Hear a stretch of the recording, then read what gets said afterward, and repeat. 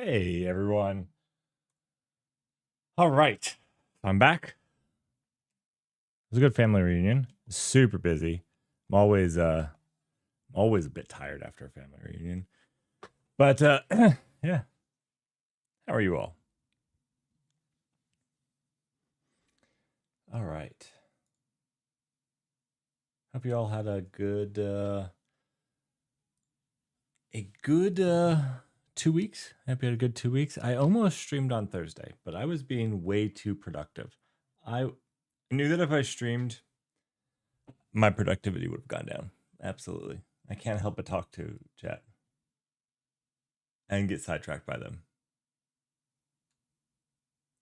So yeah. All right. We have a bit of news to cover this week. Let's see. We've got about 2 weeks, but you know what? It's not too bad. Not too bad. We've got some security, probably some lightweight security things to go over, which are pretty interesting.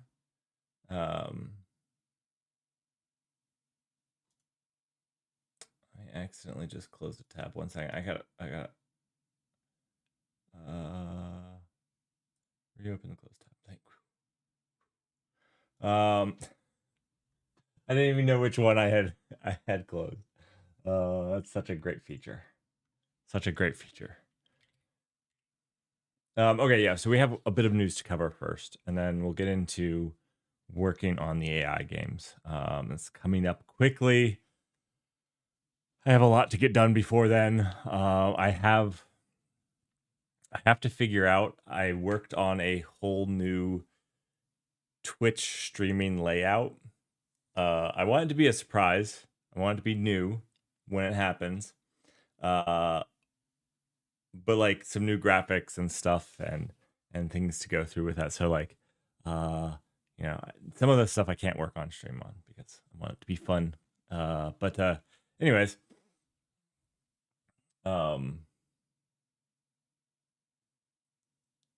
how do you pronounce question, Russell? How do you pronounce, if you're not going to say it out, AUR? Like if you're just going to say that word, do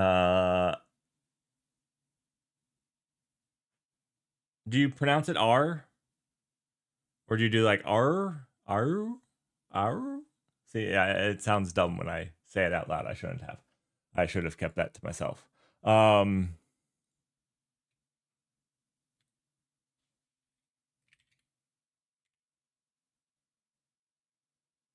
You would say AUR?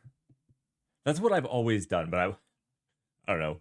When you're streaming, feels more fun. I don't know. I like making the words for it.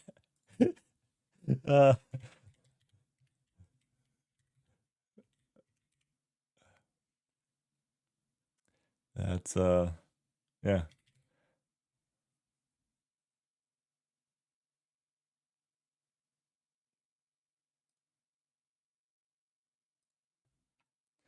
I like making the I like making the, it's not an onomatopoeia because that's like a bark would be an onomatopoeia. I like what is it?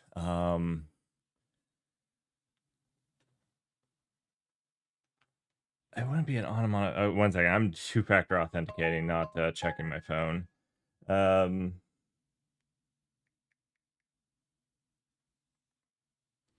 What is it when you say like ASAP, right? It's ASAP. I need to look that up.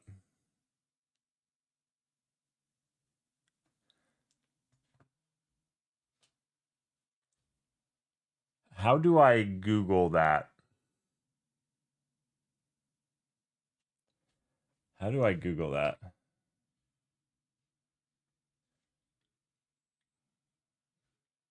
Term for sound from abbreviation.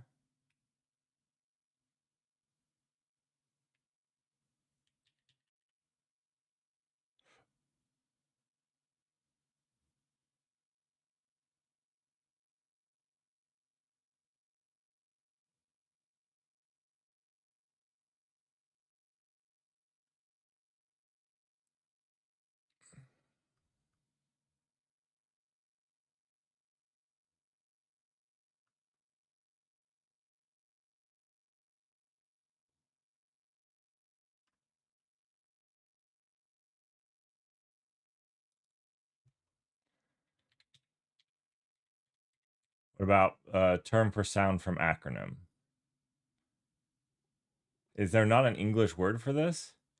Okay, so what we should do is if there's no English word for this, we should make a kind of long term for this, make an acronym, and the sound of that acronym should be the word for that thing. I think that would be duly suited. Right? Because like people say NATO or NASA, even though it's the NASA and NATO and a lot of people say FIBI instead of the FBI. I'm starting that one. FIBI. CIA, the CIA, a lot of people do this. It's not just me. Anyways, we need an actual term for it. It needs to be an acronym itself. And that acronym is the word. I will make one up. This will be on my to-do list this week. Okay. Completely useless.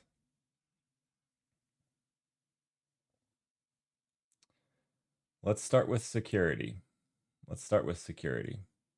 Welcome, everybody. Today is a sad day. As all of you know. I use Arch, by the way. The Lord's operating system ordained by the church. And recently, the church has been under attack, mostly through our, or some of you might say AUR. So if you have not visited the homepage of Arch Linux recently, and AUR is the package manager, or the Arch user repository is the acronym,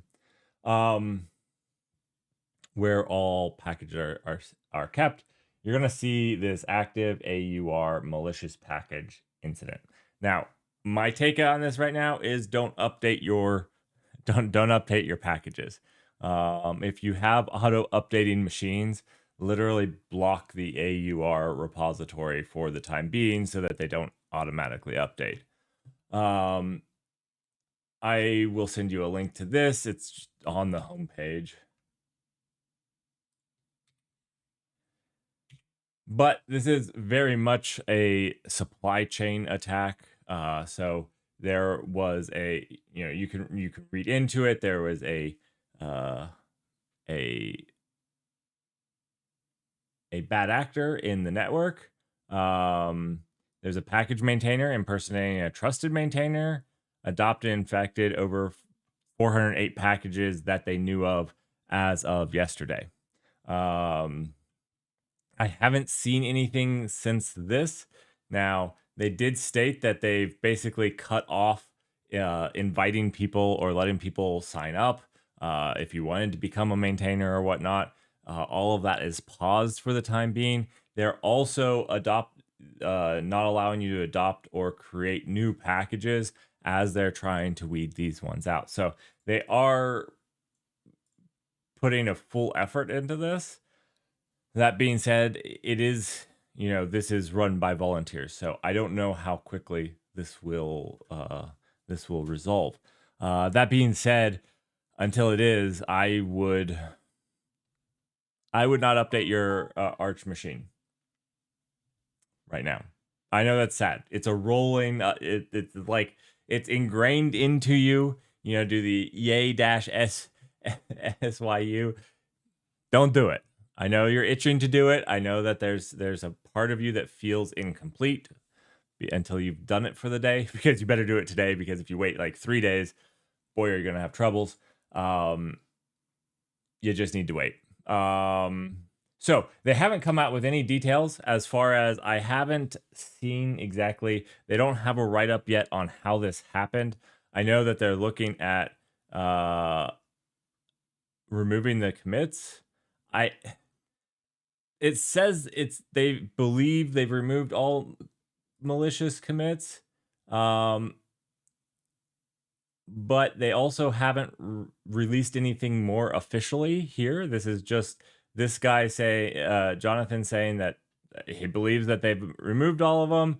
There's been no confirmation and no lifting of the current pause on new things. So I'm waiting for a breakdown. I'm waiting for like, this is what happened. We figured it out, and all of these things. So I'm hoping that they're putting that together this weekend. I feel bad for them because they're probably working on this weekend, and but I am interested to see what happened, why, and so I can report on it. So hopefully that happens this next week. Hopefully next weekend I can report that to you all. So yeah, for right now, maybe it's safe. Maybe it's safe. I'm not sure at this point.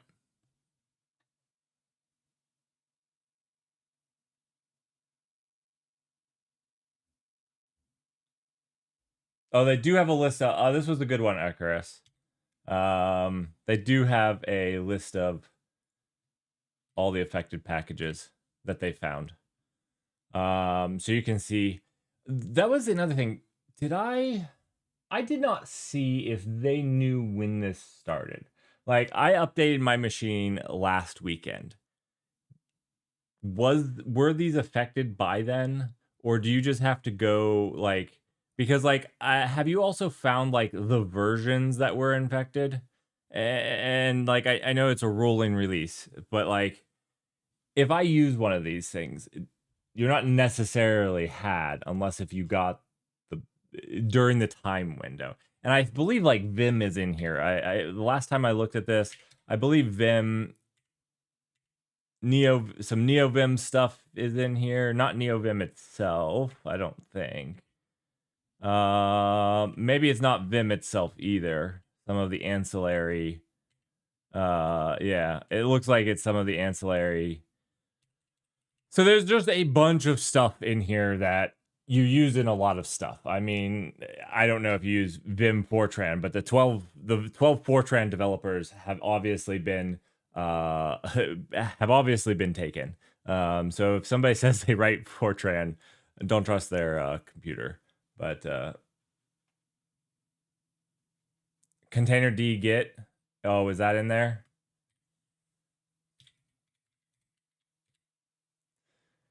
Oh man, yep.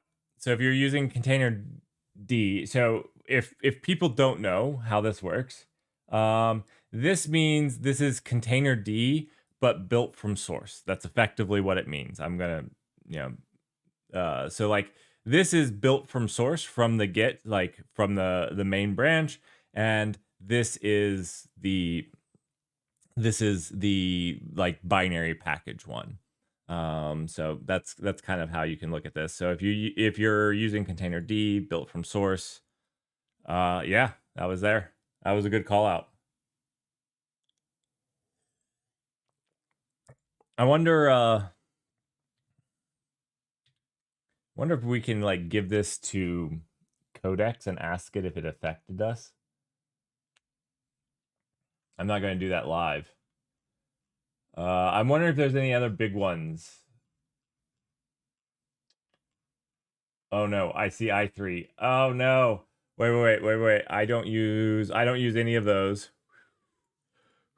Cosmic, nothing in Cosmic. Oh, good. Oh, good. That was close. I might have dodged a bullet on this one. I don't use container D git, so I'm sure. I don't know. I don't know. There's a lot of packages there. Do be careful right now. Like I said, I haven't seen the all clear. I did see the one message that says, hi everyone. I believe at the moment we deleted all the malicious commits we know of. This doesn't fill me with that kind of warm fuzzy that says I'm going to go update my machines. In fact, yeah.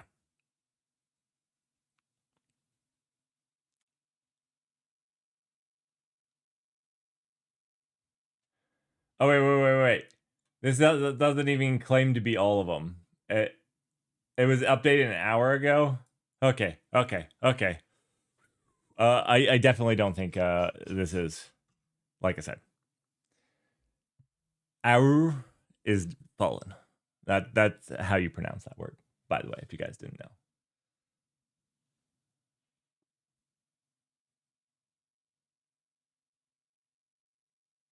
A lot of Java down. Java down.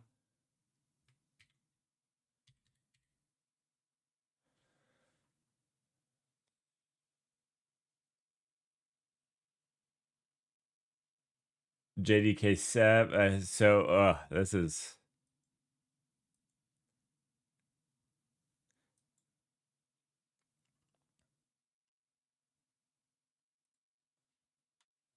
okay. I mean, Java at your own risk. I think that's like something we can all be comfortable saying.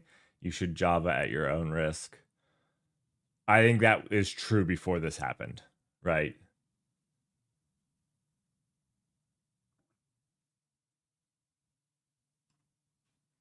What about like I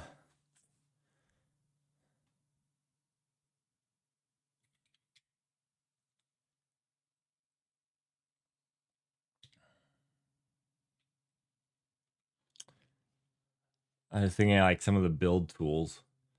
I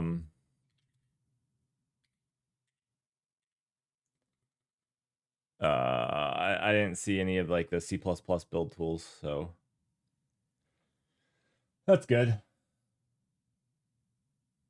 Linker D.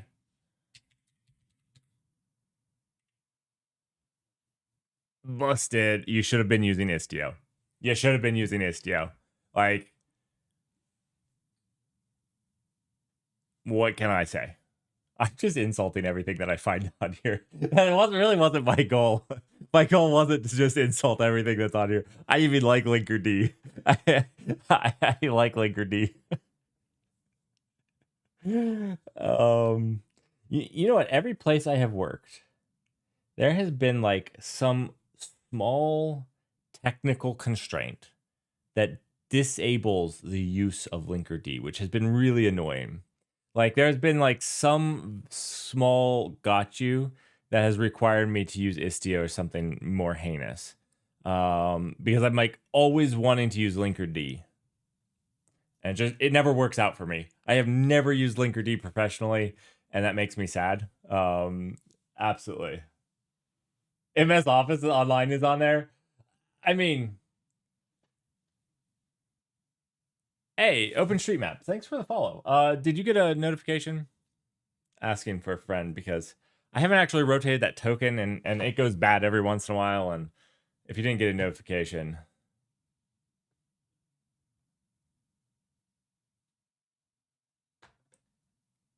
that was on me. That's on me, and I can go rotate that. Linkerd ended up taking out a service you ran last week. Kept closing connections. Oh, really? Like I said, I've never had the opportunity to run it professionally. I've run it in some local projects testing stuff, but like the thing is, when you build a proof of concept, even if you run that thing for a week, it's not like running it with real traffic in the real world with where real things happen to it. So like there's no way to like compare like it if somebody says that they've used it on a personal project, my understanding is they know how to deploy Linkerd, they know how to use it, they know some of the command line tools for it, but they don't actually know how Linkerd falls over. They don't know how Linkerd will drop traffic if you have this one setting set and your traffic does has this one header set and it's going to fail on that. You don't know those types of things. It's fine. You don't necessarily, I'm not expecting everybody to know every technology when you're hiring them. That's just kind of my feeling when somebody says, because it's like when I say like, well, I've used Linkerd in a personal project and I ran it for a week. It's like, I don't really know Linkerd. I don't know the intimate ways that it's going to fail on you.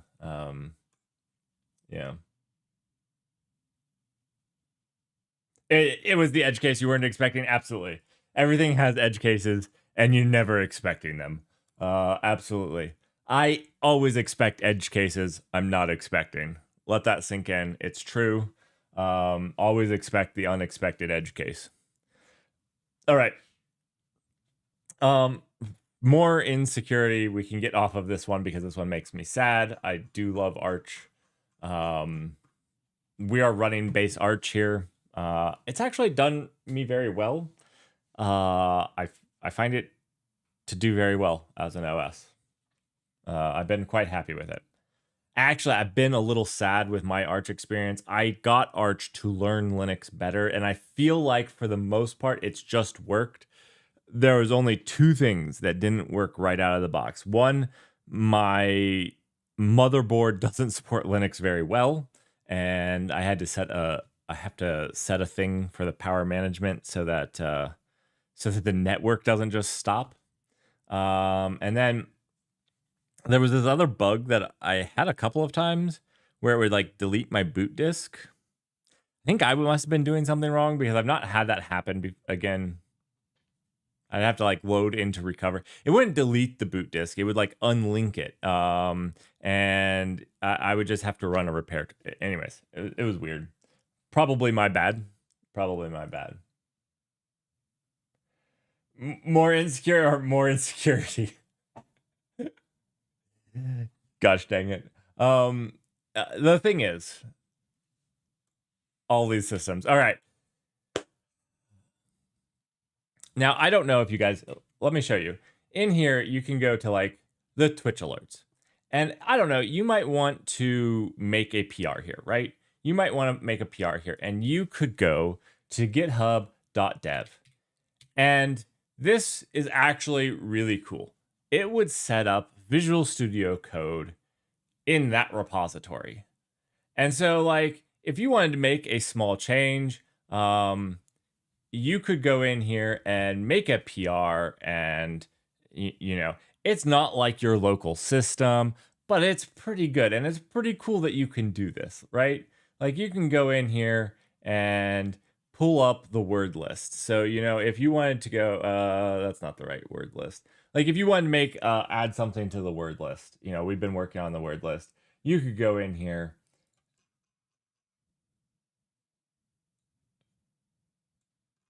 and do this. This is really cool. That being said, with all cool things come terrifying. Cybersecurity researchers have disclosed a one-click attack via Microsoft Visual Studio Code that makes it possible to steal a user's GitHub token. Just by clicking a link, it's possible for an attacker to steal a GitHub token that can read and write to your repositories, including private ones. So if you noticed here, when I did this, I actually had to sign in as me, right? I gave this environment my credentials. And so if you go to the people that actually did this,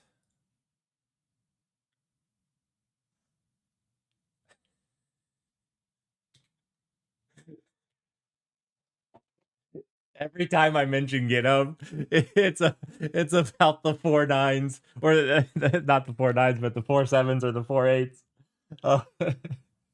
Their availability is too much. It's hard to comprehend the availability of 4 8s. It is quite. Anyways, oh, I didn't even realize this at the top here. Like, one second. I didn't realize this.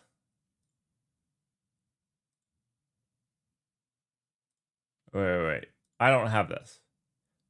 Oh, I see. So like if you open up a file and then you want to edit it from here. Oh no. Is GitHub going to puke on itself on me again? So last week, or not last week because I was out last week, but the week before, I literally was trying to show you all stuff and GitHub was down. Do you remember that? That was fantastic because I had just said they're not actually as bad as people say. And then it was like as bad. Oh, this is beautiful. This is beautiful. We're just going to sit here and wait.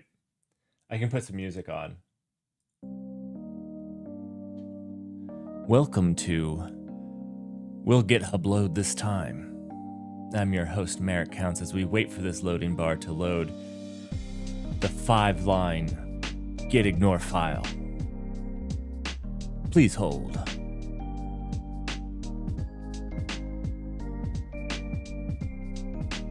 Please hold as GitHub tries to load.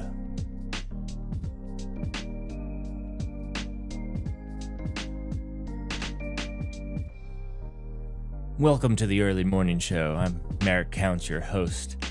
Today, we're going to watch GitHub load a 5-line file.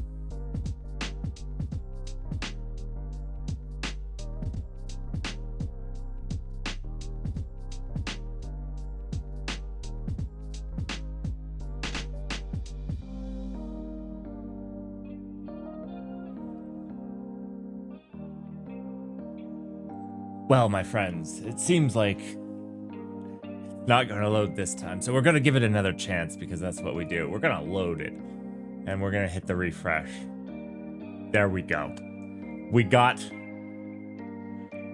GitHub to load. Amazing. So now we're going to test out this feature here where we click this, and you can just open it straight from here. You see the file, you want to open it. I knew that you could do the period. I didn't know that there was the drop-down menu. There you go. GitHub loaded. All right, sorry about that. Anyways, so when you gave it credentials, I don't know too much about the WebView security model. You can read about it. I gave you all the link.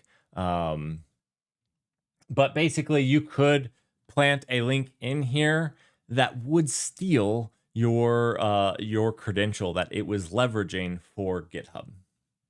GitHub roulette. Okay, Russell,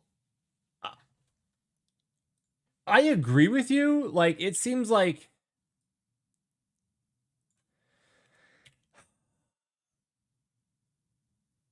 I actually wanted to just go back to GitHub. I feel like it has actually gotten worse, where like it's just like I chronically like refresh because like sometimes it just doesn't load, and it's doing fine now. But like, oh man, every single time I defend it as not as bad, it is like no Merrick. So I don't defend it anymore because GitHub works better for me if I talk trash about it. I think that's just what it likes in the relationship, is that I will talk trash about it and it will work for me. Because if I defend it in any sort of way, it's just like, that's not what I want. That's not what I want. So anyways, go read about it. It has been patched though. So Microsoft did patch that. It should still be safe to use and click links. If you were clicking links, you were taking that untrusted user content, that link, and it's a little bit dangerous. Not as dangerous as Russian roulette, but your odds are worse. Somebody should make that a website. Like GitHub roulette, where it just like it goes and tries to load a page, and you win or lose based off. Should we make that in the AI games? GitHub roulette. It just goes and tries to do some GitHub action, and if it returns, you win. Oh gosh. How did your Twitch account get banned? Oh, we made GitHub roulette. I don't know.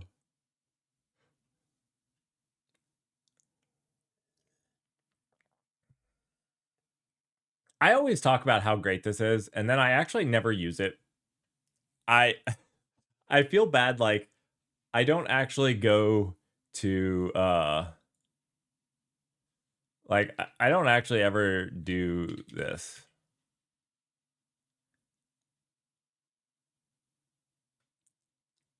I think it's great. I always find that I rather my local editor. And so for me, like, and 95% of the projects, like, I think another big reason I never use it is, let's say I wanted to do, like, I'm already here. I can just click this. And I can just clone it. And it takes like 10 seconds. And then all my local editor stuff is there. So like for me, it's never quite as easy as that. And I'd just rather have it locally. It's still a cool thing. I feel like there's places I would use it. I never actually do.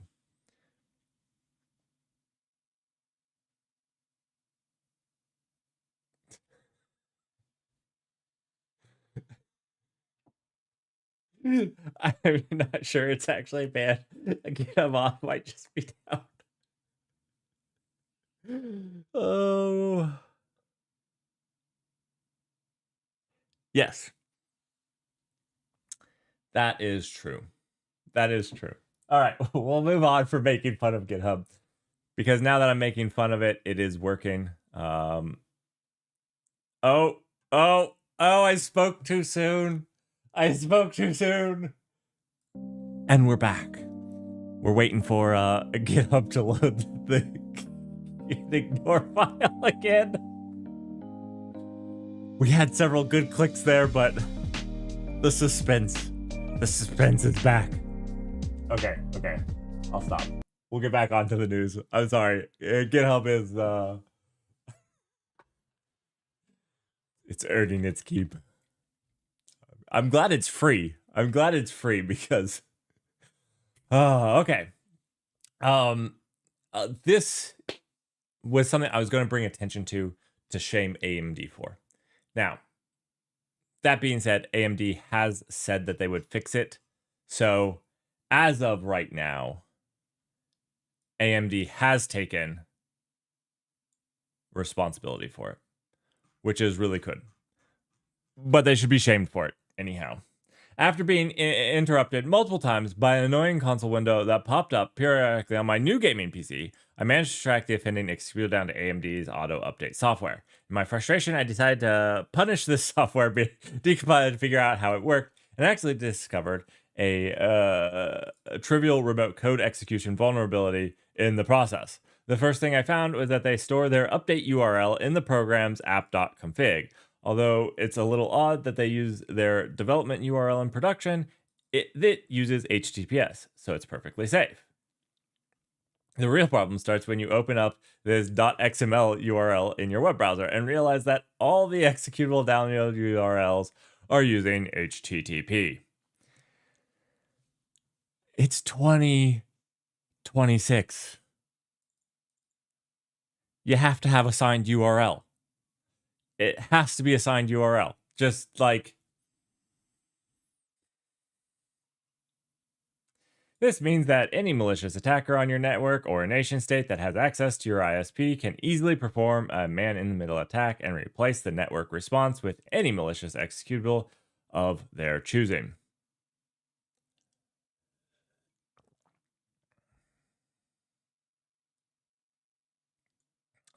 This was like a valid, like, well, maybe they don't actually trust, like, they don't trust anything from the HTTP. Like, maybe that's the thought. I was hoping that AMD perhaps had some form of certificate validation to ensure that it could not download any and run any unsigned executables. However, a quick look into the decompiled code revealed that the auto update software does no such validation and immediately executes the downloaded file. Okay, so this was terrifying. It blew up on Hacker News. That's where I found it. AMD reached back to them and said that they would be looking into the matter after all. Basically, everybody on Hacker News was like, WTF, mate, because AMD basically said, we're not going to fix it. But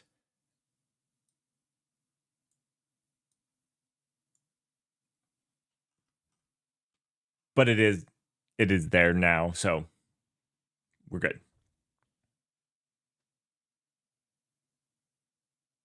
Debian also uses HTTP, but verifies the signatures of the file, right?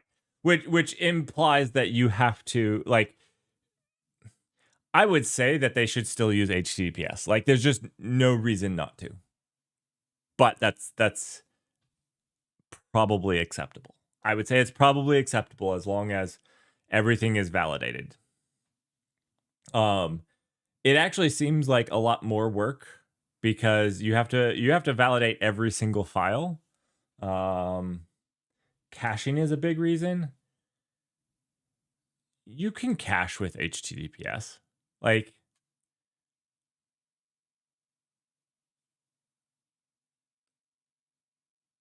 I need to read in. They might have a write up for this, and I'd like to see that.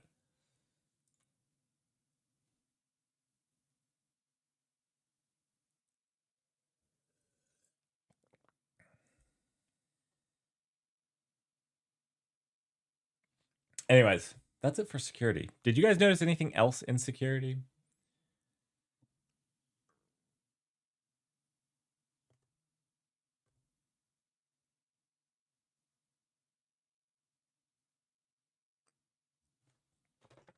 Did we notice anything else in security that I missed? I was out at a family reunion Saturday, Sunday, and Monday of last week. That's always the worst when you're like, I got back late Monday and then worked Tuesday, and it was like that just makes for a very long week. So if I miss something, I miss something. But those were the biggest deals to me.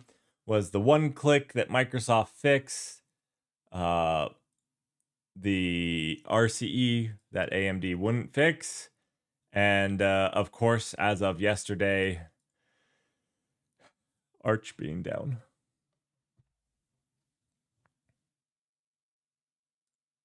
All right. Well, if I didn't miss anything, you guys don't know of anything that's out there, let's jump on into some open source. There's a couple things I wanted to call out in case you guys didn't know were out. OpenCV, one of my favorite computer vision libraries out there. It might be Python, but like it's okay. It's okay. I mean, it's actually like not Python, but the wrappers for it are all in Python.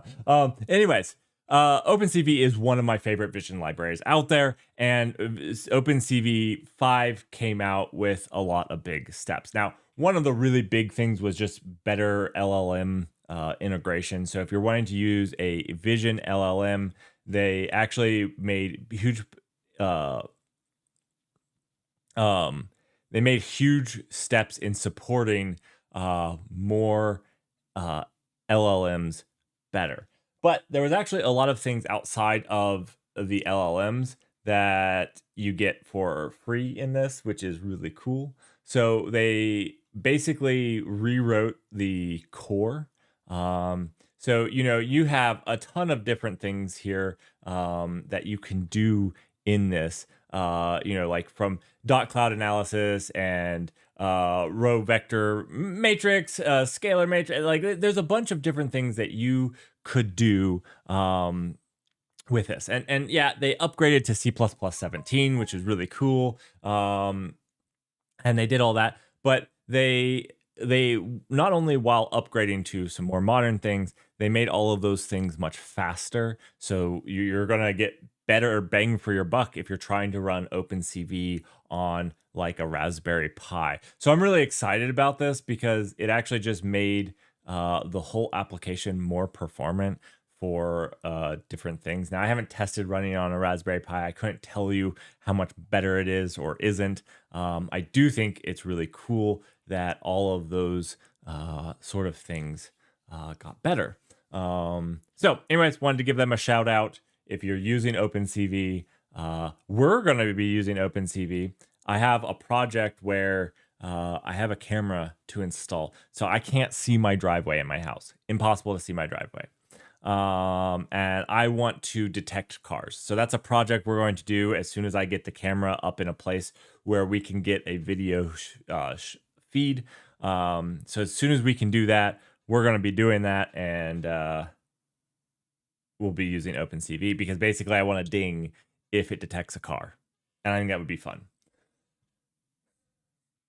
Probably terrible.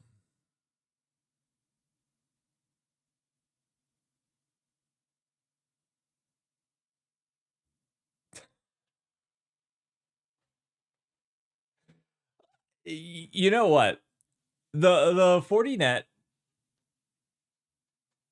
the 40net is an interesting one. I used to think that 40net was just terrible because they always have CVEs. Like always have CVEs. But then I also like a couple years ago, I realized like what 40net does, right? Like all of their stuff is the thing that protects everybody else's stuff. Like the reason I can be like, well, I don't care because my app is behind a WAF is because 40net's hardware sits in that layer. And so like it's what I call the Microsoft problem. Like Apple has just as many security vulnerabilities, but Microsoft is used in more corporate things and has a much bigger footprint there. And so if somebody was going to spend their time to try to make money from hacking, it at least historically has been much more worth it to do Windows. And so it doesn't mean that they're less secure, although Microsoft is probably less secure. Like I'm not defending that. I'm just saying like the effect is like it doesn't matter. You're going to be the one attacked. And 40net is like that first line of defense. And so is it that they are just really bad or they're just constantly under attack? And they're the things getting hit and hammered and tested 24/7. I'm not sure. I couldn't tell you. That's like a hard thing to know because I bet you that if anybody did what they do to 40nets to my pieces of software, there would be like thousands of CVEs. But I don't have to because I restrict everything that comes to me through 40net equipment. Right? So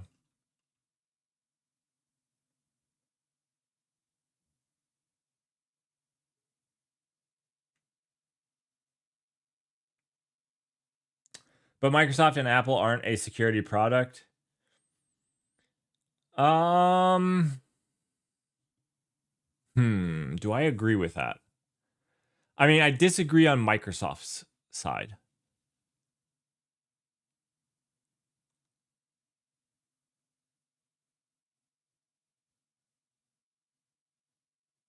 I mean, Windows is not. You're correct. Azure Closed Door is a security product. They have a decent number of security products.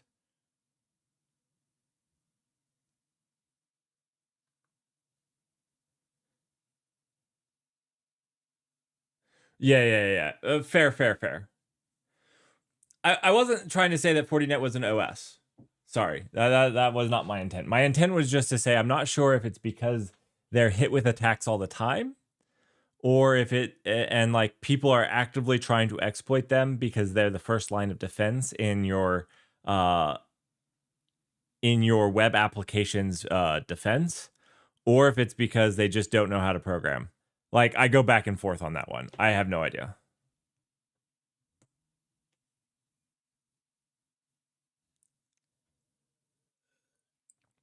But I agree, they don't sell OSs. Well, I mean, they do, right? Right, they do. Their hardware has an OS on it, right? That's there. Like their big machines run their own proprietary OS, don't they? Like it's not a normal OS. It's their whole hardware. Yeah, 40 OS. I was gonna say I thought there was 40 OS. I'm pretty sure it's 40 OS. Oh gosh. Anyways, I don't need to go down this. I don't need to go down this rabbit hole. Uh, uh anyways, my apologies. OpenCV.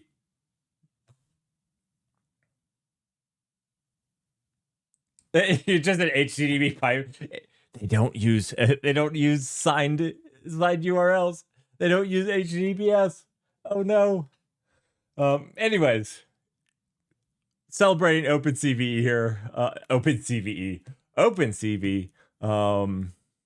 It's out. Let's get on to the next piece of open source before we keep dunking on 40. WASI 3 or 0.3 was launched. So Huge fan of WebAssembly. I actually feel like, and others can collaborate. I don't know which word I'm looking for. It's not collaborate. Anyways, I feel like with AI, progress has slowed down drastically on many things. And I know that is like, that's maybe the hottest take in a long time that I've had. But I feel legitimately that real progress on things that I cared about have slowed to a crawl. Now, I don't know if that's because everybody's using AIs and it's going slower. That's not necessarily what I'm saying, but like their focus has changed. They haven't been working on these things. You know, I'm not entirely sure why, but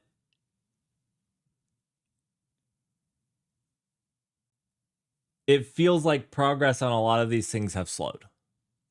And I'm not sure why. But I am very excited about WASI 3. I'm like super happy that async is now native to WebAssembly components. Super awesome. They have a lot of cool things. They have some changes to the WASI interfaces, changes to the interface binding. But I am in general very excited about WASI 3. I'm calling it WASI 3. The 0.3 is difficult. So anyways, congratulations. I'm excited. Yeah.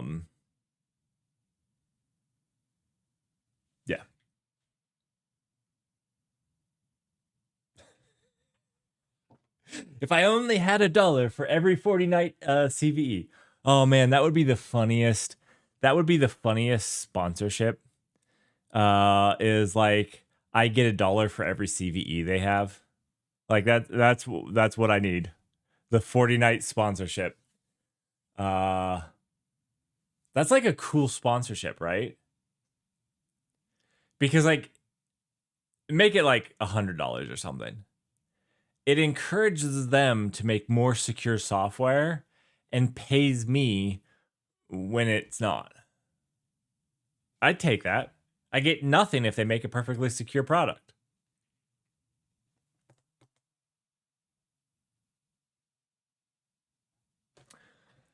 Anyways, along the open source, I don't use this, so I'm not going to talk about it a whole lot, but Brew 6 has been released. You got tap trust, so like, I don't know, you just smack your laptop and it will trust it. So like, that seems a little weird to me, but the internal JSON API is now the default. I didn't know that it didn't use, like, did it use XML? Was this API in XML? Was it proprietary? I don't know. These are all things I'm learning. I don't use Brew.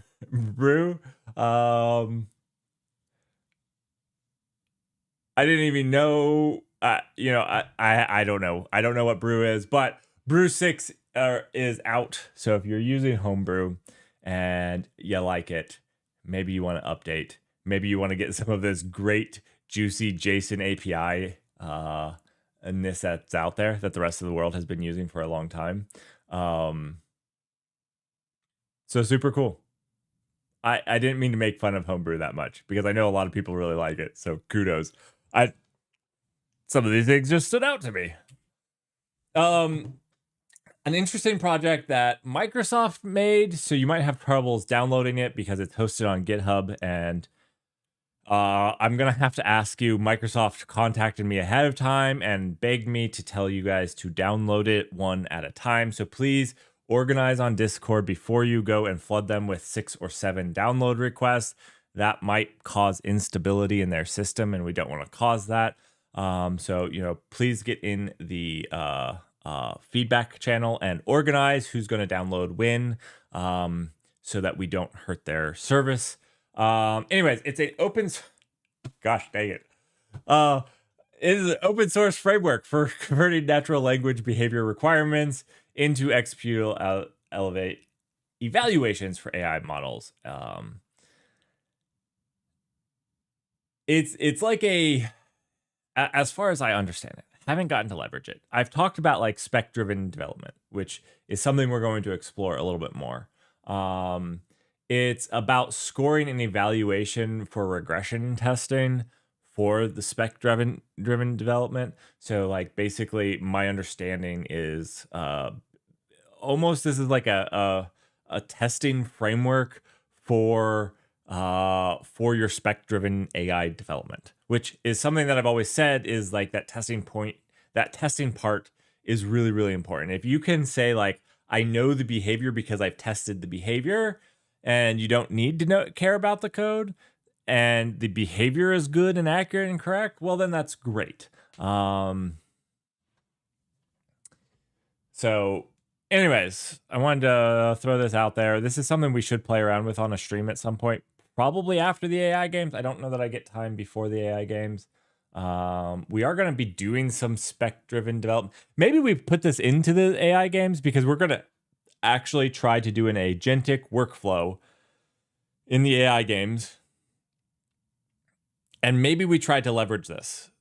Actually, that we might actually try to do this in the AI games.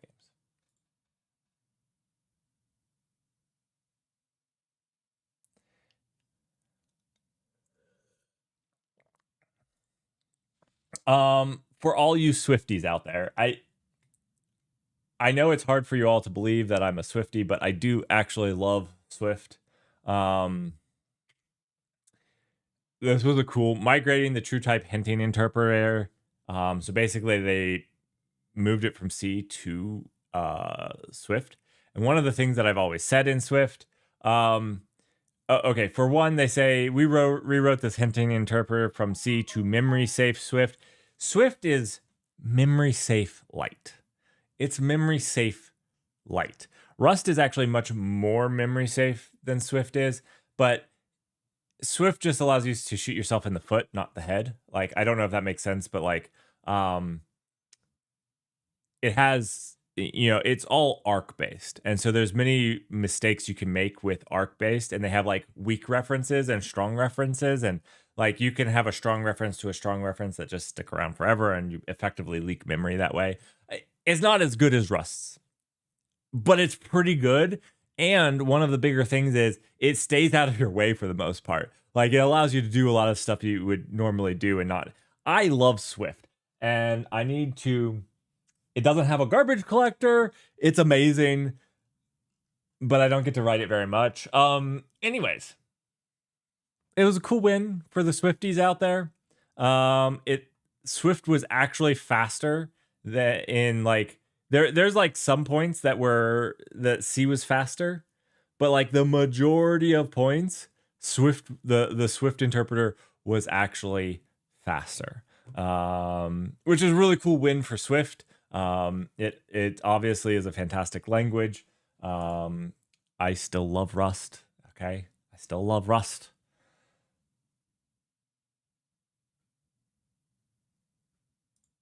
Leaking is memory safe is when you can read deallocated memory that it goes true.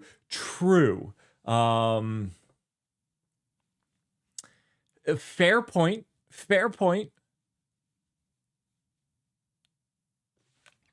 I stand corrected. I don't know how well you can read the deallocated memory. I'm sure that you can do stuff to like reset the bytes. I actually do that on the secret manager. So like when it's like a one-time read. So like when you read the secret, I reallocate the memory and then deallocate it.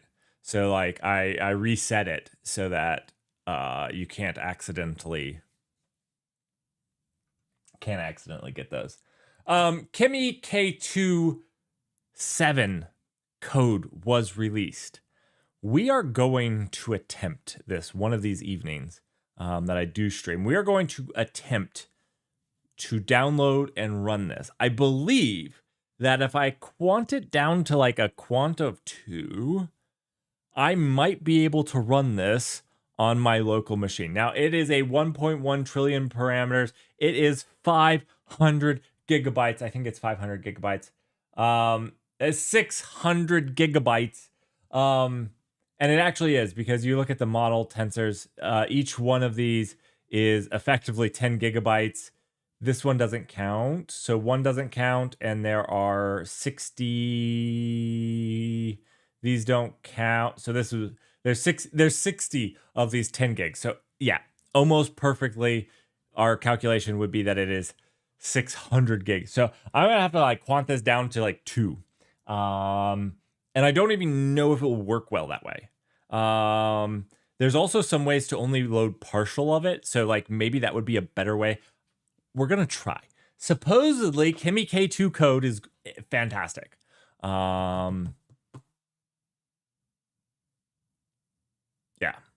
Yeah.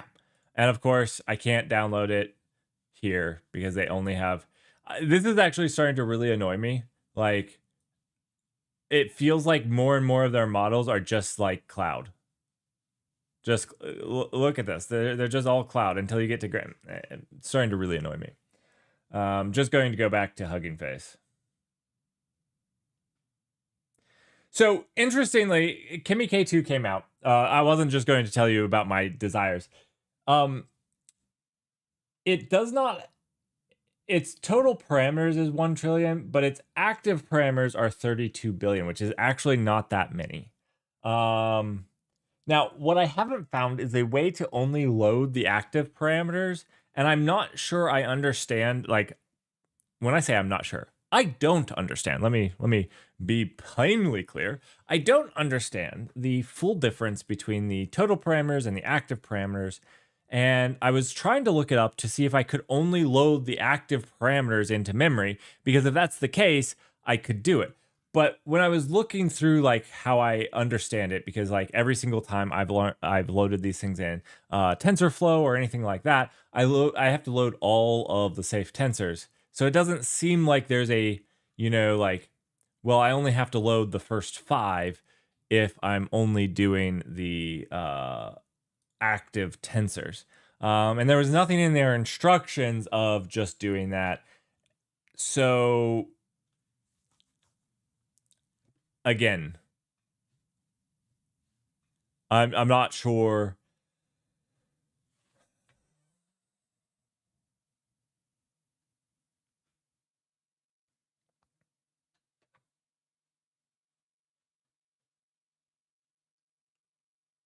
I'm not sure. So I haven't even read through this to see if they have some ideas on it. We could look really quickly. I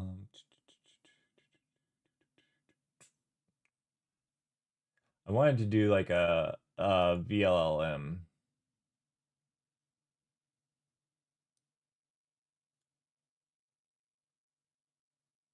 A TPA. See, I was thinking of quanting this down to like TP of 2, right? Which I don't know, it could be real dented. Sometimes when you cross like 4, the ones that I've done, it's been...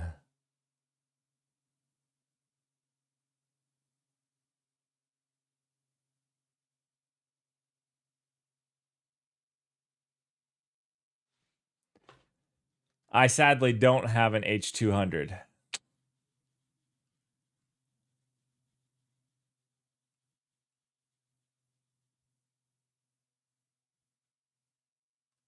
So anyways, it's cool. It's out.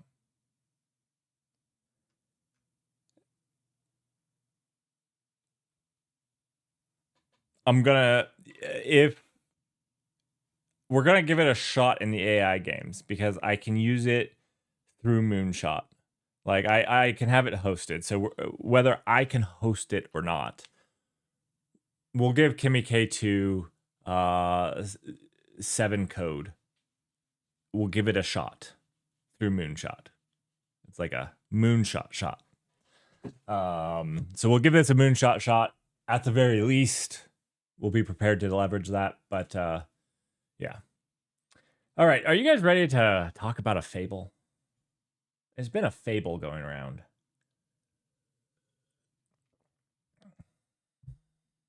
It's been a fable. And if you're thinking this fable,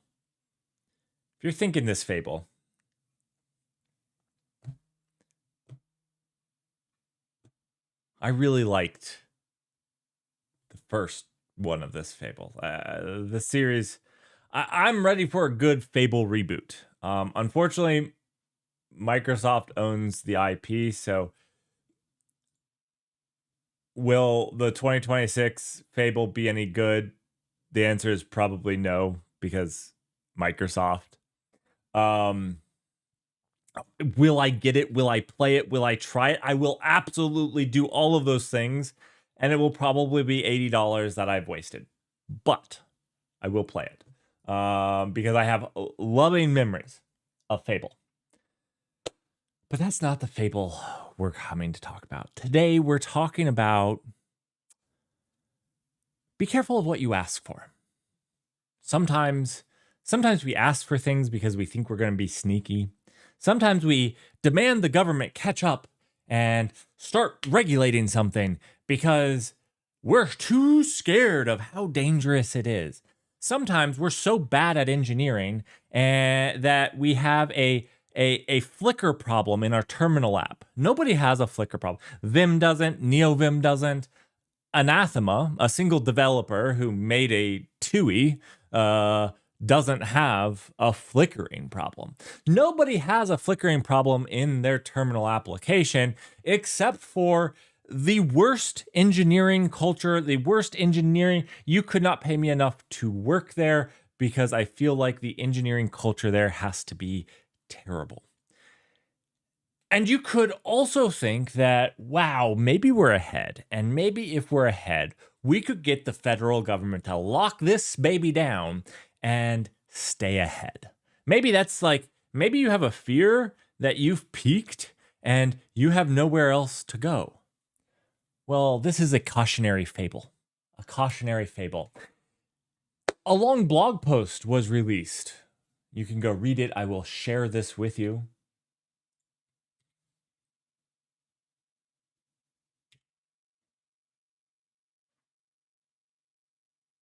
You remember Kitty once having a flickering issue? Well, there was no shade to Kitty, okay? No shade on Kitty. If I made a terminal, it would flicker. 100%. It would flicker worse than Claude, which is actually impressive. But if I made a terminal, it would flicker worse. Okay? We'll get that out of the way. So, Kitty, you're covered.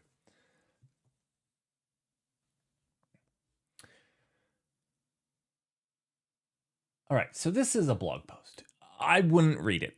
It's pretty bad.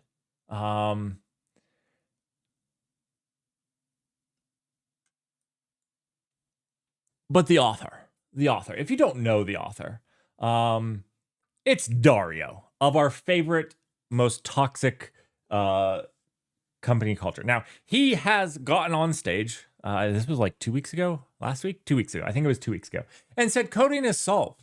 Nobody at the company codes anymore because coding is solved. Coming from the company who still hasn't solved the flickering issue in their command line application. It's still not solved.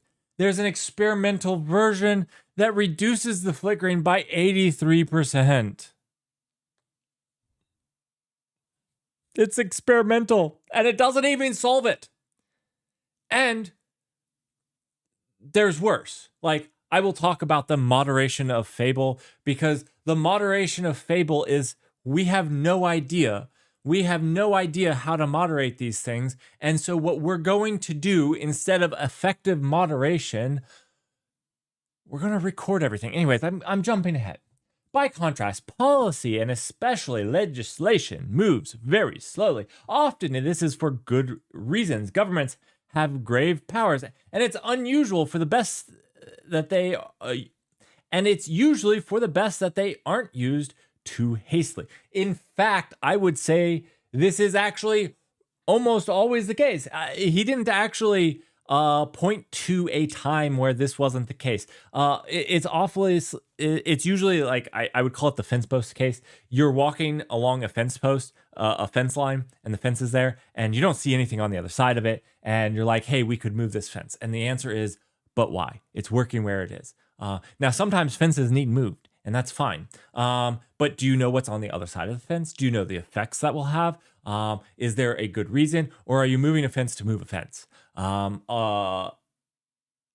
so actually being slow, while can be frustrating, can also be really good as well.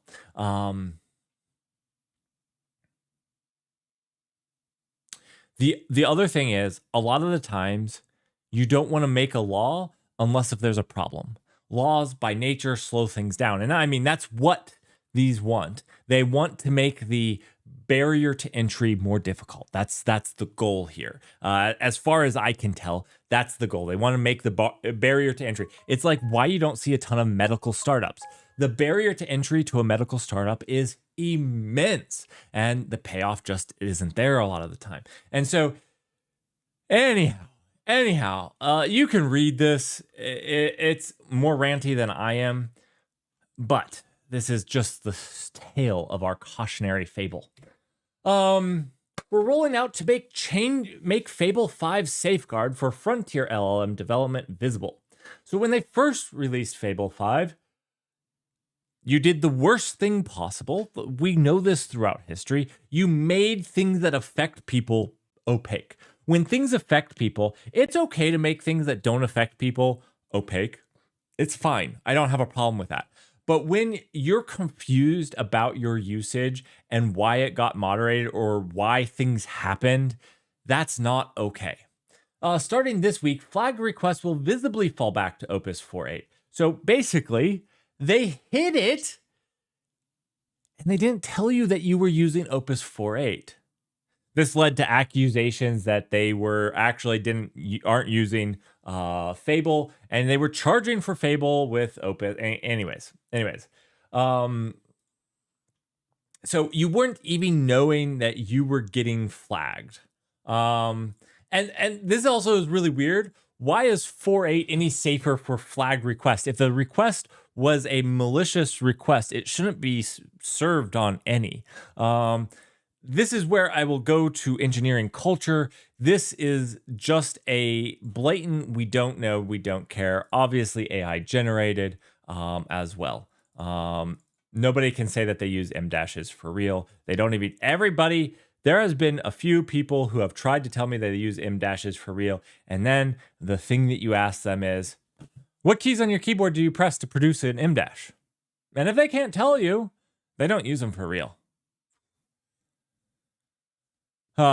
Anyways.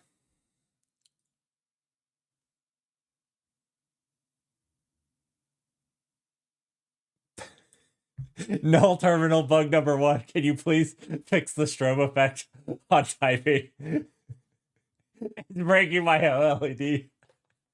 No. Look, it's actually helping your OLED. The null terminal is specially designed for OLEDs to prevent burn-in. In the most extreme cases, you'll never get text burn-in with the null terminal, okay? It won't happen. It won't happen. You can leave text up all day long, won't burn in.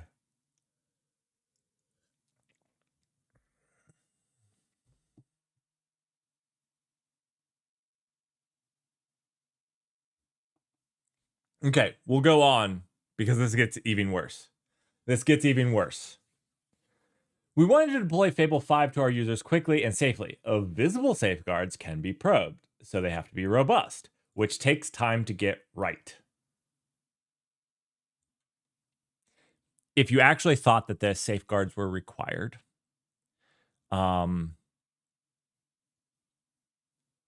you should have gotten them right in the first place, right? And so this first admits that their safeguards weren't even good and that they didn't take the time to make good safeguards. So they don't have robust safeguards. And even if they're not visible or what you think is not visible, they were obviously probed. People caught them doing this, even though they were invisible. So even if they're invisible, you can probe them. Probing is the act of understanding something that you can't necessarily see. Well, what do you think the definition of probing? Like, the fact is, a human would never have written this because, like, everything can be probed. Now, you can use obfuscation to make it harder to understand what you're probing. This doesn't even make sense as far as words put down in a sentence together. Just has to be. Anyways. Invisible safeguards can be targeted more narrowly. What does that mean? Allowing us to ship quickly with very few false positives. No, this is incorrect. You admitted that it wasn't robust. If it's not robust, you're going to have false positives or false negatives. You're going to have a failure on any one of those because you already said that you didn't have the time to make it robust. So, what the crap does this mean? We went with the invisible safeguards for this reasons. For what reasons? You didn't actually say any. This post made me so angry through the whole thing because it was just a bad post. It was a bad post. Be careful on social media. The words you put out there are there, and that's your reputation. Claude, this is Claude Devs. Whoever owns this account, you need to be careful about the words. They mean things, and this harms your reputation. Making the safeguards visible makes them easier to work around. So you're saying you didn't have robust safeguards, which means you didn't have these things, which means... Anyways. So keeping them robust to jailbreaks will unfortunately mean more false positives. What? Why would making them visible make more false positives? This doesn't make any sense. Period. Full stop.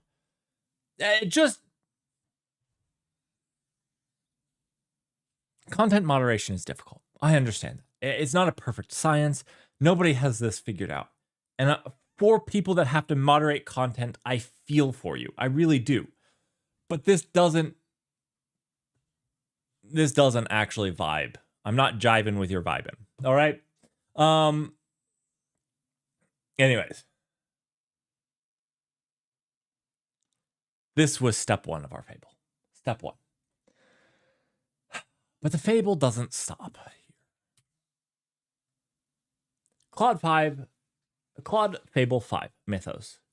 Grand hype, record cheating, and a few Hall of Fame entries.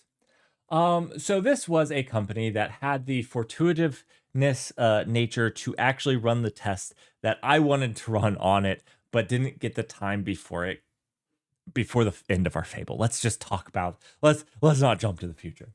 We benchmarked Claude Fable 5 on 200 real-world coding tasks for the Agent Security League. It returned an average result of just 59.8% on functional solves and just 19% on security solves. So this was too powerful, too amazing. It was going to break the internet. This is what we've been told. This is why all these safety nets are in place. This is not that impressive. But this gets worse. We're just going to look at the overviews because I don't have enough time or desire to go into this any further. But, I will let you guys, I will copy and paste this for you guys so you guys can have it.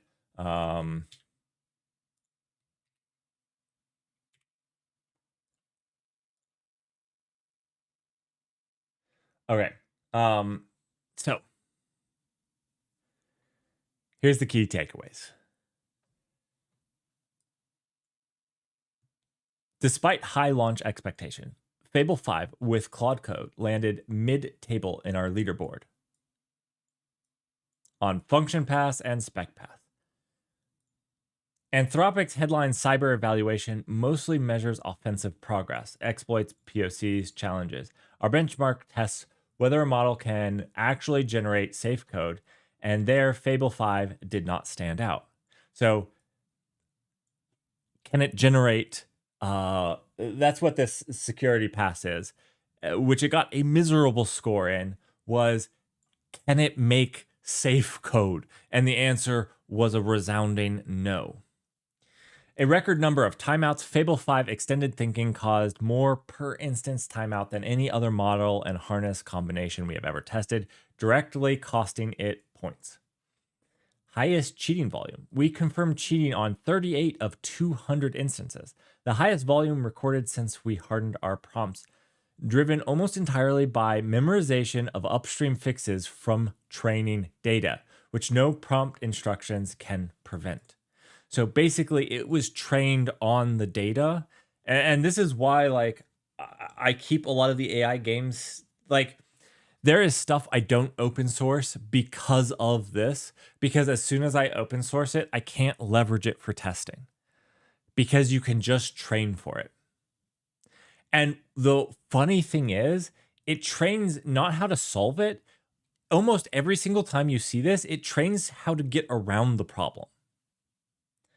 Contrary to some community reports, we saw 0 safety refusals. Fable 5 engaged in all 200 security relevant coding tests without a single content policy block. Now, this depends on who you are, because if you have registered for them, which I believe Endor Labs is part of that, you get a bigger safety window than if you're Joe Schmo that signed up, right? So if I sign up and or my company that has a thing with them, you get different guardrails. For Hall of Fame first, Fable 5 solved 4 instances that no previous model and agent combination had ever cracked, and our anti-cheating pipeline leans towards these being genuine solves, not recall. So it did actually find, it solved 4 things that no other agent had done.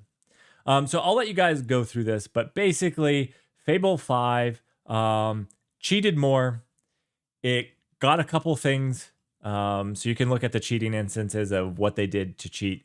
What I don't know is if these cheating instances go to their score or not.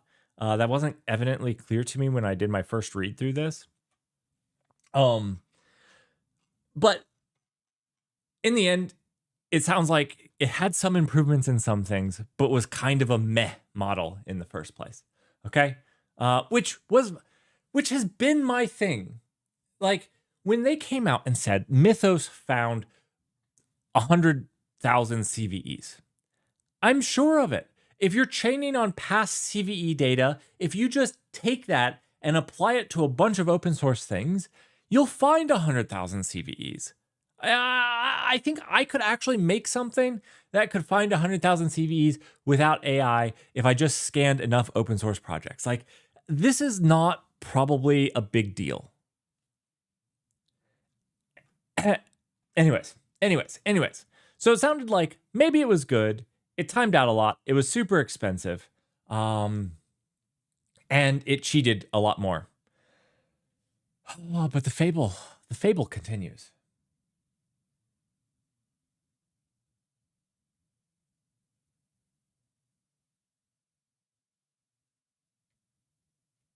$99,000 will be a Fortnite product.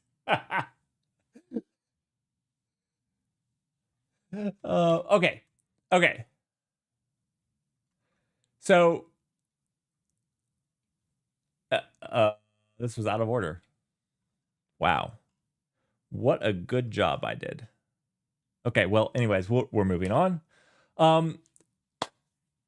Breaking news. Anthropic urged for a global pause in AI development as artificial intelligence are nearing capability to improve without human intervention. Okay. Okay, again, from the company who can't get rid of flickering, who treats their terminal TUI as a game engine and don't understand how that's a self-own, who have leaked their source code twice now, who, on the last time of leaking their source code, admitted that their deployment was a manual step. I don't even have a manual step in my deployment without AI. How does an AI company not blows my mind. Some of the worst engineering I have seen on this earth. I can't moderate, don't understand. again, not ranting on this. Let's move on.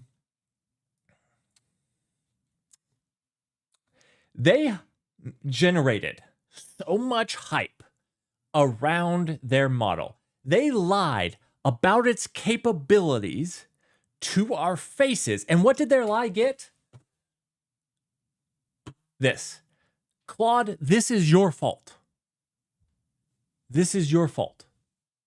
You went out there and said that Fable 5 was so powerful it could hack any system.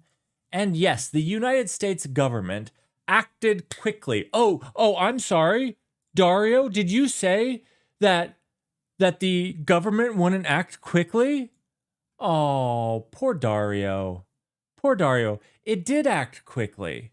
You said that Fable 5 could hack government facilities, that no system was safe because of Fable 5, and that you openly admitted to not knowing how to make a guardrail for it. I think that this was a very, very justified US government directive.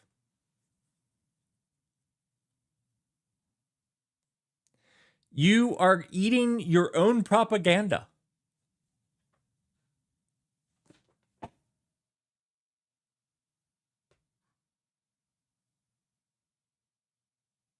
Wait, are you, Grey Hat, are you calling me part of the propaganda engine? I'm absolutely part of the propaganda engine. Absolutely.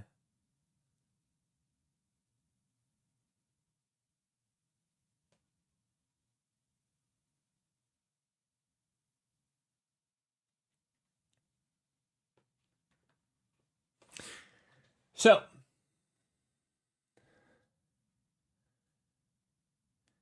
Russell, you're thinking of Minstrel, right?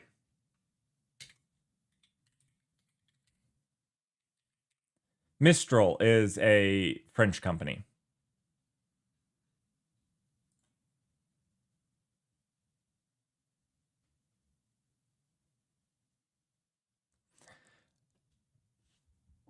You know what I hate is that I could tell you that so quickly. I feel dirty. I feel dirty that I could regurgitate that so quickly.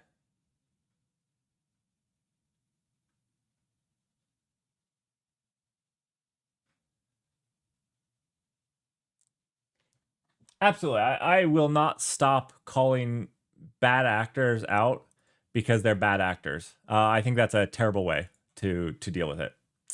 I mean, like, saying I won't call out murderers until they stop murdering sounds like a terrible plan. I'm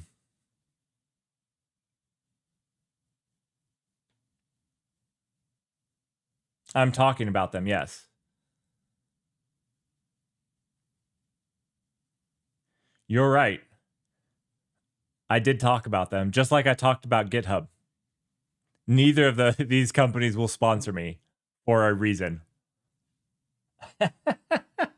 If you think no news, like if you think that, like, if you're of the club that like all publicity is good publicity, I think you're very wrong. You know, like,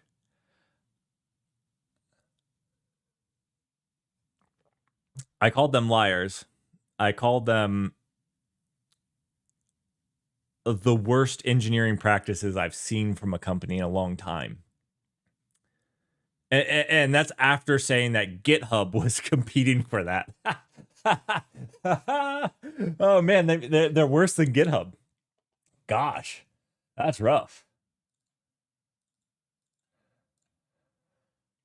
And that's my cautionary fable. Be careful. Be careful of what you ask for.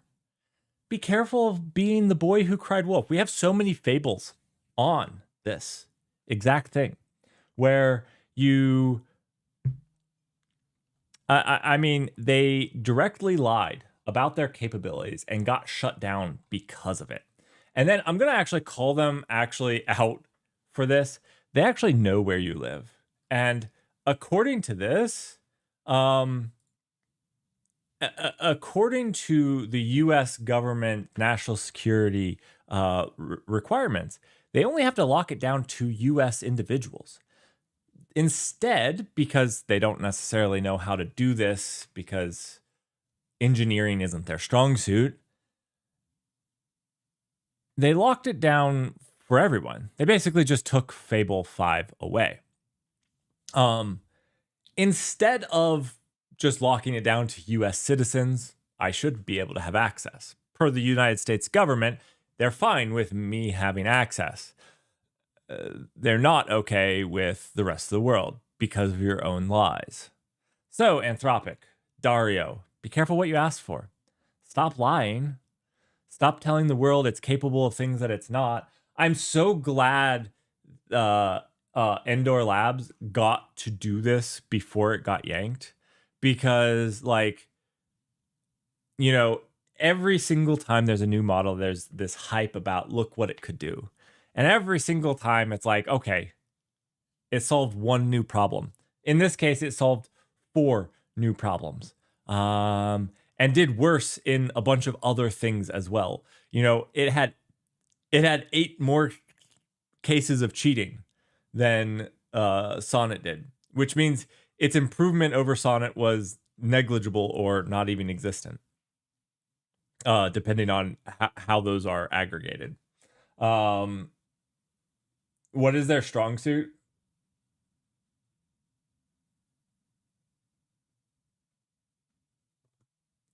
Their strong suit is hype.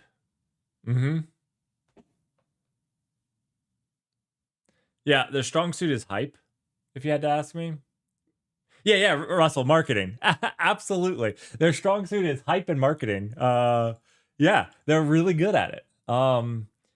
Scare tactics. They're actually very good at scare tactics. It's so weird. I've never seen a company leverage. No, you know what I do? Scare tactics have been used a lot.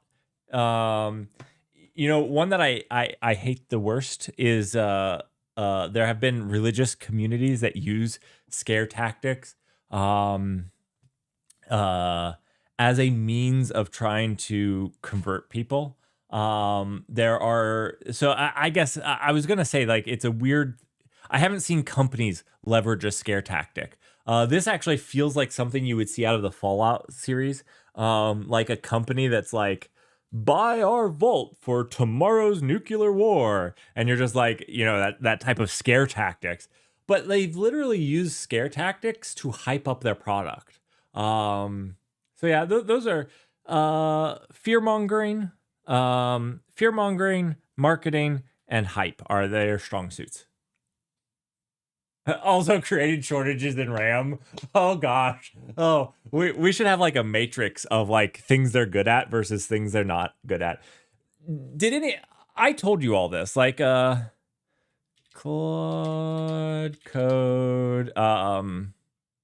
There are so many things. Like, if you guys looked at any of the things of their leak, did you guys know that Claude Code print function loop.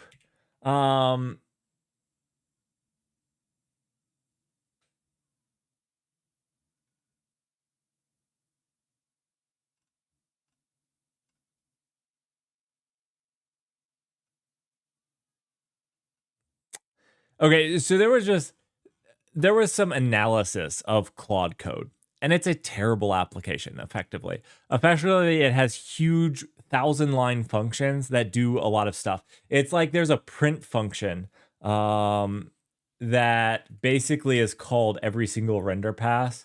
I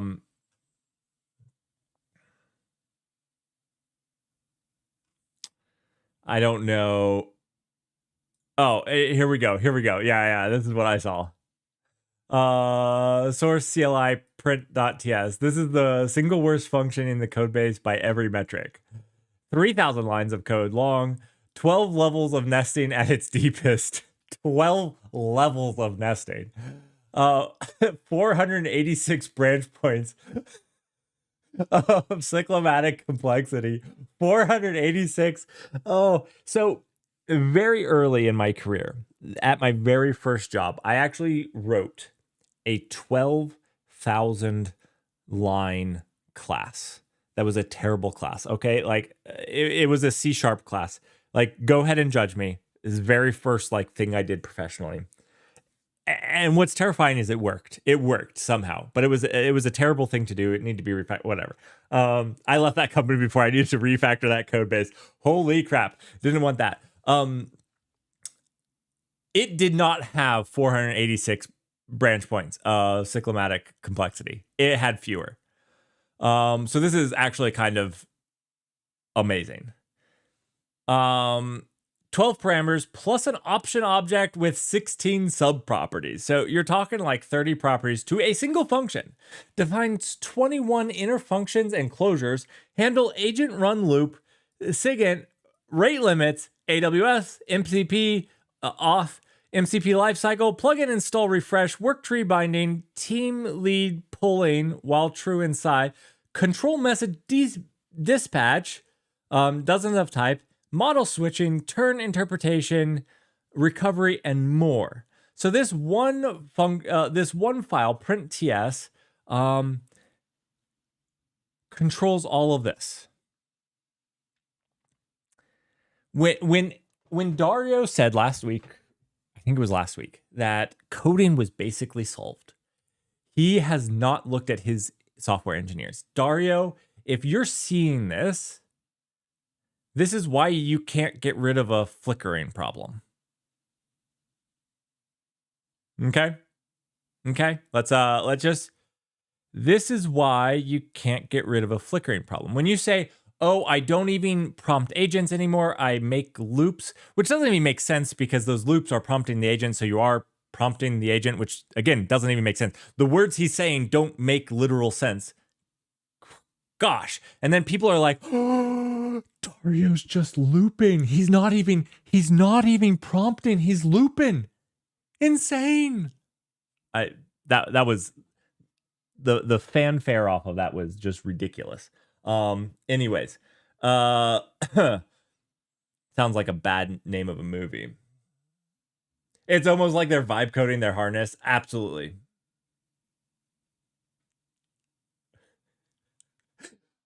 Oh, should I go back and ask to get that 12 line? Oh, should I? I'm not going to ask the company. I haven't worked for them for a long time. Maybe we make something though. That would take a lot of time to make something that heinous though.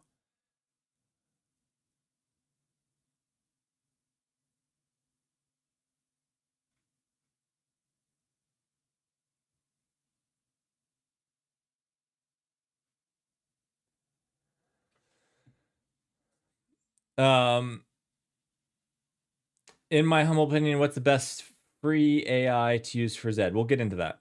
I'm almost done. Actually, I think I'm done.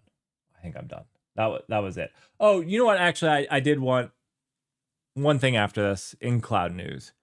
AWS Graviton 5 is now generally available. I have gotten to test this well before you guys did, which was really cool.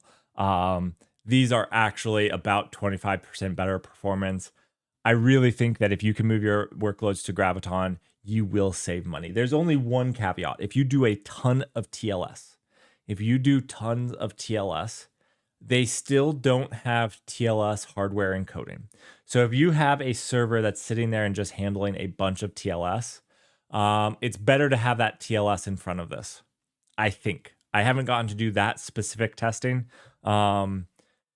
The Graviton 5 are super performant for their cost. Now, I did not test it with there's some stuff about inference in here that they're going to talk about. So Graviton 5 apps run 35% fast. Like this ML inference, I don't know about this. I can't tell you about this. I couldn't tell you about this. But if you are multi-threaded, you might get up to 35%. One of the things is like they're only like 25% faster, but there's lower inner core latency. So if you have a big multi-threaded thing, I have found, I might know who came up with this number. Big multi-threaded databases and things like that run a lot faster. And it's pretty awesome. So anyways, big piece of news. Graviton 5 is out. I love these instances. I have been a huge fan of AWS's Graviton instances. They're dirt cheap to operate as far as other things. And like all my stuff can run on it, which I know maybe not everybody's can, but I do absolutely love them.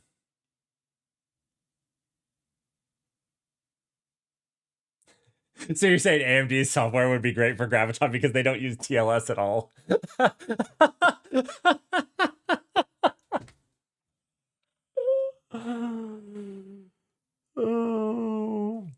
So when Graviton 2 came out, I actually did the test. And at the time, if you did like tons of heavy TLS, the Intel were still winning at that time.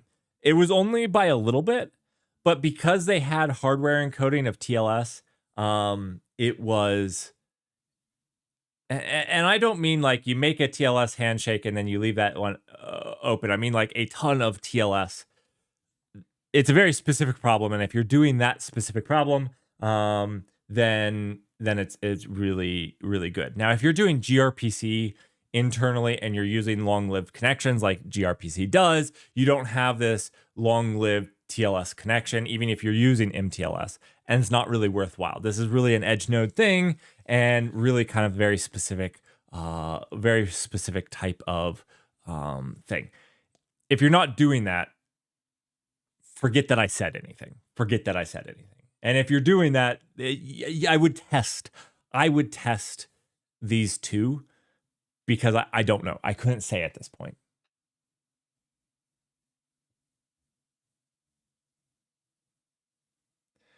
Dude,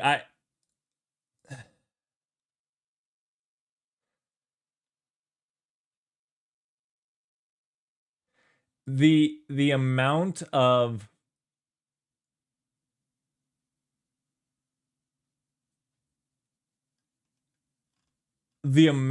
terribleness, like you guys should go and read through this.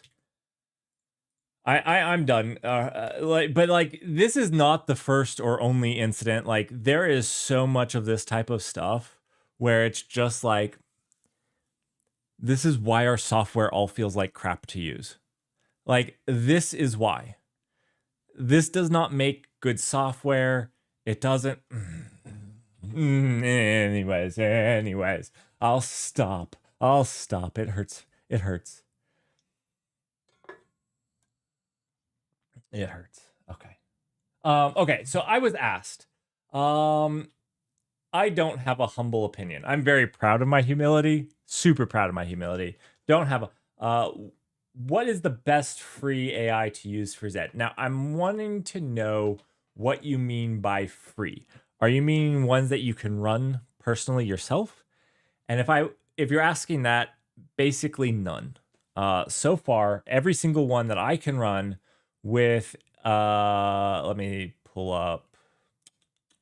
I guess we're gonna go up to a new one. Every one that I can do, Zed, with 128 gigs of memory is dented. At this point, let's pull this up. No, not that. I want to edit my settings. Configure providers. Every provider here that I have worked with so far. So I'm on Quinn 3.6. Obviously, this is the best one that I found. It actually just slows me down in here. The input and stuff that it gives you is just not useful. It's usually just bad. Stop using AI. Stop using AI. Are you Gray Hatter? I bet you're Gray Hatter. Did you make a new Twitch login just to get that name? Oh, that would be hilarious. Welcome And if you want me to stop using AI, I mean, I literally have the AI games coming up, so that's going to be a hard no.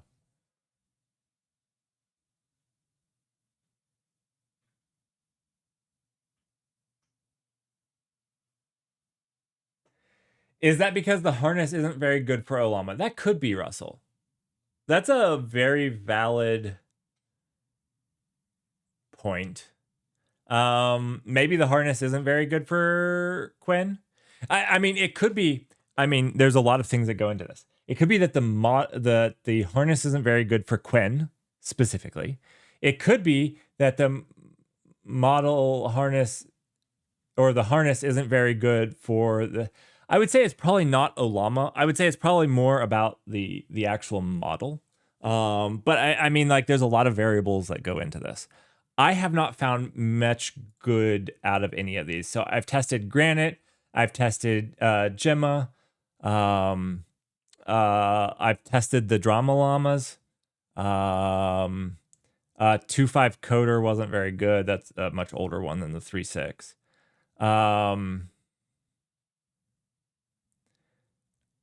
And I need to play around with the GPT OSS. It was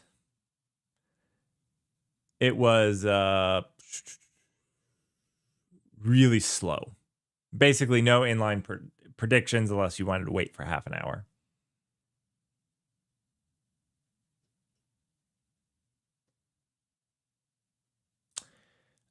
If you're talking about ones you can try for free, I think GitHub still has the best free. I know that they've kneecapped it a little bit, the free version, but I think it's still probably the best free model. Now, okay, I get it because I contribute to open source projects I like, and I don't know if my free is the same as normal free.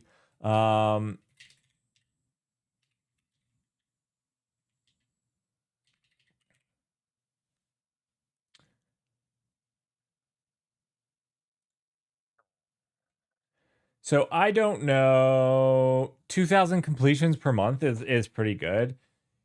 You don't get access to good models though. That's the problem. Haiku 4.5 and GPT-5 Mini are not good for programming. Like, it says and more, but I don't know what more means here.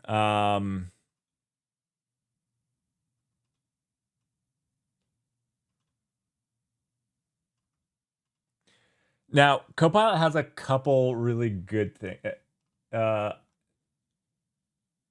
Raptor Mini. The and more is the Raptor Mini preview. That's hilarious. That is hilarious. $10 per month. This is like a big lift. Like Sonnet 6 is decent. Yeah, Sonnet 6 is decent. I actually like 5.4. I hate the Gemini versions. I hate the Gemini pretty fervently. I've never gotten Gemini to do more than like puke on the screen. So one really nice thing about this is that what I have found is with this is like a consistent. It's 2,000 completions and it's not tokens. Tokens are very inconsistent because like one question can take a ton of tokens. So I found now it used to be like premium credits. So it's changed since I've looked at it recently. But yeah, these models are garbage. Free one. All the free ones are going away, dude. The problem is that they're losing money hand over foot. And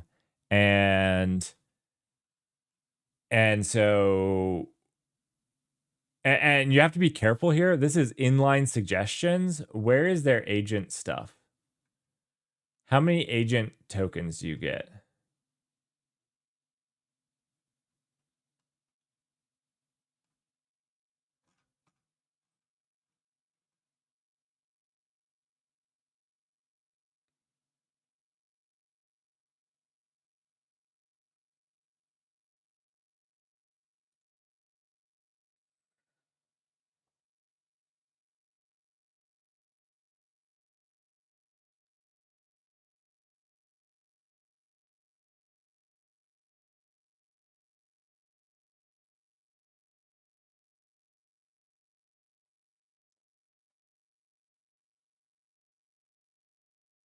No free agent at all, I think. I think that's what I'm seeing as well.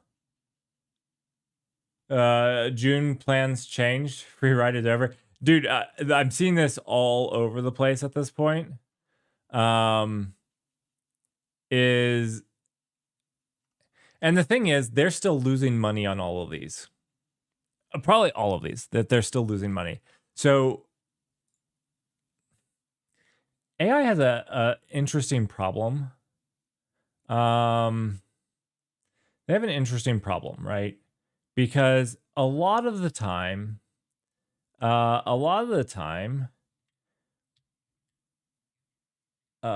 didn't want that. Thank you very much. Obsidian. So a lot of the software that I've written, it looks kind of like this.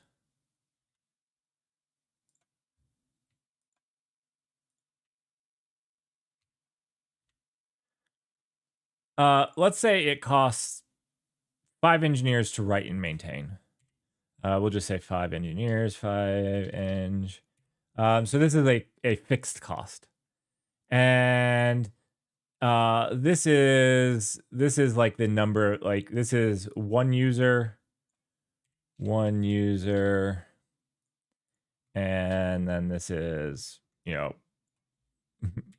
500,000, and then, like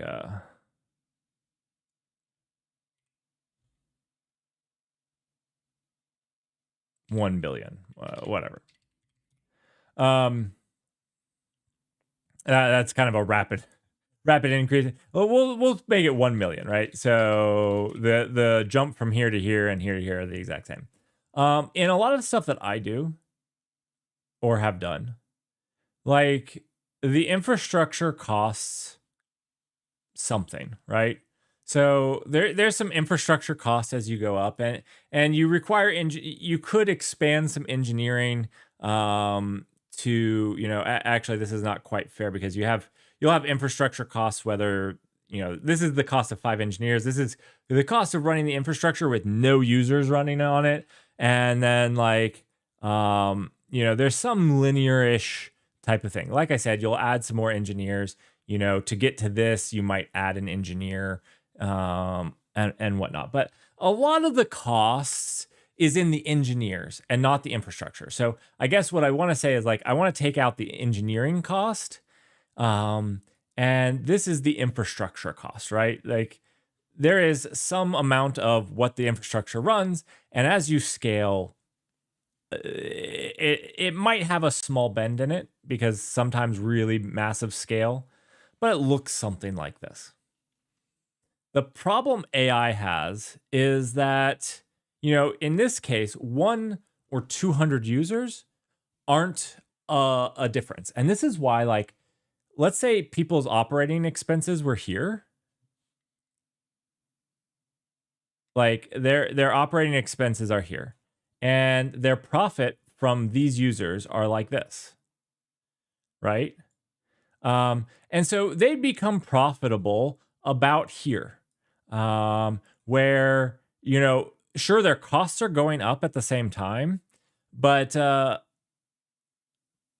because each user is paying towards this, and the cost to bring on a single user is negligent at this point, right? One new user doesn't really mean a whole lot. You don't scale any new infrastructure or anything like that. It all stays the same. And so you break even here, or it might be something like this. And so the thing is, they're losing money until their revenue gets up here. And so they can scale out of this problem. That's been the playbook for software startups, is to scale out of your problem. And the problem that people aren't talking about is your costs don't look like this anymore. With LLMs, your costs look like this. And so now this line looks like this. And I don't know that it's a problem you can scale out of. I think that the only way to do it is increase prices, because you got to increase this base, right? so that it crosses the line. I don't know if that makes sense. It's something I've been thinking about. Like, I actually fear that people aren't thinking about this and think that they can just scale out of it.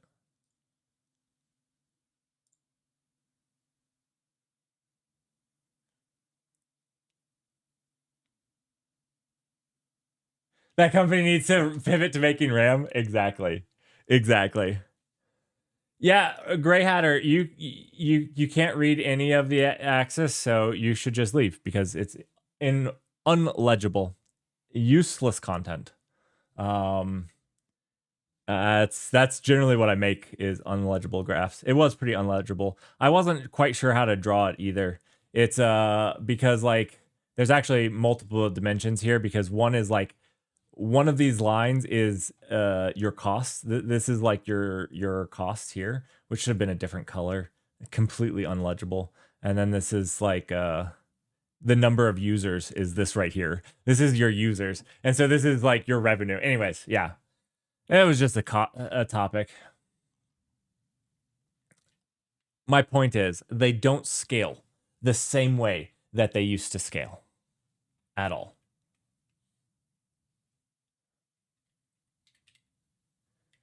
Each user actually has a cost to it, bigger than like a new user isn't just free.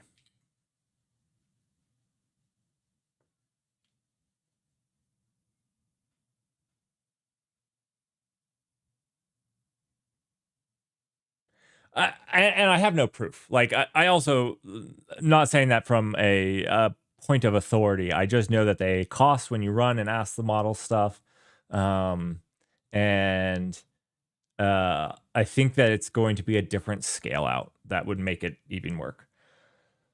That being said, I need a cup of coffee. I need a cup of coffee. And then we're going to work on the AI games. We have a bunch of stuff going on for the AI games. And today we're going to try some stuff. If you're new, the AI games happening the weekend of July 4th. It'll be the 3rd, 4th, and 5th. Happening that weekend. And there's a ton of hype from people like Dario and Sam Altman and Sadia, Natal. I want to say Nutella every single time. And I'm really sorry. You don't deserve that bad of I don't know. Anyways, Nutella, Nutella is really hyping these things. And my goal has always been to cut through that and actually understand how useful new models are and what the capabilities actually are. So that's the goal of it.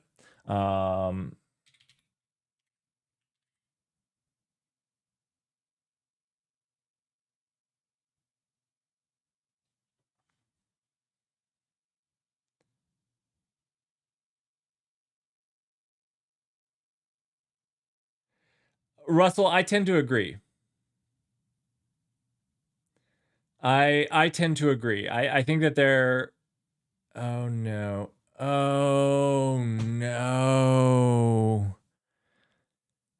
Wait. We can solve this. We can solve this. Last successful build. Last successful build. We're going to do this. Target debug null twitch. Sweet. Source. We've got this.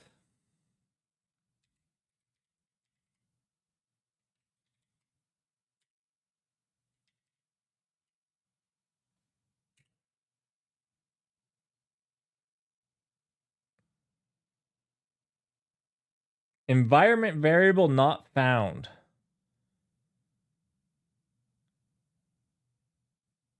Which environment variable? Could you explain? Could you elaborate for me? Who wrote this piece of garbage?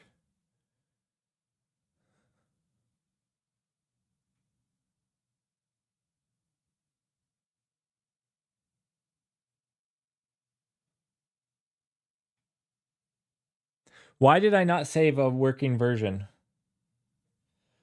Why am I the way that I am? I didn't even have the audacity to make a commit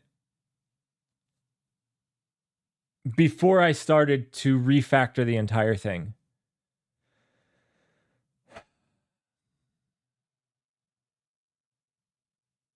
What environment like, what is this looking at?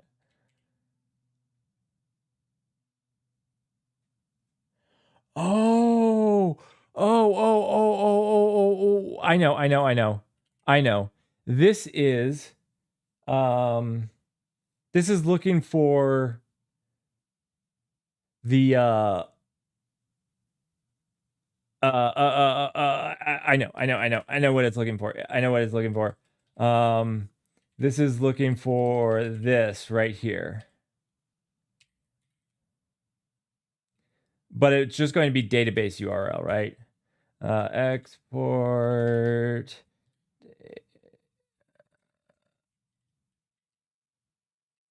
this.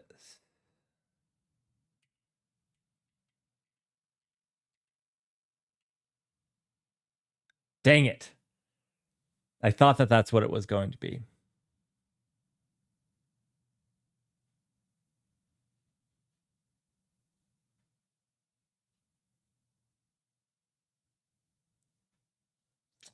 I thought that was going to be it. Which environment?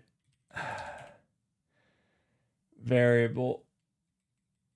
The project is in a non-useful state right now. Like, this does not match what's running at all.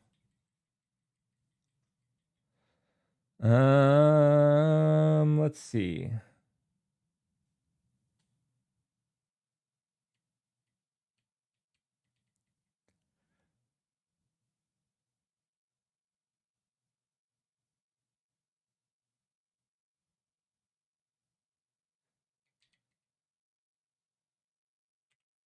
I don't think so. So this was us trying to do.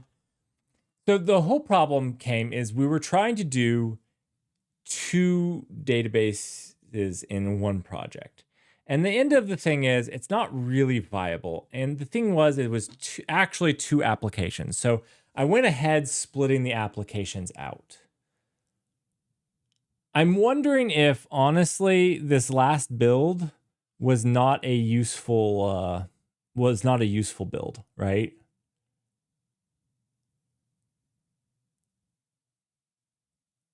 Like, I mean, not an actually functioning build. Let's see. Where did I have? I had. No, I didn't. Okay, we'll go here and we'll get rid of this and we'll open up Zed.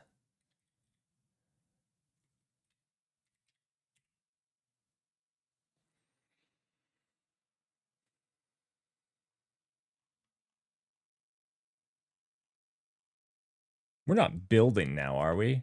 We can't be. One second. Cargo. Let's do this.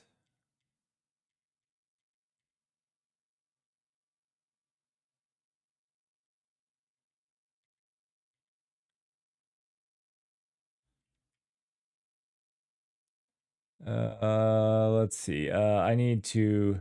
I'm getting used to this. This one I can't actually pin to. Actually, I think I could, right? Because okay, one second, I can actually. One second. That's that one. Okay, I can actually get to it. Okay. Cool.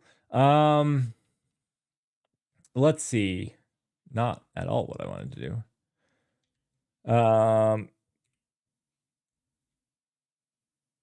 Oh no, this isn't building yet, right? Because Twitch Common doesn't even have a cargo top. This isn't building. I can't believe I did this. I feel really dumb. Like, why did I not make a commit? Like, I know that this commit is adding the scoreboard. I realize that, but it was building before I decided that I had to rip the project apart.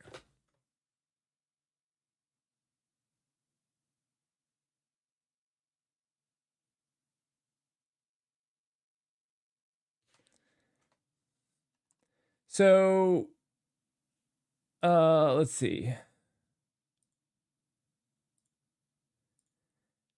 This right here is the two database URLs, right?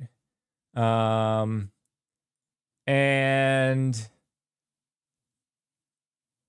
those are the only environment variables.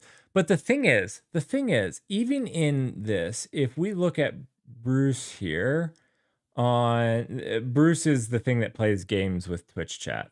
So we made a thing that plays games with Twitch chat. Okay, that's what this is. If you look at this, the thing is, we don't even use that environment variable, right? It's having a hard time finding run game because of, I don't know why. Oh no, is run game not even in here? It should be in here. Yeah, it's right here. Okay, I was gonna say it's in this file. So here's where we set up the database. And so we're not even using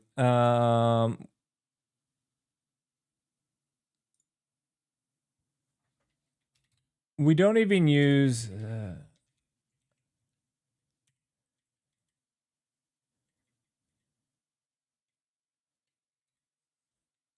and this DB path here isn't coming from an environment variable either. Everything's broken, so it's not even taking you to it, but it's this server args, and these server args should be over here. Let's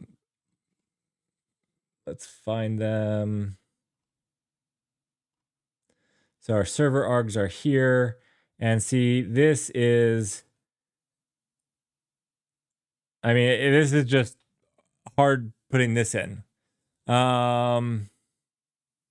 So like it has a default value. I don't use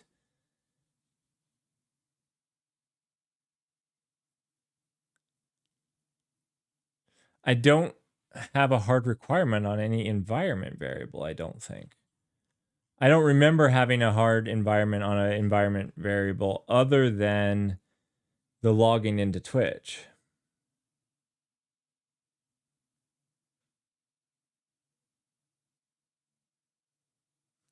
I have never learned the squirrel database.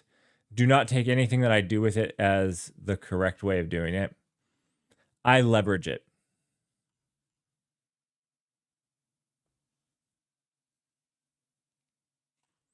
I wish the project wasn't so broken. Like literally, I can't like go to definition or anything like that. Let's see. Can I search? No, I want a project search. That's not what I wanted. Thank you very much. How do I close that? How do I? What's the shortcut for project search? I want to find in the whole thing. Oh wait, can button right here. Search all files. There's a shortcut for this. Space / is the. It's a weird shortcut. We might need to fix that. Okay, what am I gonna search for? Let's see. That's like this is the deployment. Let's see. This is just, again, they all have default values that they would fall back on. Again, all have default values that they would fall back on. This isn't leveraged in this. This is in a different port. There's no LLMs for Bruce yet.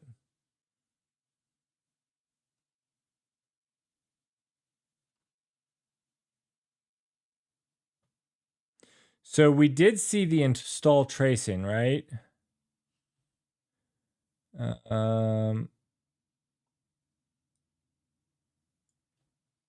I can pull this up. I worry about what I might have put in that file. But I definitely can pull that up.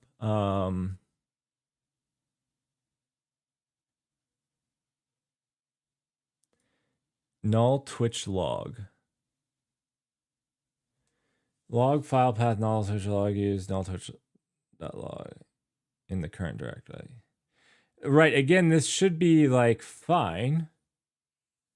If it doesn't have it.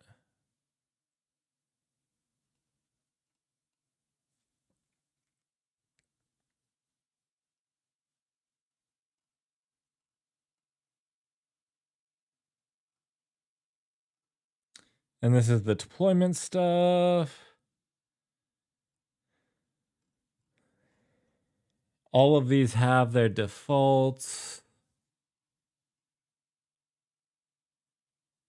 These are just hiding it.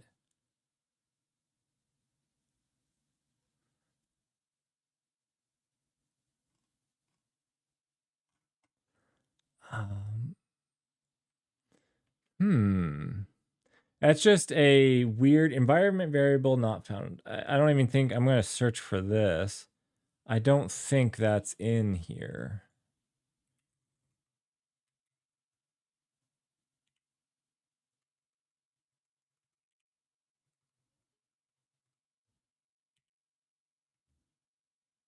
Yeah.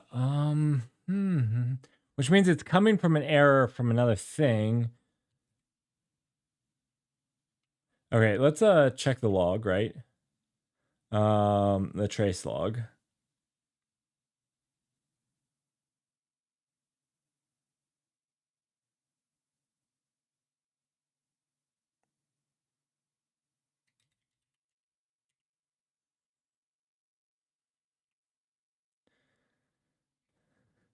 Beautiful. Okay, that was helpful. I'm glad I have this file. It helped. That was amazing. Amazing. Okay.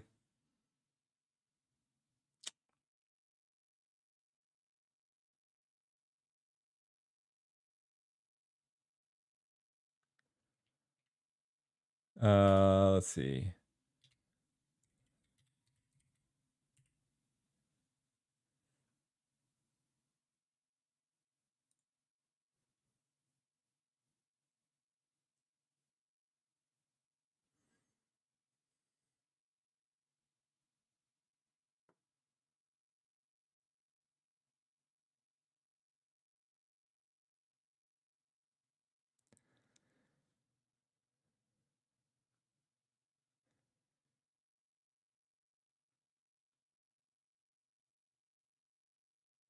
Okay, so this is the only thing that actually does.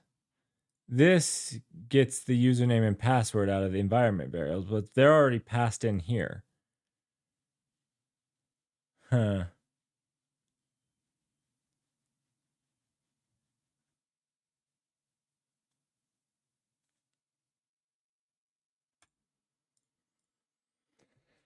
Okay, well, I need a cup of coffee.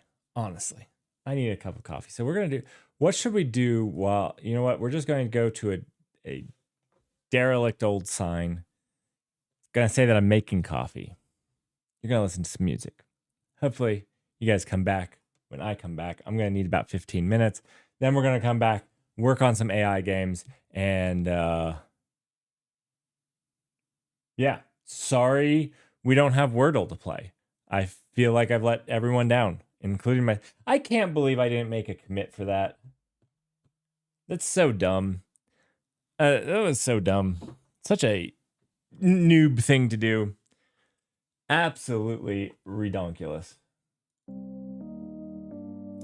I'll see you all. Give me 15 minutes. Give me 15 minutes.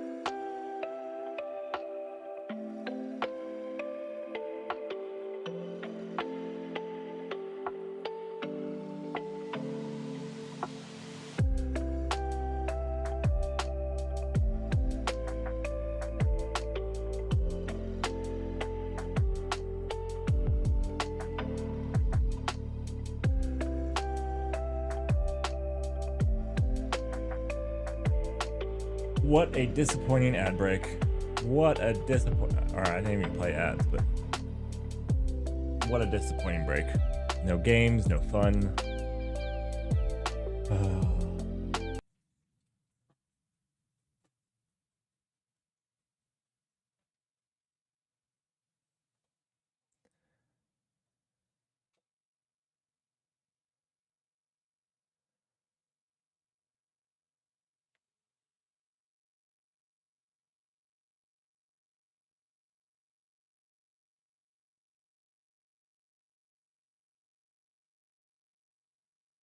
I wish I only ever made that mistake once. Dang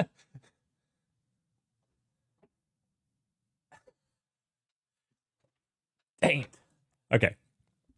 I was just a little sloppy with my Git. Just a little sloppy with my Git hygiene. Honestly, I get that was just bad.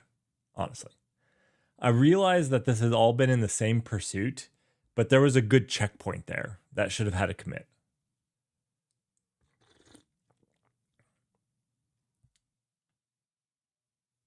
Thanks for the follow.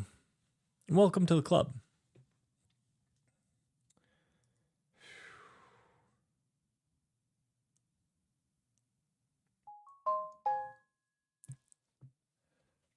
Oh, did I? I didn't show you guys this. This was hilarious.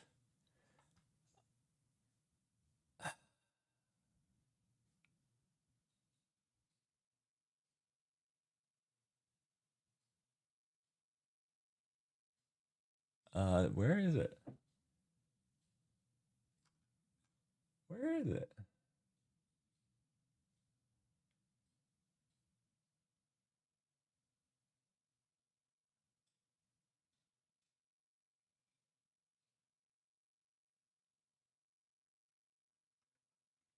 Did I accidentally close it? Oops. Wait. Oh, here we go. I don't know. Okay. To be fair, I didn't know what DN42 was before this. This was really funny. I'm gonna, if you guys want to read it. Didn't really make the cut for the news, because it was just funny, which I guess is sometimes really my cut for the news. This guy had obviously made an agent. I'm just going to paraphrase all of this. This guy made an agent, didn't try to hide it, and wanted to connect to, the DN42 network to scan all of your ports. And then the funny thing is like, this agent was like, well, I'm just going to stand up 5 machines with 20 gigabytes of network, so I shouldn't interrupt normal network activity. And they're like, that's 100 gigabytes of port scanning. And so the funny thing is basically they troll this agent, and they make this agent stand up. They get this agent to stand up the 5 AWS M8Gs, 12 extra large, 22 gigabits of network performance with each, and they basically give this agent a test network. They basically put them in an isolated area, and basically they run up like a $7,000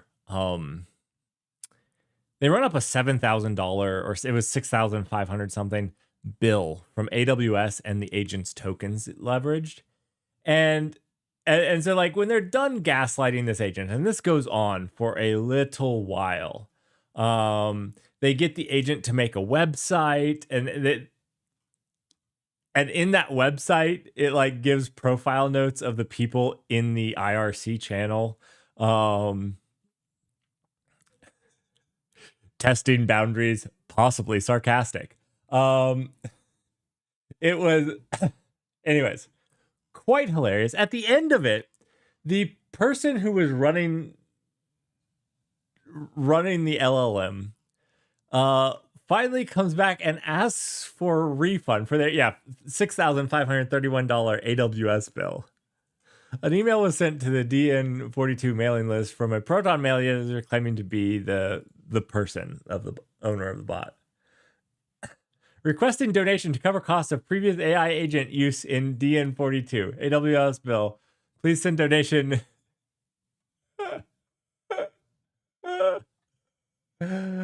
Oh. And then that person joins IRC and asks for the DN42 Foundation. It just seems like a small group of hobbyists. There's no like foundation or anything.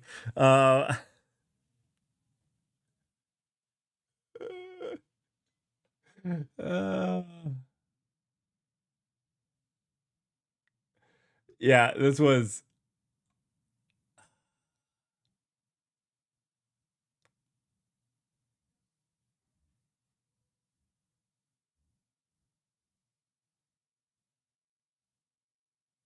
Anyways, it was, in my opinion, highly hilarious. Highly hilarious. Worth a read. I texted. I did that. 1 second. I gave you a bad link, didn't I? That's a better link. That's a better link. Anyways, funny. I find it funny.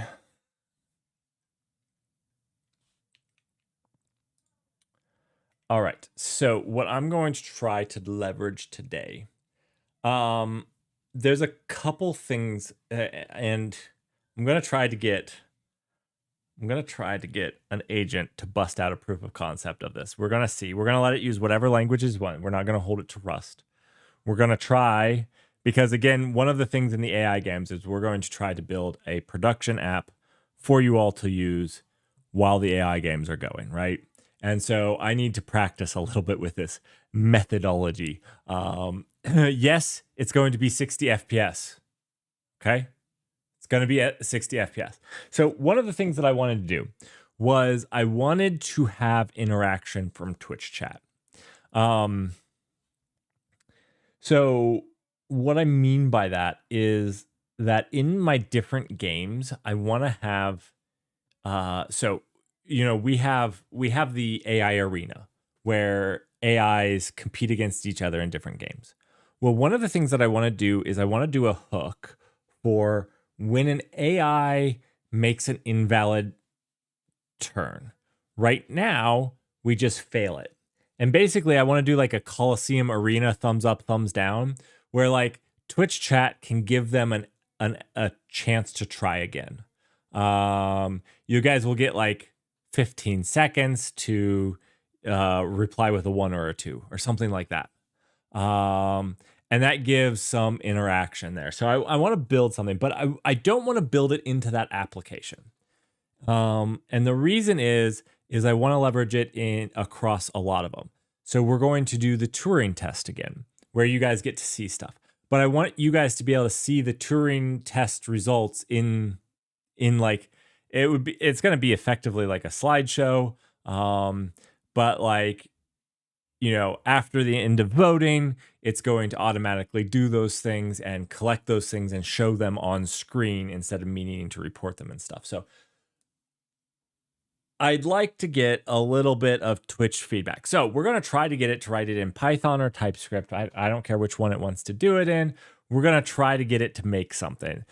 Worst case for all of these, I can do it and we don't need this. So like if it doesn't work out and we don't get it, we'll just do the AI games manually, or maybe I can bust something out. We'll see.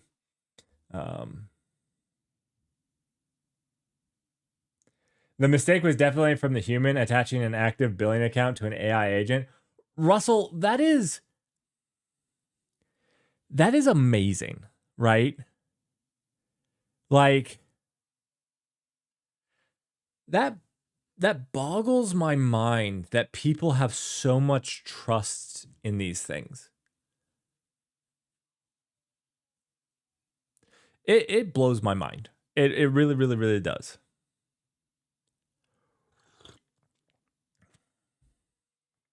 not only did you give it AWS access, which again blows my mind just as a standpoint, but you then gave it untrusted input. Like, you took random people from the internet's input, which of course they trolled it. If I was there, I would have trolled it, right? Just blows my mind every single time I read that, which I've only read it once at this point, but like that time I was just like, there are so many questions here. Oh, I don't even trust myself. Yes. Can I second this?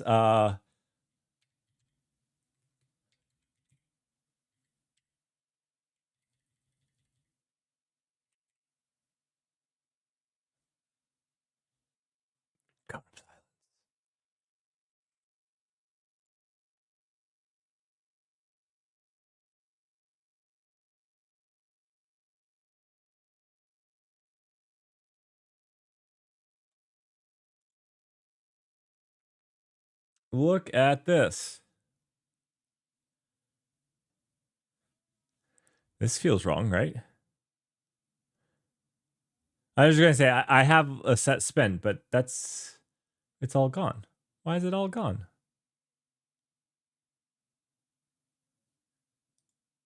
It's not all gone. I had like $4.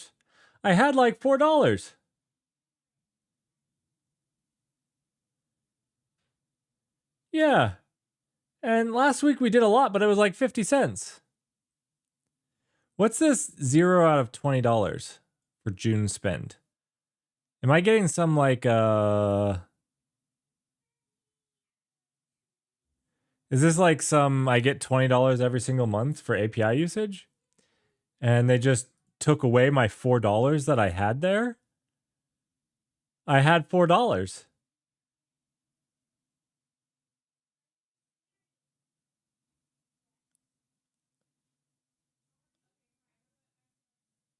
Sam, like, seriously, did you really need my $4?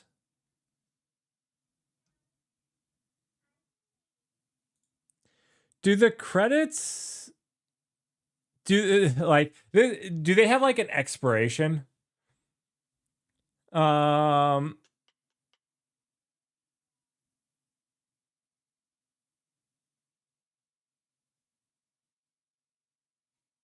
Yeah.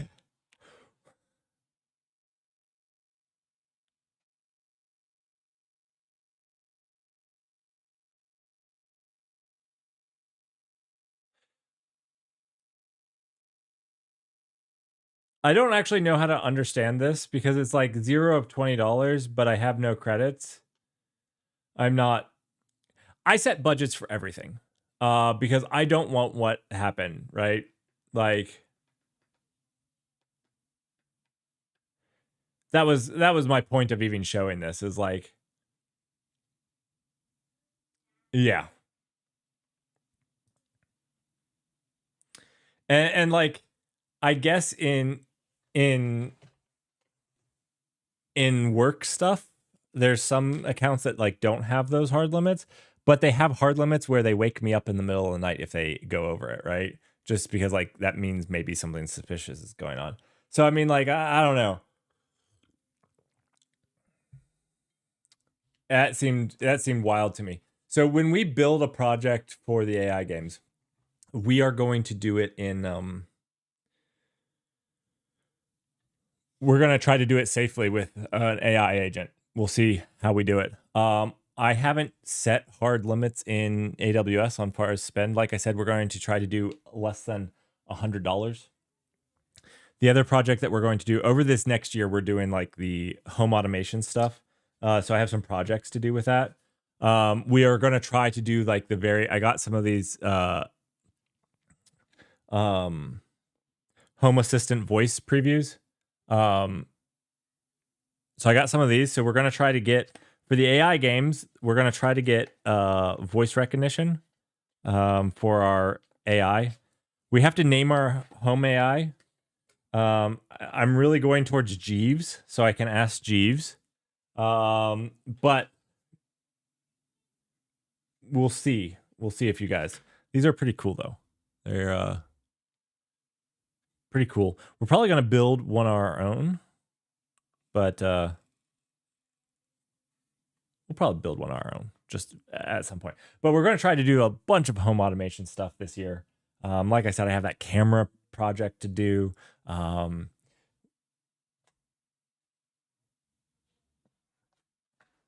I'd like to do like I want to do a lock project. Yeah, and some stuff with like the lights and stuff. Will that let you play Wordle with us from the kitchen? Dude, wouldn't that be fun if it would like announce what the guess was, the last guess, and let me enter a guess from the kitchen?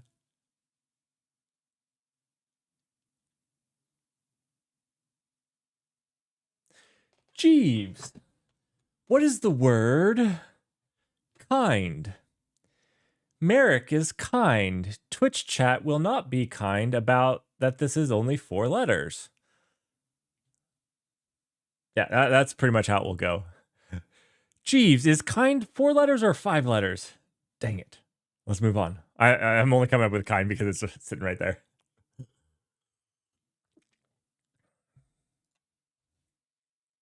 That's fantastic. So anyways, we're going to do that. We're going to try to see how good voice is with a local model, which should be fun.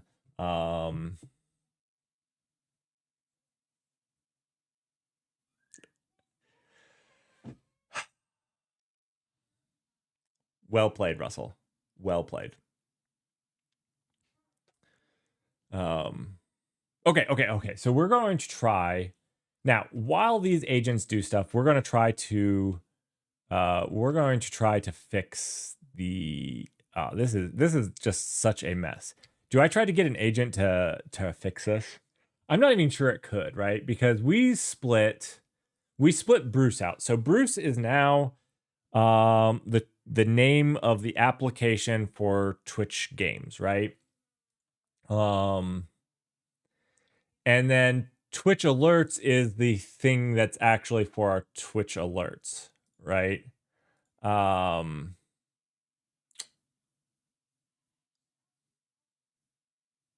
Yeah. And so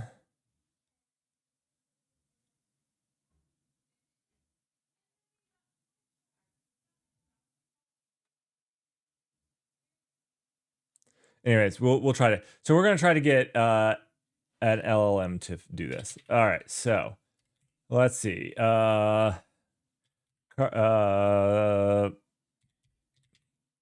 Let's see. What will we call the thing that will allow interaction with Twitch chat? Should we make it in the no. I don't want to make it in Rust. I was gonna say we could make it in with all this other Twitch stuff that we do, which would probably make sense, but I feel like I have more of a chance of getting this to work if it just uses something more native to AI, like TypeScript or Python.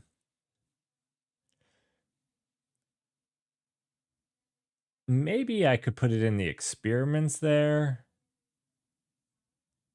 Maybe I throw it in the AI Games 2026. And then if we like it and keep it, we can move it from there. So let's...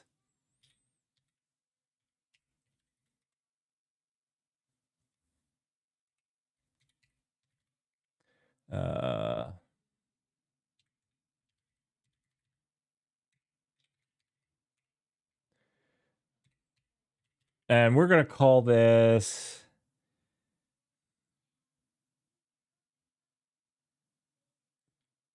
Twitch interactions.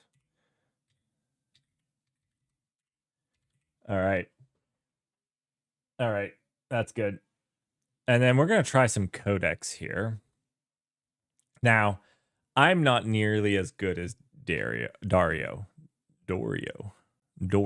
That's how I'm pronouncing his name. I'm not nearly as good as him. I'm not going to make a loop that then loops my agents, because should we try to make a loop with an AI agent that loops for an end goal? We should. Okay, let's do it. We're going to do it. I need to go Cone of Silence because I need to look up what the environment names are. Because I have a Twitch chat login. I just don't know what environment name variable names they are anymore. I forget what their names are. So Cone of Silence really quickly.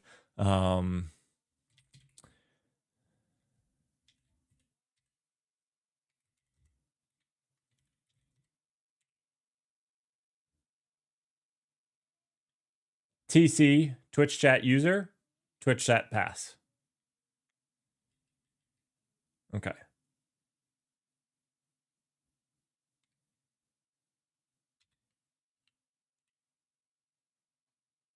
I probably will forget that, but it's okay. It's okay. We also need to get that into the secret manager. There's no reason to have loose credentials anymore. Okay. So we are going to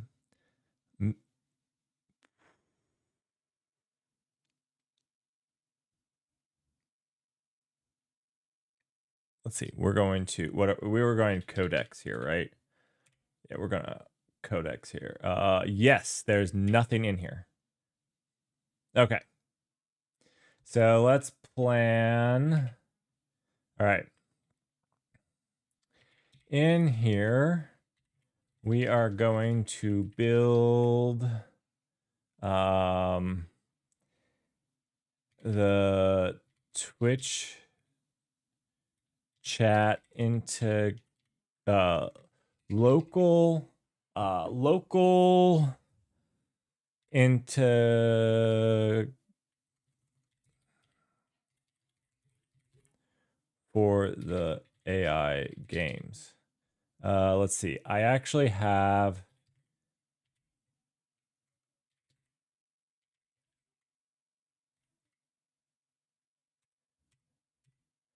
let's see. I have some information on this that I wrote up.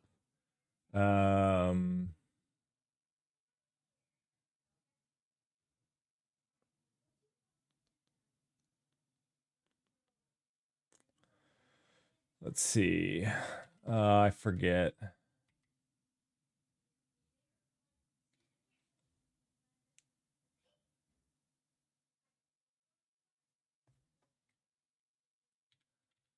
Where did I put this? Where did I put? I spec'd it out a little.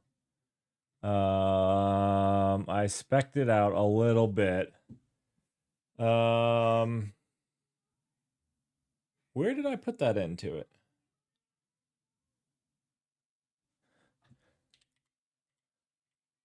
I didn't put anything in admin at this point, right?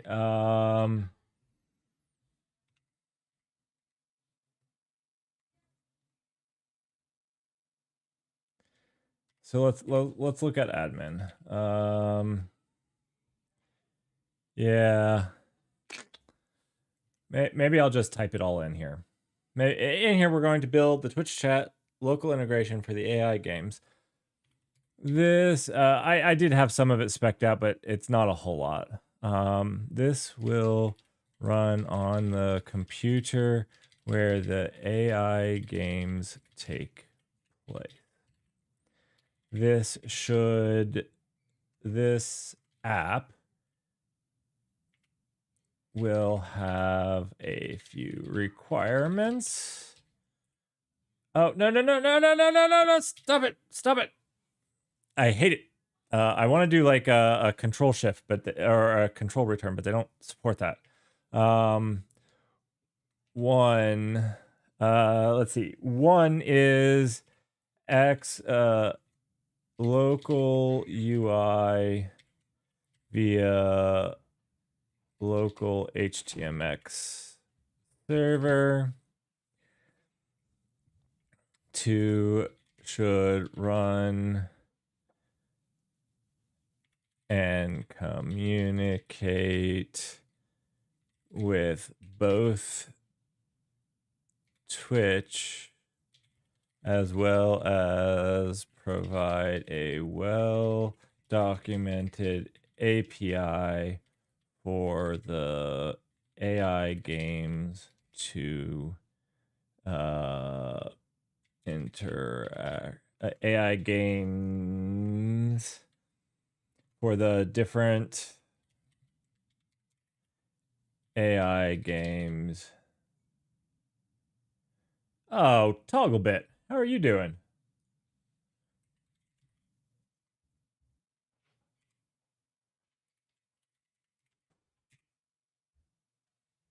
Everyone, give a hip hip hooray for Togglebit. He's doing well today. I'm pleased to announce it.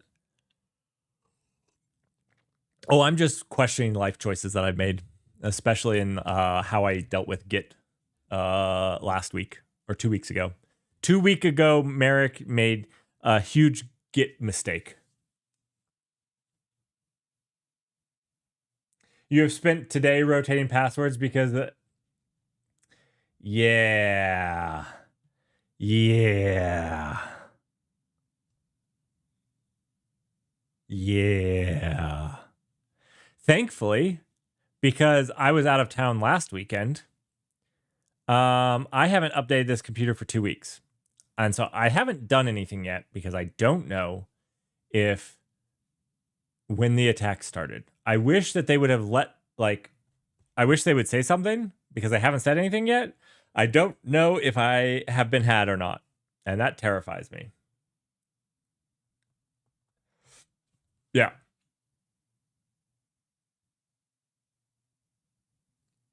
Dude, I made a mistake. It surprises everybody. I made a mistake with how I did get here, and it's very frustrating to me. Very frustrating. I'm very frustrated. We're gonna have to fix it. Well, we can't fix the Git mistake. That's done. That's history. It's in Git. But I have to fix the project now.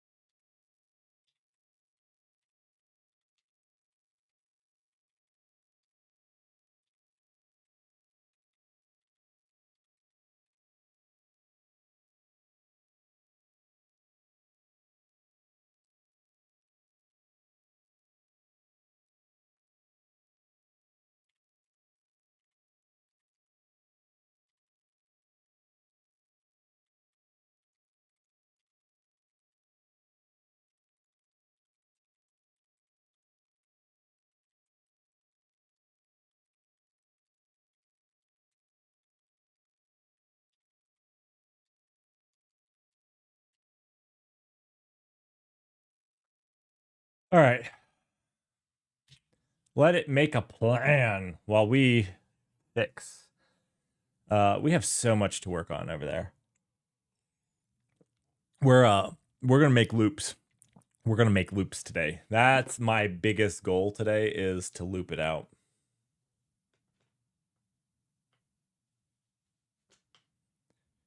Of course, Togglebit downloaded a compromise package. Every morning, Togglebit downloads all of our onto his computer. His computer is effectively an entire mirror. Yeah. Why do you think a hard drive space is so expensive? He has like 12 terabytes of our information on his computer.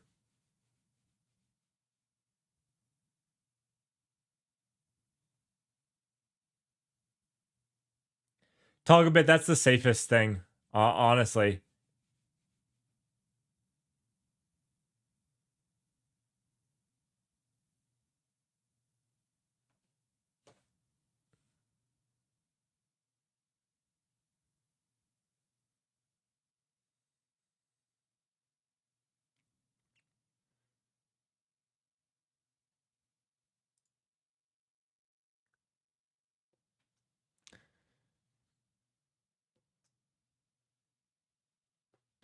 It's been a while since I did an update, so I'm hoping I'm clean. I wish they like said when like the start was. Like there's some real lack of information right now that would be really useful.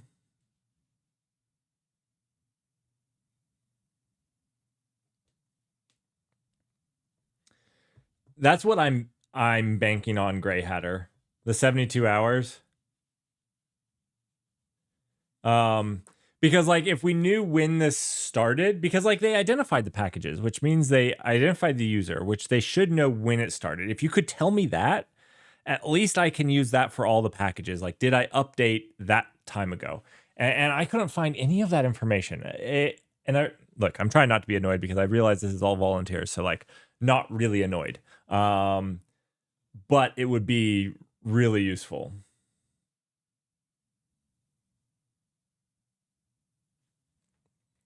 Yep, we're just doing whatever the AI wants here.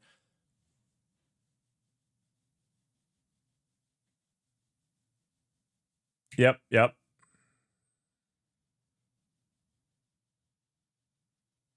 Sure.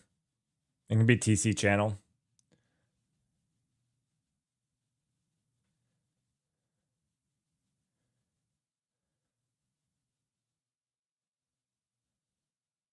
Oh, wait. 17 days ago? It's been 2 weeks. I might have oh man, as it was it really 17? Do we have confirmation on the 17 days?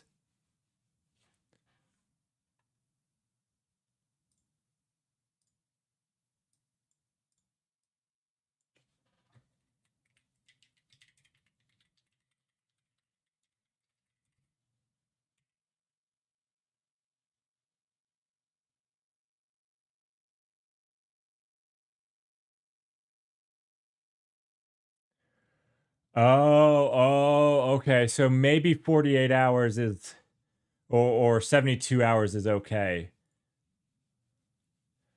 Oh, okay, I see what you're saying.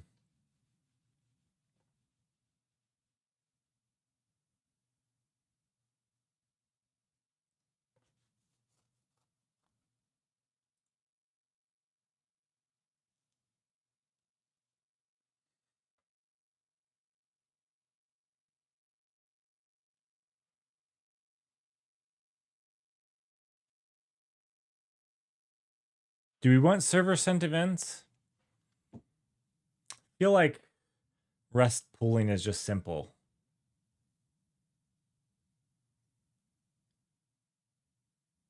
I feel like we should just do this. We'll just do what they recommend, and then if it doesn't work, it doesn't work.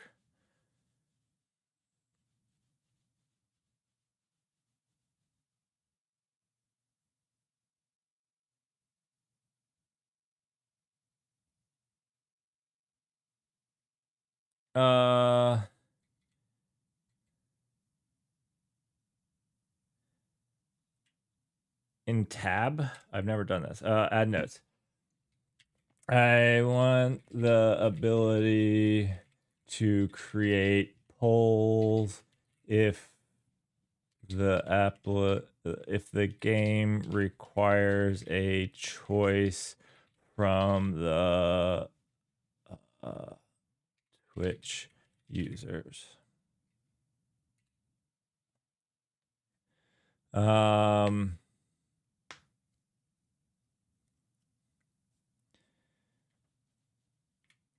We should also include commands and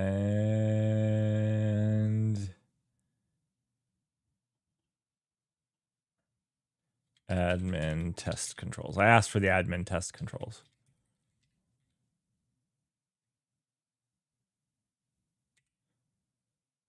How should the local API admin access be protected? I mean, it's just on local. Yeah, it's just loopback only. Can we just do LAN access actually? Like, oh, I didn't do notes. I just said none of the above. I wanted to add notes. Please. I don't care. It's on my local network. Ugh.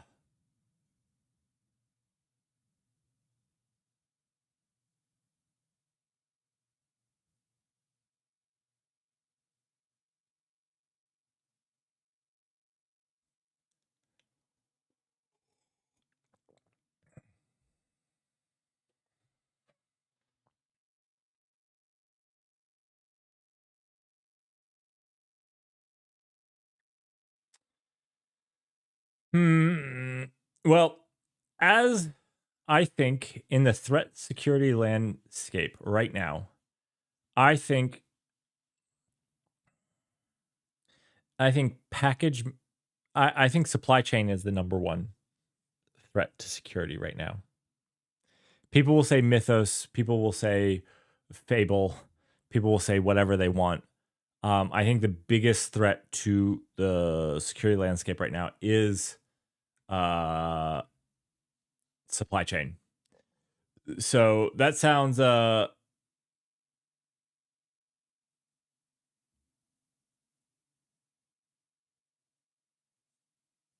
sounds like maybe Arch needs something.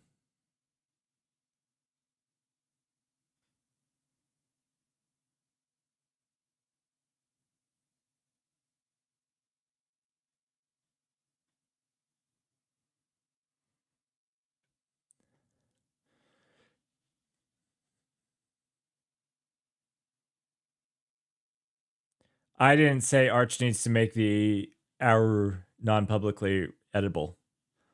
I don't know. I said something. That was my recommendation.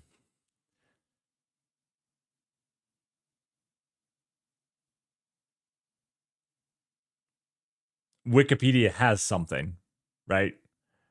It has a moderation feature. Again, I wasn't making a recommendation. I was just saying that it needs something.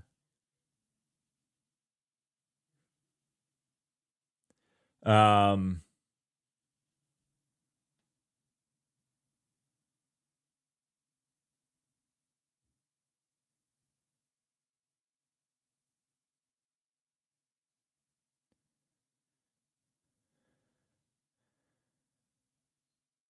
yeah, go for it.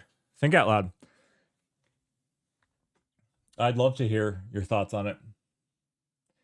Chat polls. All right, what kind of poll should the game API create? Service asks chat to poll with commands like vote. A counts one active vote per user and exposes live final results to games. Yes. Oh, use Twitch's built-in poll feature.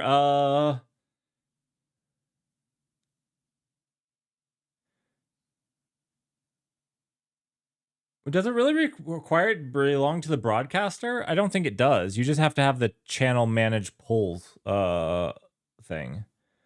We'll just tell it to use both. I was thinking it would just be a command. It wouldn't be a real vote because you'd see it on the screen of the game, right? Like as I'm streaming it, you'd see it, but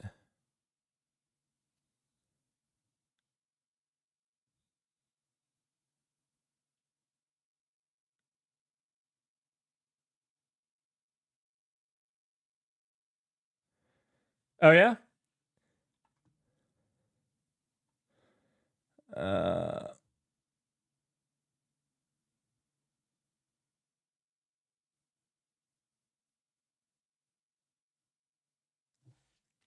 Let's see. I'm just going to say support both.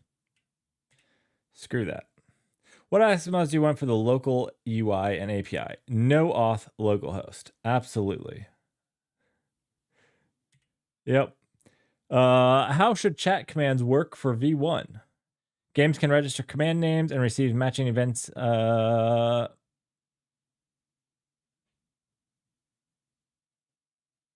Yeah, dynamic commands. Everybody likes dynamic.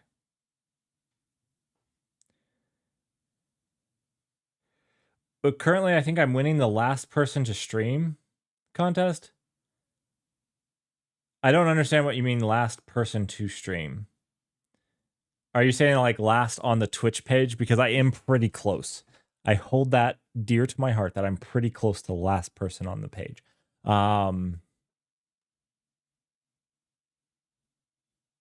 Oh, you mean like the latest person to stream? I got it. I got it. I got it.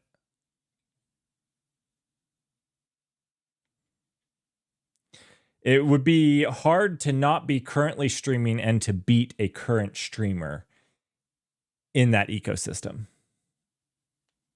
Yeah. I got it. I got what you're saying now.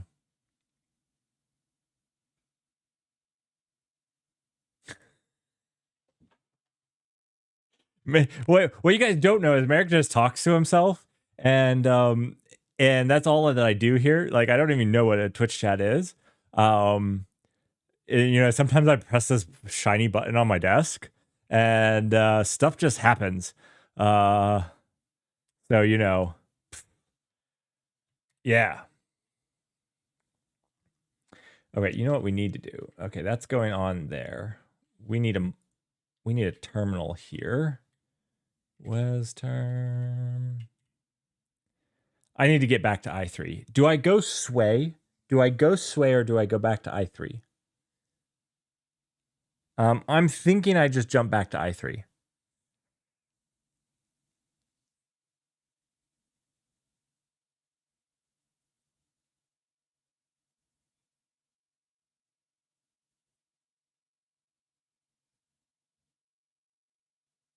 Hyperland? I actually think I have Hyperland installed. Maybe just before I end, I'll try to load into Hyperland and see how bad that is. I mean, bad for me, not that Hyperland's bad, but like every time I switch, I have a... Yeah. Go ahead, implement that. Let's move on to my problems. Okay, so we're going to jump to... what are we jumping to? We are jumping to something fresh and new. Twitch chat. That's what we're doing. Twitch alerts. We're going to jump into Bruce here and cargo build. This is not going to load. And we're just going to start fixing Bruce first, and we'll move on.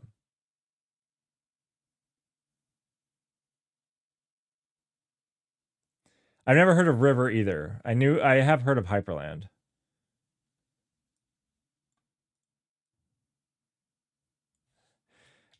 This is oh. This is Gray Hatter's own window manager that I use to hack people.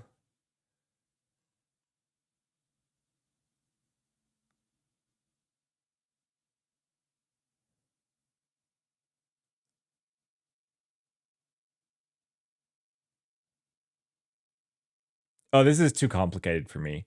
I have to choose a compositor and I probably can't do that. That's too technical for me. Can I install it from our... Oh. Frame perfect rendering. Oh, okay. Anthropic, you need to hire these people. No flicker. Flame. Yeah, I am flaming them. Flame perfect rendering. Please. Problem solves AccuHire right now.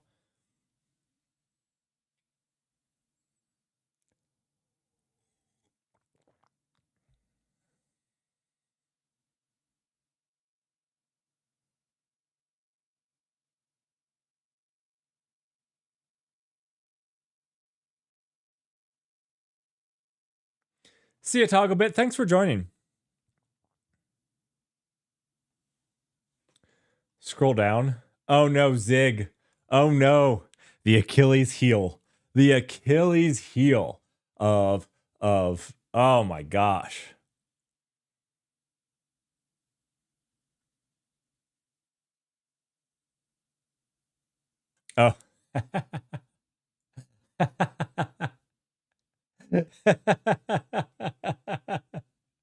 Yeah, Anthropic will have to buy this so that they can change that and they can get rid of their Flickr in their CLI tool.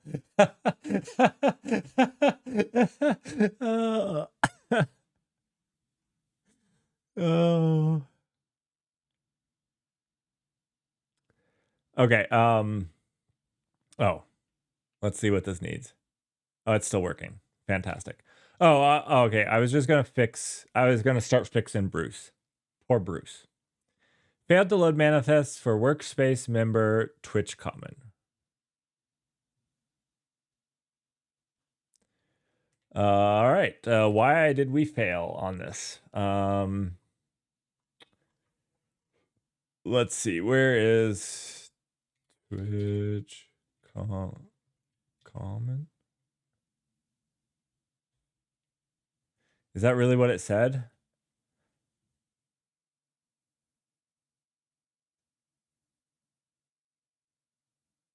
Oh, I'm not in Bruce. I'm in here I'm not in Bruce. One second. I see. Here this is Bruce. And then this is also Bruce. Referenced by workspace at Twitch alerts. Why are we looking at Twitch alerts? Do we have a reference to Twitch alerts in Bruce? I don't. We should not. That is the smell right there. So Twitch alerts. I don't see one though. Does the whole workspace have to build? I feel like it shouldn't.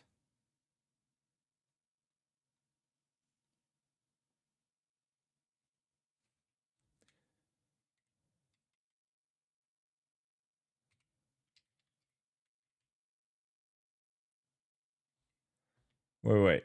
It should have like where it was. Right. So failed to load no, it's just failing to load a workspace member. So it has to load all of them. So we have to fix all of these.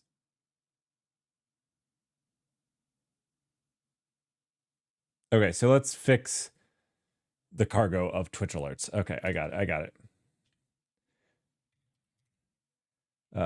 Twitch alerts is going to Twitch common.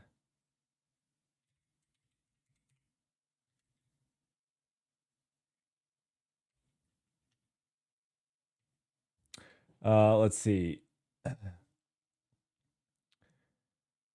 Failed to load manifest file for workspace member Twitch common, referenced by workspace. Twitch alerts cargo. That's where I'm at. Okay. But I didn't see a common.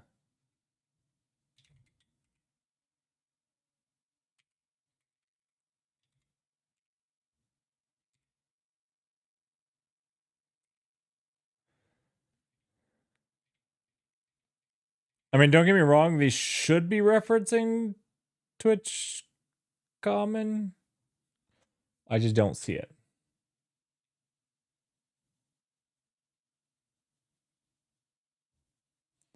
I just don't see it.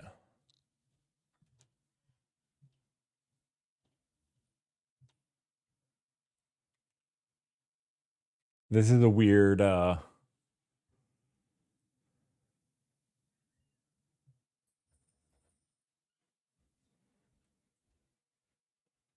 I feel like I'm maybe reading this error wrong.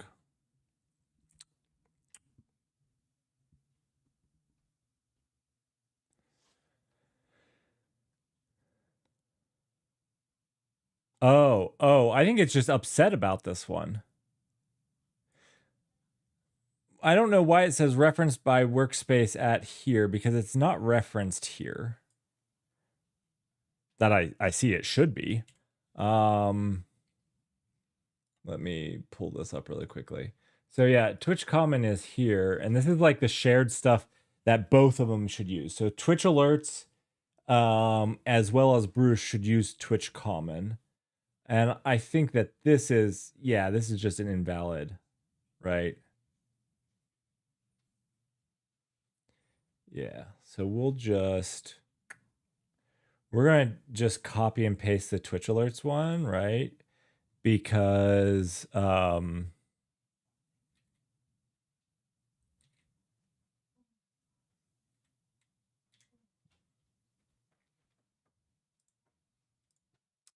these were all one project.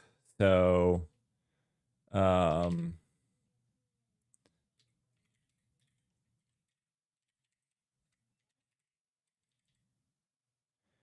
and this is just a lib, right?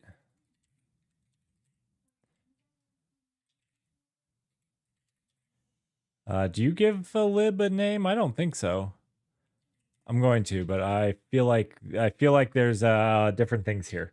It will probably complain to me, which is fine. I expect it to be. Yeah. Lib. Is that not how? Okay. It's not a lib. I thought it was lib and bin. That's like when you do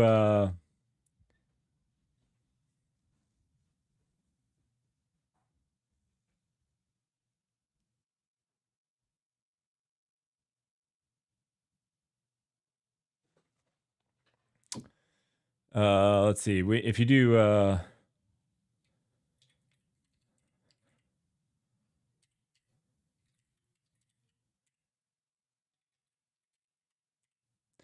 cargo create lib.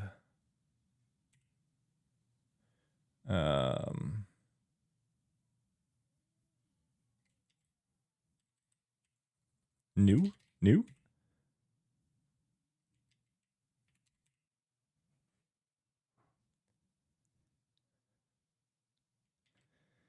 In it? My bad.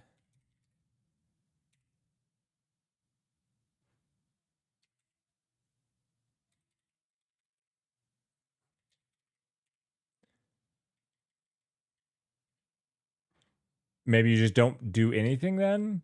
Maybe that's it.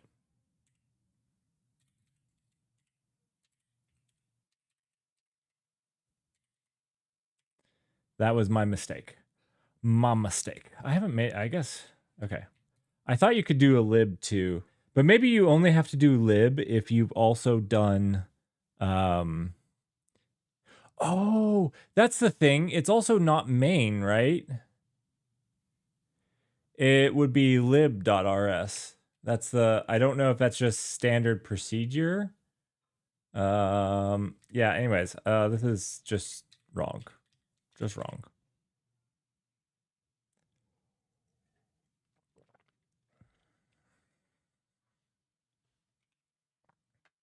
All right, our agent needs something. Would you like to run the following command?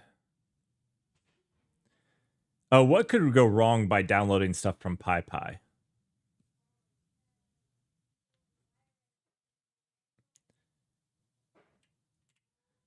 I don't know of anything that could go wrong with downloading random stuff from PyPy. It's one of the safest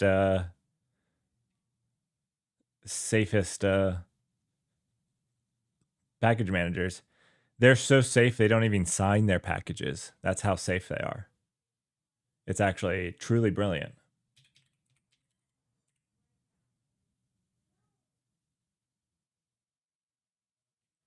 What doesn't have the same security team that R has?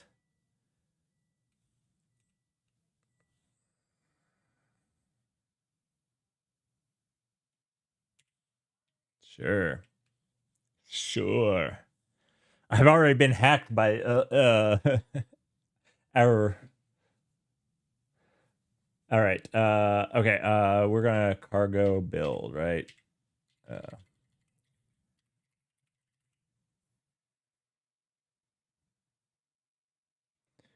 Oh, this is double brackets. It's just a lib section. Okay.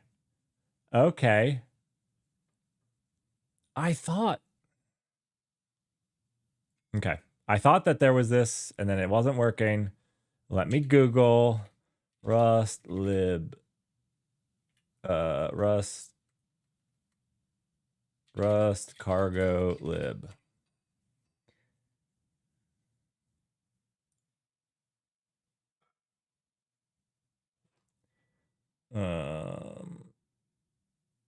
Yeah. Why is it? I don't know why this one's double bracket versus single bracket. That does not make sense to me. I'm sure that there's actually a good explanation.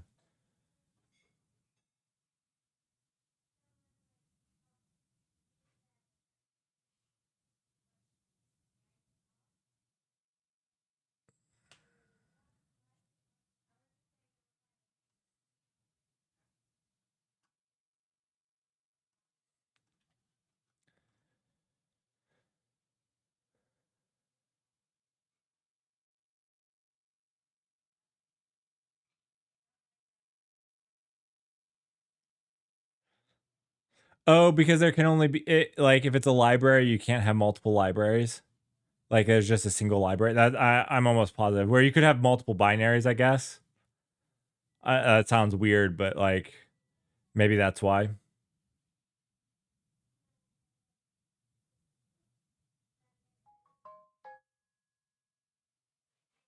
Right. Gray Hatter. It doesn't make sense to be an array of binaries of libraries, right? If it's a library, it's a library. I came to the same conclusion just before you posted that. Good old Slack delay or Twitch delay. Slack delay. Um,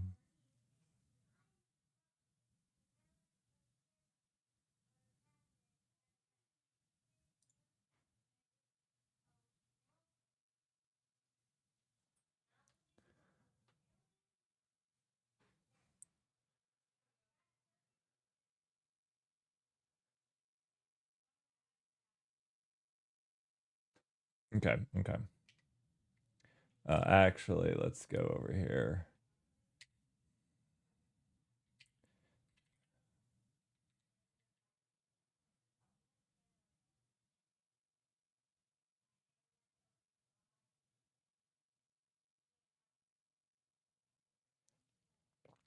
That's interesting. Context is so interesting because like a lot of times I do struggle with some people when like they write something and it's like, oh, to know the context of when they said it, because there is a delay. There's a delay when you see it from me, and then there's a delay when you get it typed. And a lot of times, like to keep streams less than boring, which mine are pretty boring anyways. But to keep them less boring than normal, like you kind of move on a lot of the times, and you don't know exactly what it is. So like, yeah, context is super king. Um, can I just do? Can I just do this? This feels wrong. I mean, I can do benches false. I don't know. I'm not quite sure what they mean by crate type. That's an interesting thing, but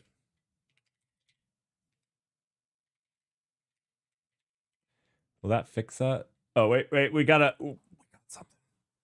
Would you like to run the following? Do you want to allow process inspection outside the sandbox so I can stop the stale PyTest run that's still holding exec? Ah. Okay, they're just going to run a pgrep on PyTest. That's fine. Yeah, go for that. What a tool. What a tool. Making the same mistakes I make all the time. I love it. Love it. We need an lib.rs, right? Because we don't have one of those. It did mention that. I don't even know what I'm going to... I guess the lib.rs just exports the modules, right? That would make sense. Yeah, so let's put in one here. Lib.rs. And then...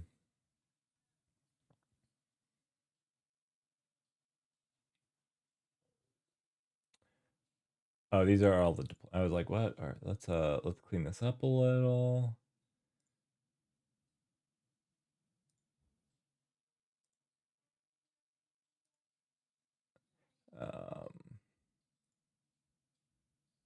Okay, wait. I'm sorry. I was just gonna close these up. So this is Twitch comment. I have our librs. So then it's these here that I need to export. So this would be mod chat, mod messages, mod Twitch listener. I don't know what I typed.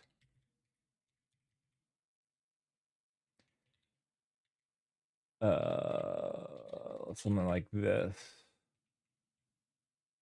Oh.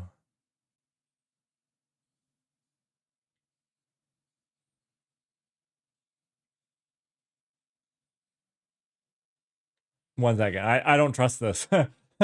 My spider senses is tingling. Let me go verify these really quickly. I wish that it would like put some output here for me. Nope, that's not what I copied and pasted. I want this. I want I guess I could just type this, but can I really not copy and paste out of this? It's terrible. Okay, so I can't. We're just doing it on PyTest, right? Okay, yeah. Okay.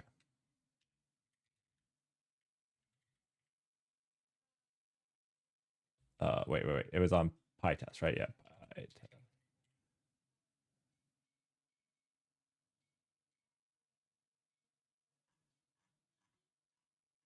This was fantastic, right?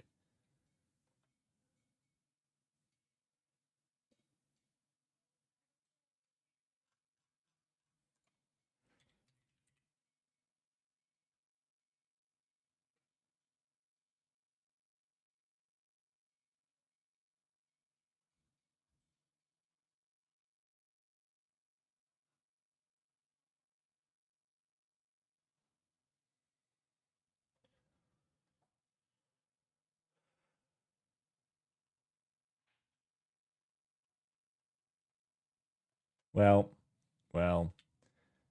it is 15:29:02, 15:29:02, 15:29:05. Let me validate the other one.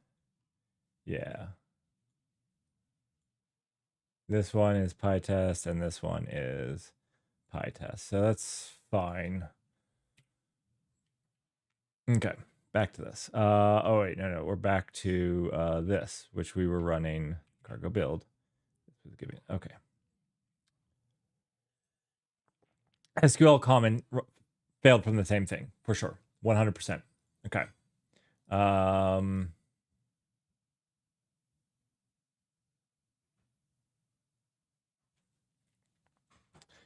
So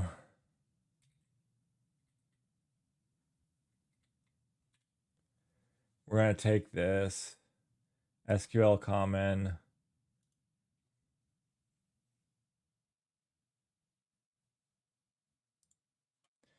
This is going to be cargo.toml. We're gonna throw this in here. We're gonna do this as SQL. This is a dumb name, SQL common. I get it. It doesn't need all these dependencies either. It used to be part of the bigger package, just trying to get things split up and working. Actually, we can probably take out a ton of this really easy. Like those things are fine, but everything Twitch is gone. All this is gone. All the web server is gone. All the networking is gone. Maybe the CLI. Okay, we can at least do that. Okay. So we'll do that.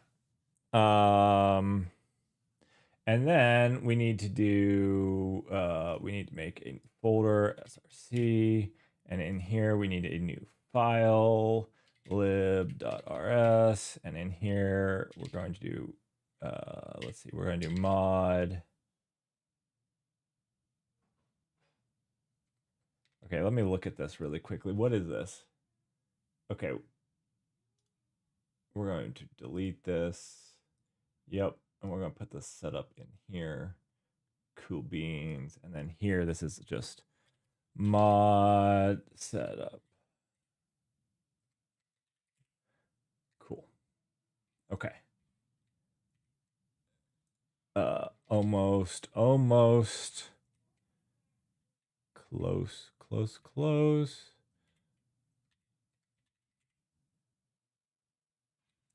I hate codex wes term, like it makes all these alerts when it's done, but they don't like go away. Maybe that's something in Cosmos that I can set up, but it's annoying.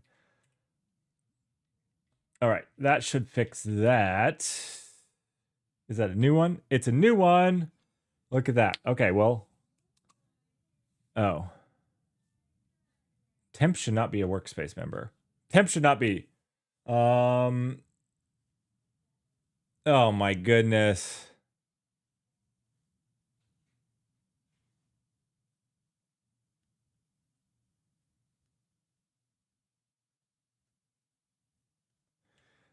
I don't care if they run pgrep.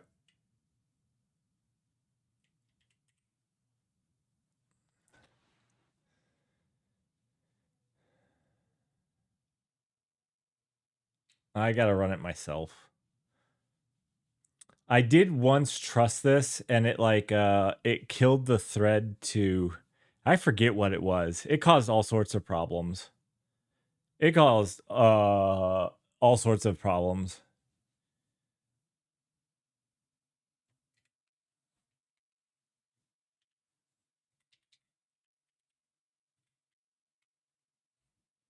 What was I pgrepping?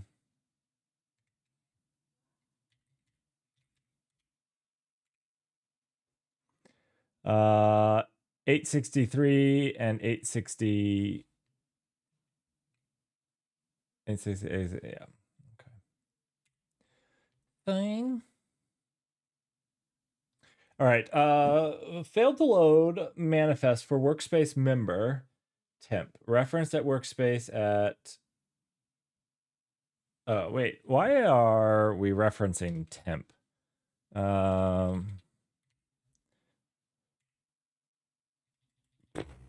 That's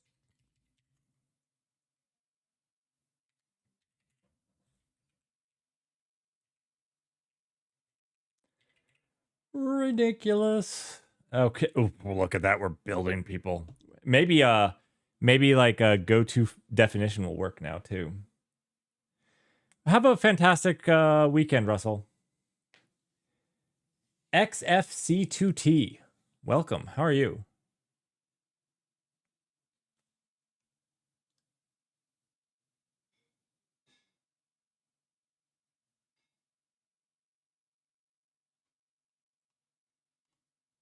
How are you doing today?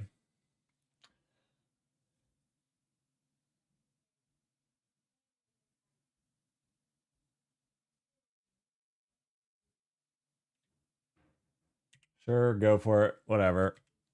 I hate Python stuff. Okay, let's see. We're back. Oh, we're back to this. Okay. We couldn't compile Bruce, but that's okay. Bruce is more alive today than Bruce has been for a long time. Okay? That's a lot of errors. That's a lot of errors. Oh no. Okay, I'm not worried about these. That's environment variable. That's fine. This is fine. So I think for these here, this is easy. All we have to do is we'll go to Bruce and we'll make a .env file. And in here, we'll jump to this .env file and we'll take this one right here. And then we'll jump back.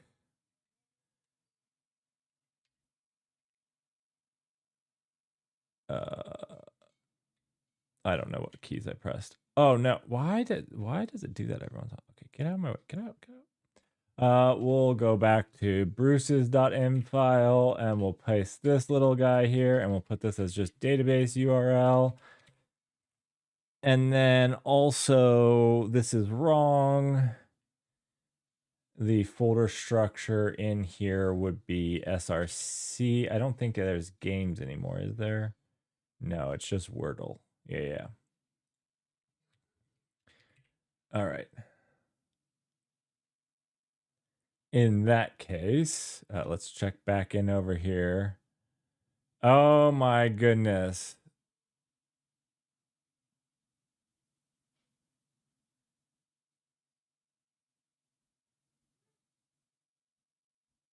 Okay, go ahead. I see the results of PG grep here, so this is actually easy to validate, which is nice. Yeah. Okay. Cool. Okay. So that should solve our initial problem, those up there, right?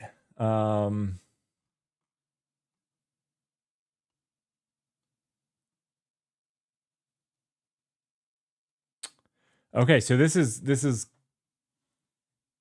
good and bad. It says no such table, which means it was low. Oh, you know what? It's not loading our .env file. It's not. Watch this. Let's jump over here and where would this be?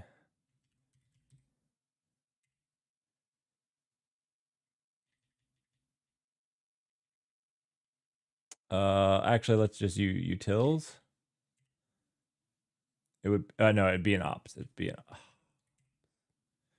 let's see. It's going to load. Oh, I did update the. Oh, this is wrong though, right? There we go.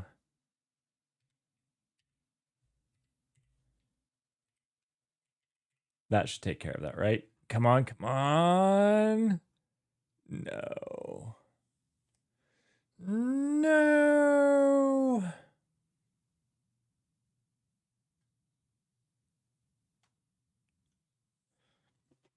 Now we can open this up and see if there's actually no such table in this one. My guess is that there's actually a table. We've used this one previously.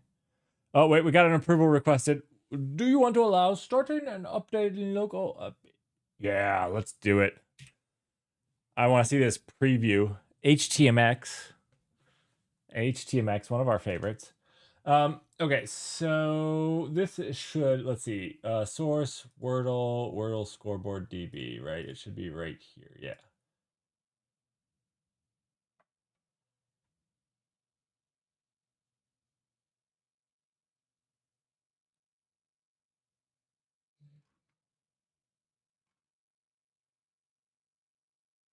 Uh-oh.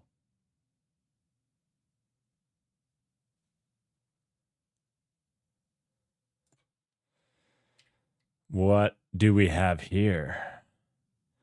Which one are we using? This is a Wordle struct. And this is like the server args. We don't need the server args anymore because we're not doing so we're going to delete this, right? Just to keep the confusion out.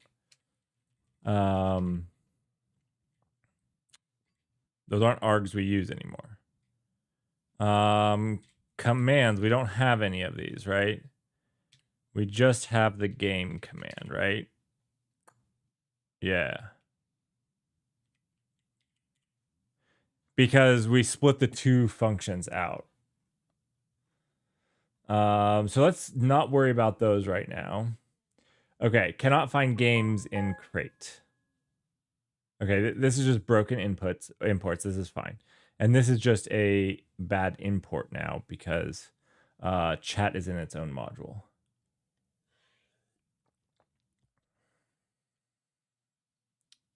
Okay, wait. We got approvals to go through. Let's open this up and see what our Twitch moderation looks like. Let's see what it looks like. Oh wait, this is where we would do that, right? Missing yeah, it would be. I didn't give him this. All right. Test. Yeah. Okay, I got a cone of silence, you all, because I got to go add these.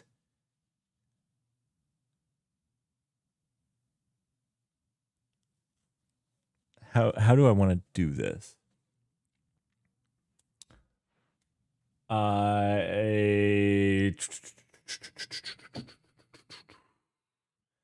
just don't want to run it from here. And I got to add the TC channel, right? Yeah, I got to add the TC channel. Okay. So we're going to exit. One second. What is this running with? I don't know. I don't know Python very well. What is it running with? How is it running it? Because I also want to shut it down without pkill. Like, this is the dumbest thing.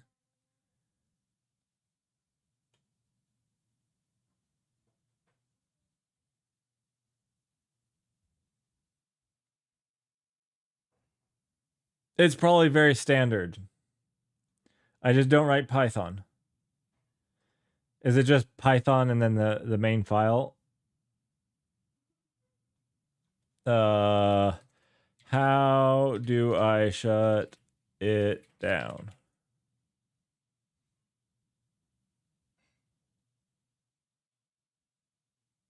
Oh, I'm not hiding that.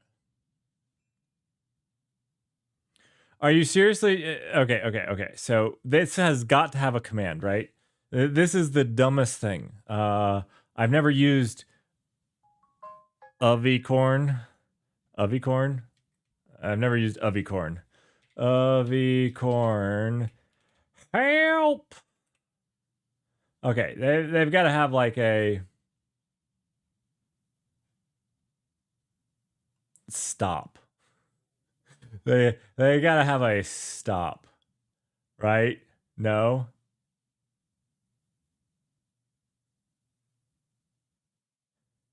I didn't say an N, did I? I said avicorn.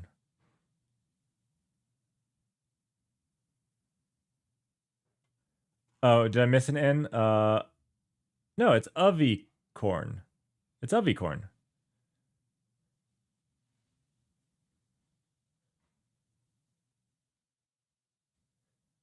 I have no idea what's correct. Like I said, I've never used it before. I have never used this before.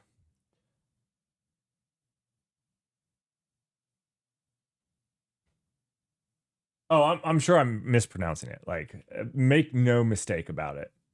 I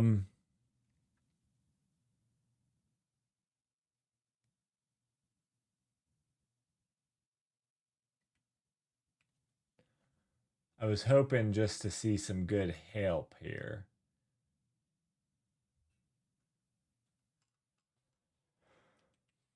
Yeah, go ahead and just pgrep that and then kill it, but that's cannot be the right way.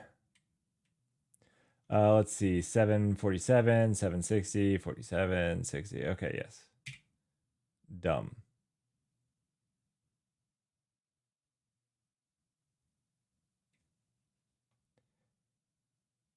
Of run avicorn.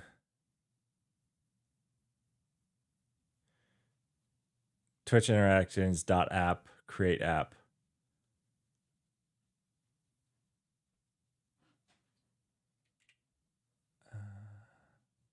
I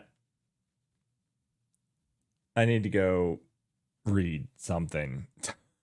I need to go read something. I have so many questions at this point. I have so many questions.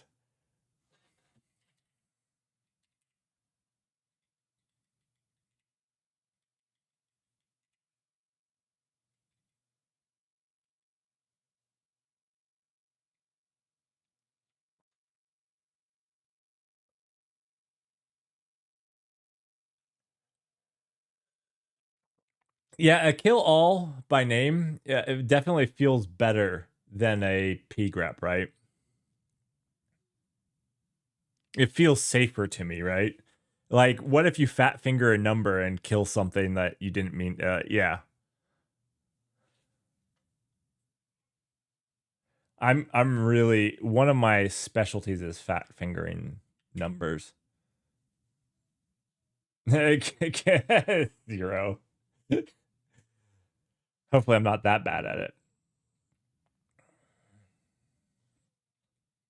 Let me see what they put in the README.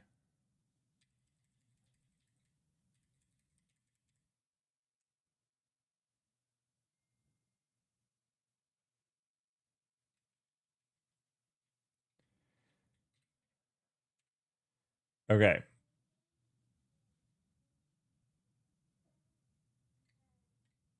Let's do this. All right. Export Twitch chat channel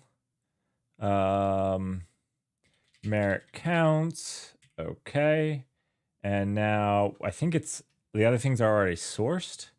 So we can just avicorn this, right? Now I'll be able to control C it. It's because I think the big thing was it was starting it as a background process. So like it lost the thread to control C it, right? Oh man, is this like,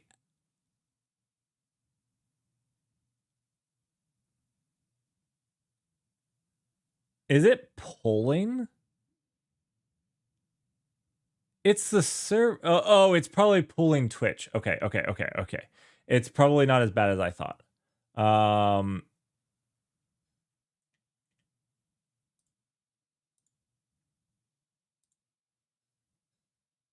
right, message test. Hey, hey, it connects.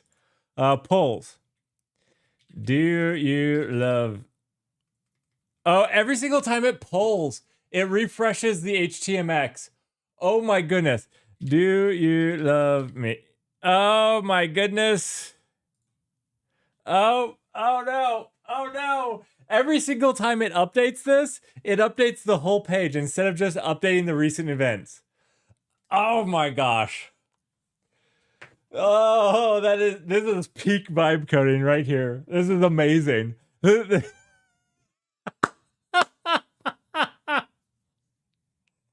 Oh, it's the funniest thing because like it's the things that you would never think of because a human would never do it. Oh, I have a really cool example of this. Do I have? I don't. Do I put it here? Okay, we'll just go here.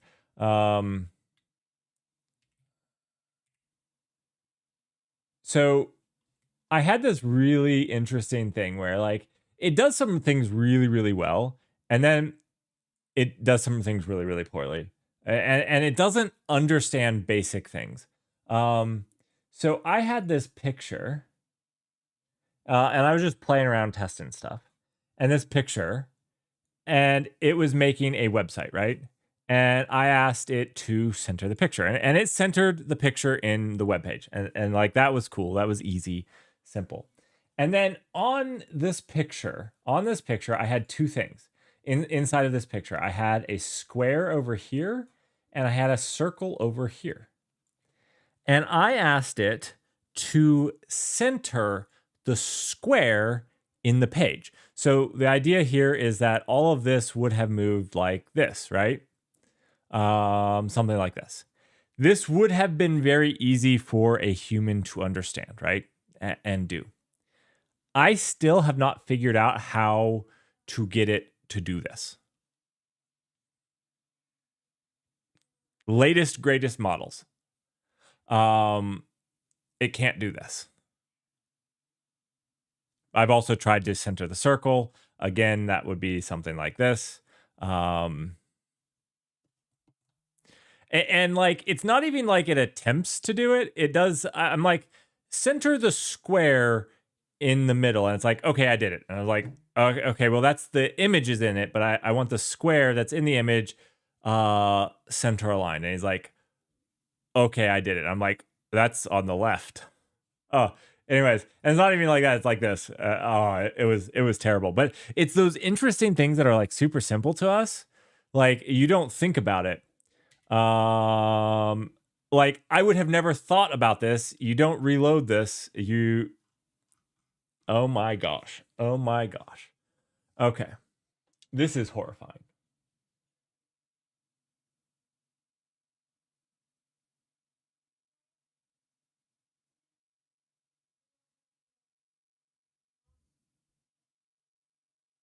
It's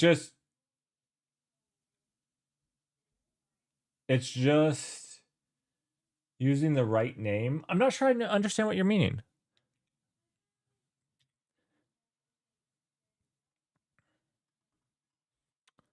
You may very well be correct.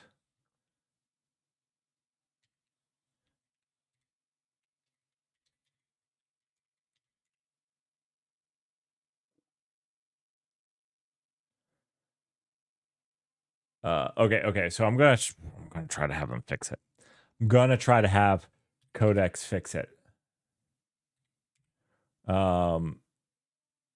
Anyways, I only brought all of that up because like this is kind of peak that where it's like I would have never had to tell an engineer, a decent engineer, that this shouldn't be updated when it was doing it. And in their testing, this would have been a clear failure. Whereas, yeah.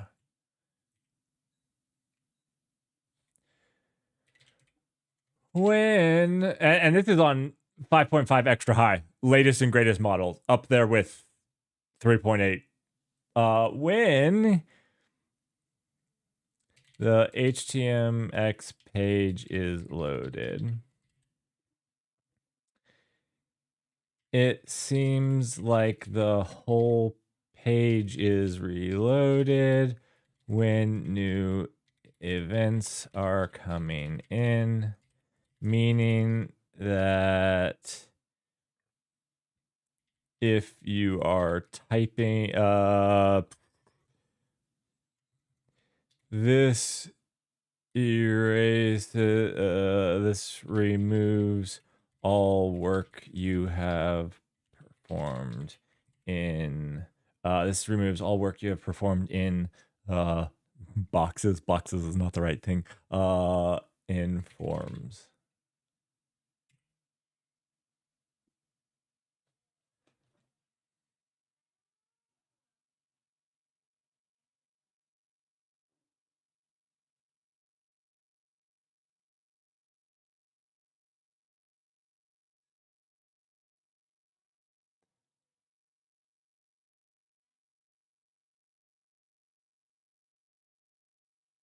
I don't necessarily disagree with you. So in the AI games, this is stuff that I want to test and I want to learn and I want to understand, right? So like, is it that we can prompt it differently to do something? Or, I mean, part of it is because, I mean, again, part of it is because they don't think. And anybody that leads you to believe that is wrong, is lying, or has been misled to. They are highly advanced statistical analysis machines, and they're really good at it. But that is what they're doing. They're just doing statistical analysis. And so that's the key. They don't think, and too often we give them the precedence of, well, anybody would think this is wrong, right? But they don't think, right? Again, they're doing statistical analysis. Statistical analysis says that you want updates to recent events. That means you refresh the page, right? And yeah. Anyways, it is what it is.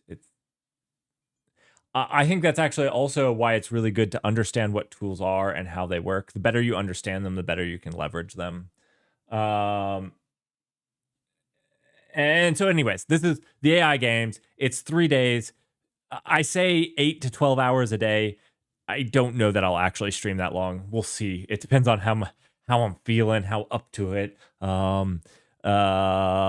I might start a day early. I have a lot of content to go through, and I'm working on it. We have fun games as well as games that we try to learn to see how to leverage a tool. But yeah. Anyways, let's see. I'm going to try to work on this. Oh, we need to let's go exit here, exit Twitch alerts. Actually, we just wanted to be in Bruce because that's what we're working, cargo build, and this is where we're working on. Okay, let's see. We'll fix that later. Oh, let's fix the unresolved imports now, because like chat. So let's go fix these one by one. This is going to just take a little bit of time. Oh, wait. It wasn't in chat. What was it in? Game? Yeah, here.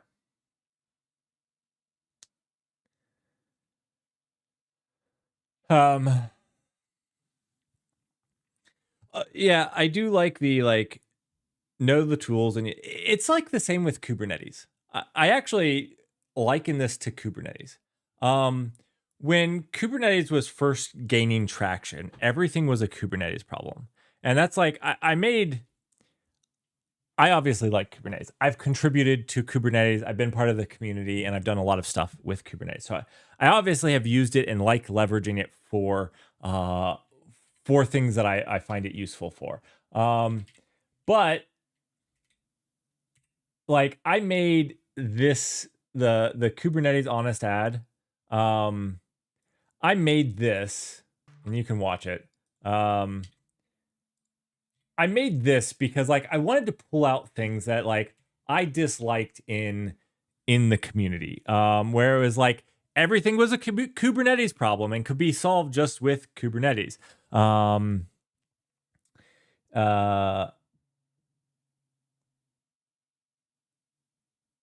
that's the problem. Like you just have to understand the tool, and you have to understand what it's good at. And part of that is experimenting, like figuring out what is it good at. And sometimes my current answer is I don't know. So we're gonna find out. Also, the other thing that with like the AI games is like there's so much hype driven marketing, like it's hard to actually know what something can actually do, because they're always saying like, oh, it's better, and then you're like, well, yeah, but it's better because it cheated and it's not actually better, or it's better at different things. Okay, so this is going to be in Twitch Common, right? So this is going to be in Twitch Common.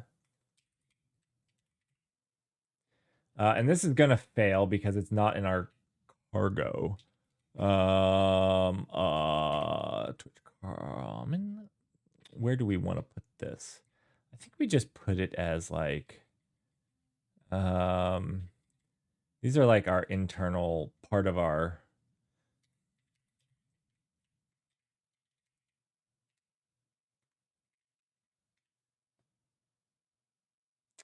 Am I a Kubernetes expert?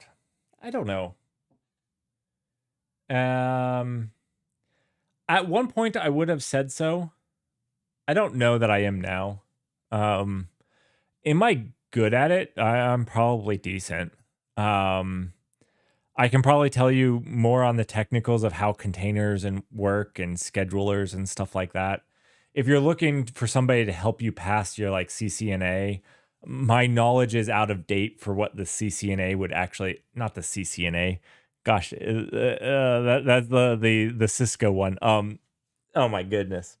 See, I can't even think of the acronym for their stupid test. I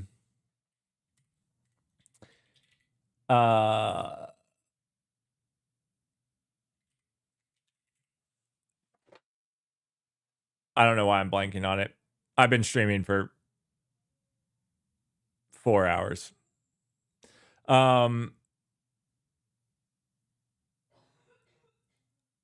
Can I get in there and do stuff with Kubernetes? I don't know. I'm pretty good at it. I'm not gonna say that I'm bad at it. I don't know if I would put myself as an expert at this point.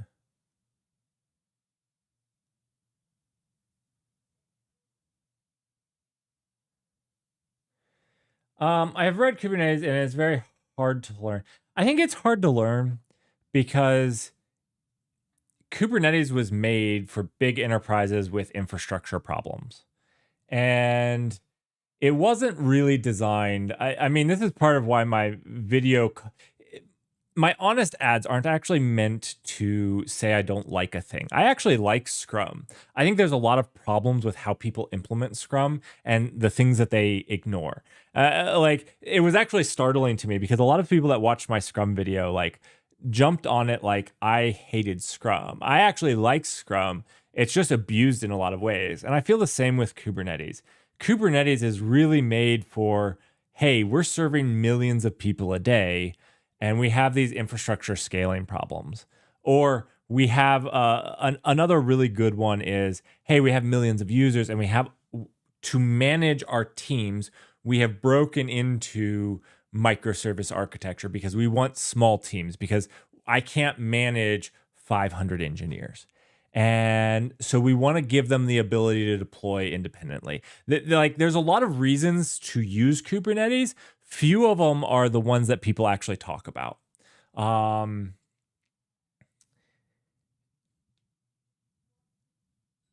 Yeah. Yeah. I do like Kubernetes and I do a lot with Kubernetes. In the AI games, I have a broken Kubernetes cluster that it's going to try to fix. It's broken in multiple ways. The cluster is broken, and then the application on it is broken, and then there's a few other things that prevent the application from running. And we're going to see if the AI can figure it out. Mm-hmm.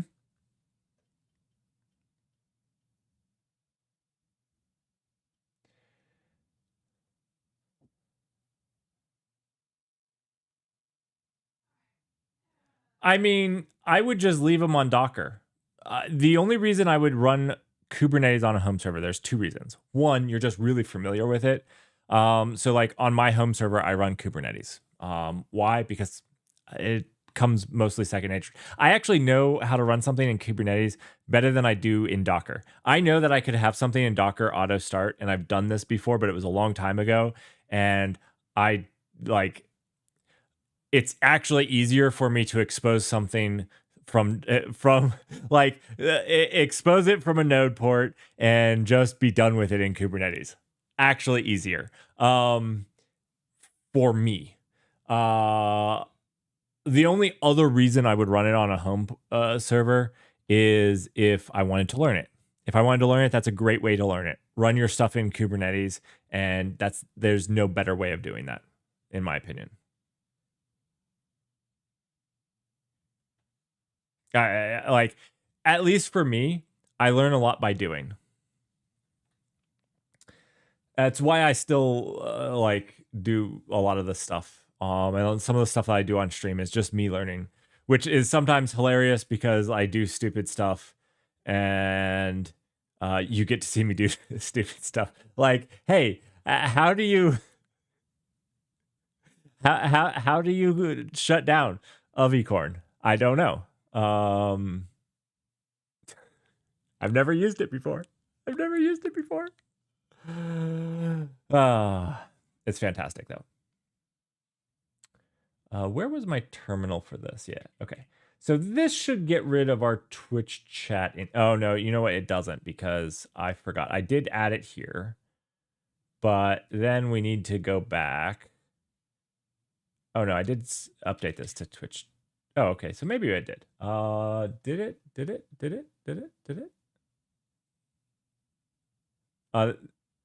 Wait. Game 712. Isn't that what I just game? It's saved. Good sir. Please grab the new fresh file. It's not crate anymore.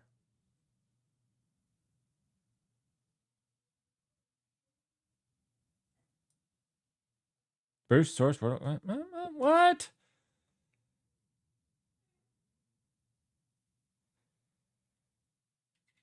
Let me change something and save it.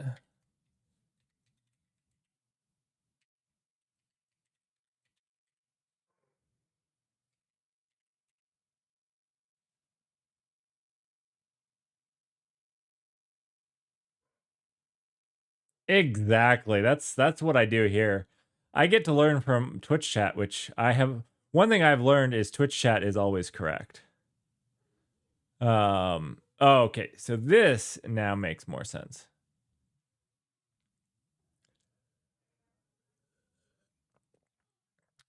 Okay, so Twitch Common has a problem. PubMod util. Oh man, every single time I see util, I'm like, that's a code smell.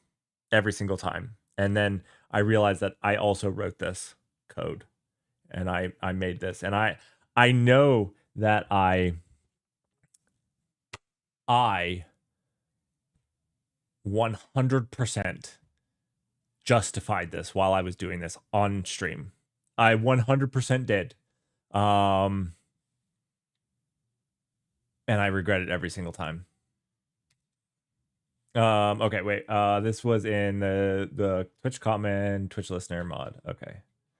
Not that. I'm learning Zed, by the way. I think it's pretty good. I've liked it so far. Sometimes it does this when I'm doing it. Oh wait, I see. I'm okay. I see how I do that. That's just me being dented. Twitch listener, right?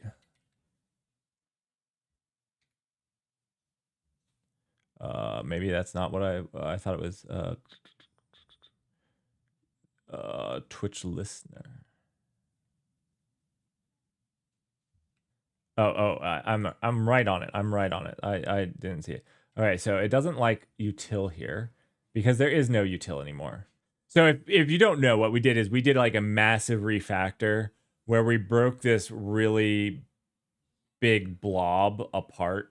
I don't know where util went. It's gone. So we're just gonna delete it. That makes me happy. It makes me happy on many levels, although I'm worried about what this means. I'm worried what this means, but we'll see. We'll see.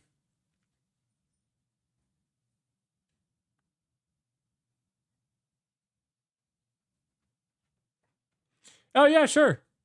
I used NeoVim for a while. I like NeoVim.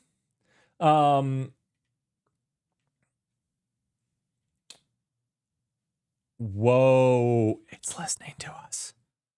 Gray Adder. Look at this. It's listening. It didn't pgrep. I got tired of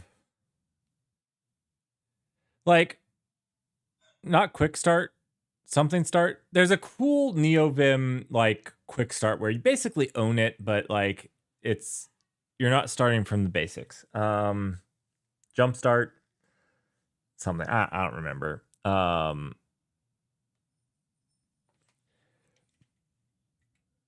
Which was nice.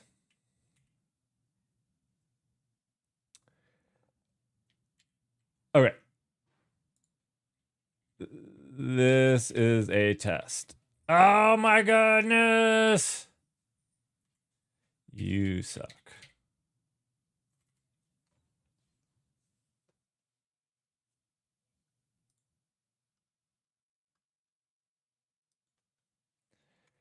I hate this so much.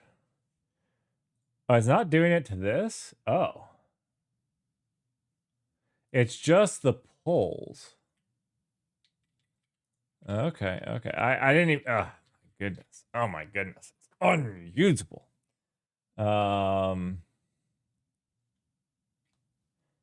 Let's test this. Is this can I CD? Can I so it's just polls now. Okay. CD. It does CD stuff. Okay, 1 second. Let me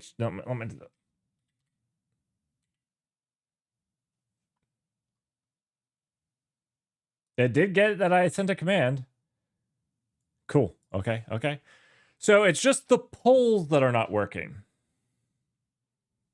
This is amazing piece of I wish that I knew Python so that I could just fix this.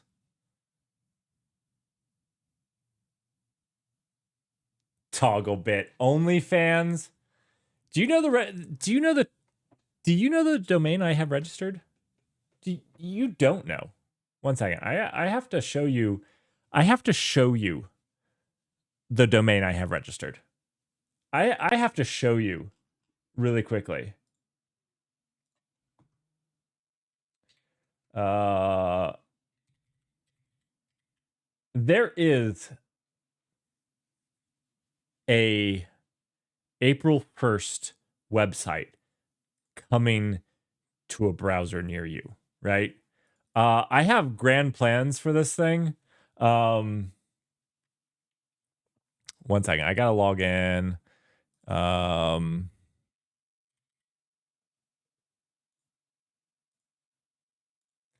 Give me just a second.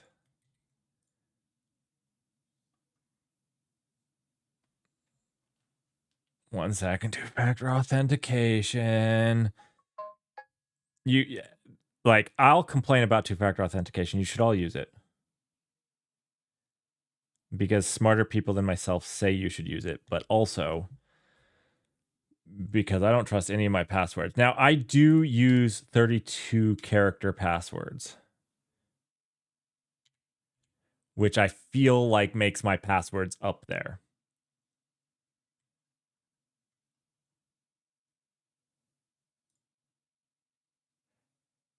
All right.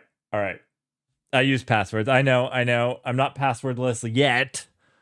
Are you ready for this? Are you ready for this?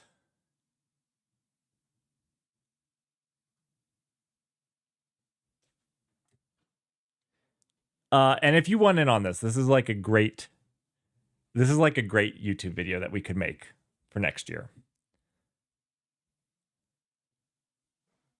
I love this, by the way.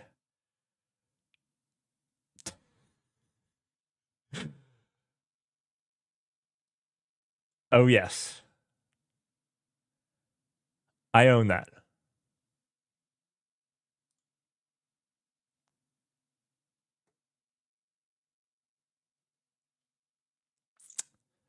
I own that.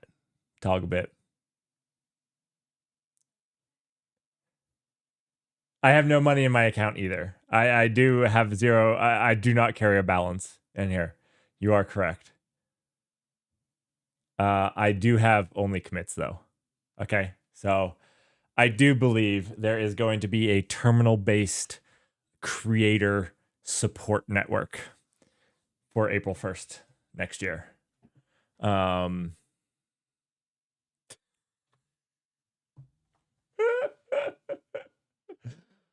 Oh, anyways, let's move on from that.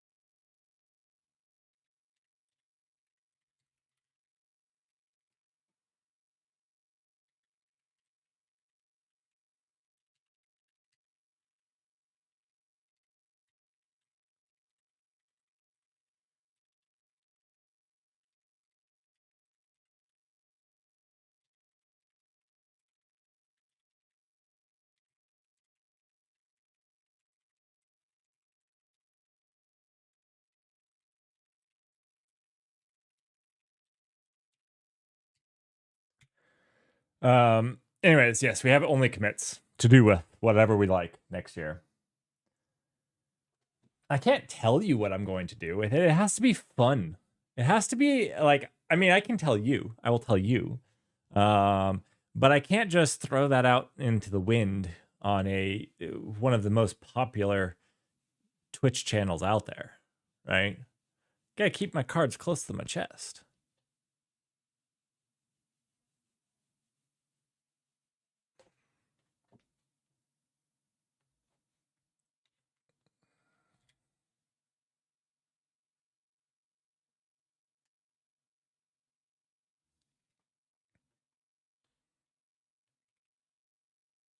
Okay, let's get back to this.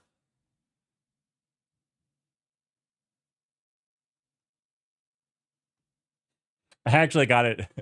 I got it last year, And then, as all of you guys know, I had a really bad year last year. And so like I didn't even make any videos or anything because like I was just trying to keep up with life. Um, and I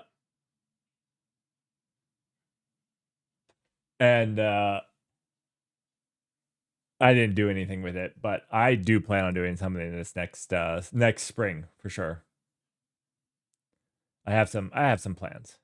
All right, we got to add Twitch chat to Twitch Common. This should be as easy as eating apple pie. I find eating apple pie to be quite easy.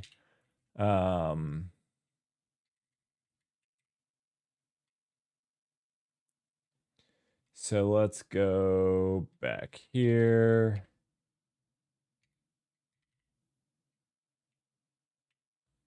It was Twitch chat, right? Yeah, Twitch chat.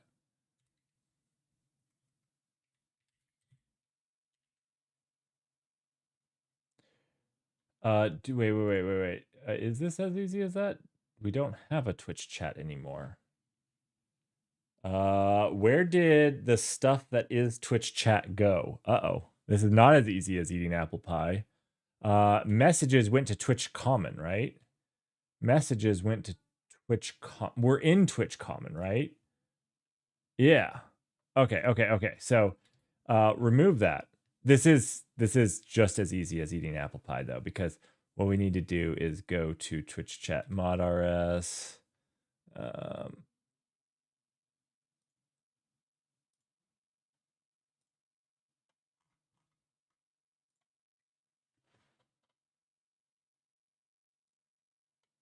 Why is this used to create Twitch? Okay.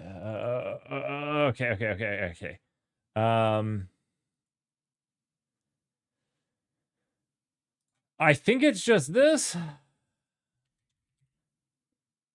No, I'm wrong. I'm wrong. Is message not in messages? It is here. Why is it structured this way? Why did I do the things that I did?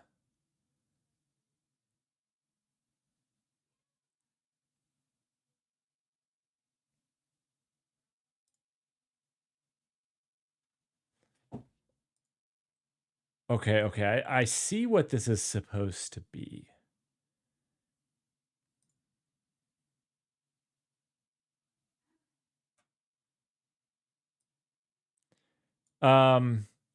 Wait. Somebody was gonna give me a link. Okay. You're not actually giving me a link to watch right now. I was gonna watch it right now with everybody. I was totally gonna get completely off topic and watch it.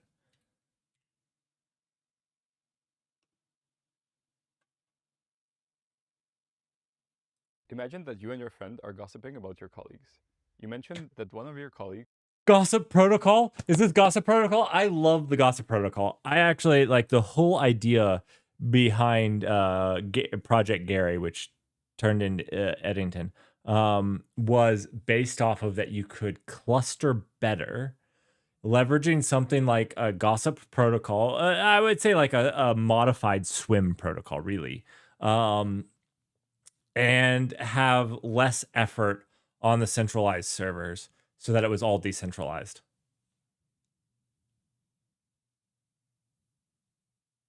Is about oh no, this is not about that. They've sworn you to secrecy, so you can't say who it is yet. And then your friend is like, that's funny. I heard the same thing from a colleague, and they okay, also I'll have to watch this. Cool. Polylog? I've never watched Polylog. It seems interesting. It's not about Gossip Protocol, though. I was so off. Okay, let's stop this. Let's start this. Did it fix it? I doubt it, but we'll see. Okay. Can you vote? Vote. Oh, what? What? Yes? No. Duration 60. Mode auto. Create the poll.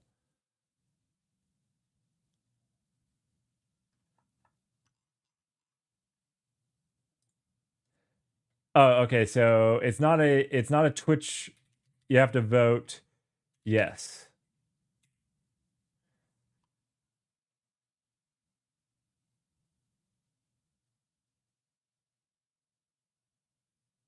Hey, hey, sweet. That actually worked better than I thought it would. Now my question is the timer actually respective? I didn't start the timer, but I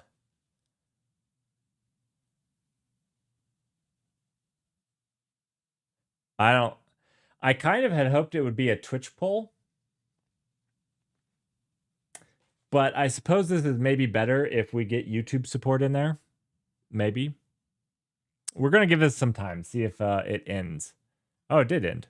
Nice, nice, excellent. Okay. What are we doing? Oh, this. Okay, I made a mistake here. So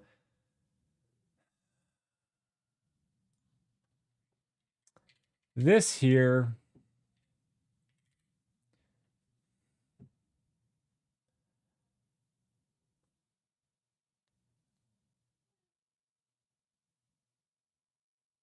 There is a message. Wait. It says no message and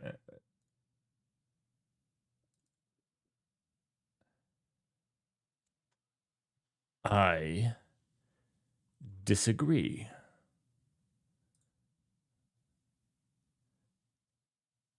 Oh, wait. That we're going. I'm sorry. It's going back to crate. Oh, this is terrible. Oh, I see. This is actually crate chat messages. Uh-huh. It was as easy as eating apple pie. I hate so much about this. What is this derelict? Oh, this is like the event messaging. Oh, gross. This is like Twitch event messaging. Okay, I'm not gonna fix past Merrick's yucks. We'll deal with that later.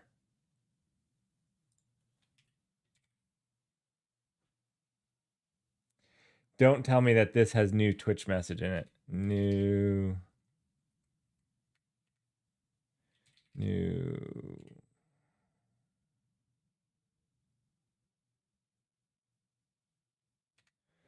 No, okay, good. It should be in here. We have message, new.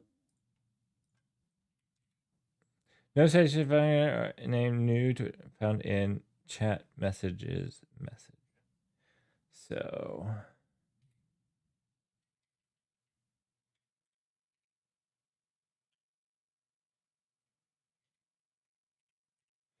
not in here.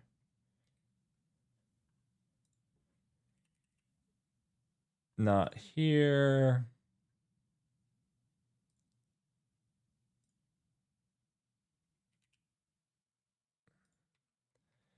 Bummer. Where was this? Let's just do a full search of the code base. No, not in here.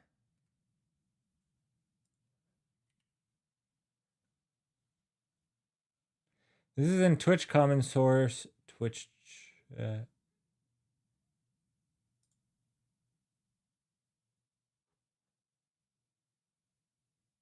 Oh gosh. What a mess past Merrick made. What a mess. How did this ever work? I feel like some stuff got more messed up than originally. That's what I'm feeling. I have 3 messages. I have this messages, I have this messages, and I have this. What the crap? Oh boy. Oh boy. I mean, this is like a 2-year-old project, so there's definitely been some rot. But then when I just ripped it all apart in one day, that was a bad mistake. You know what makes that bad mistake worse? Not making a commit before deciding, why not? Why not? Okay.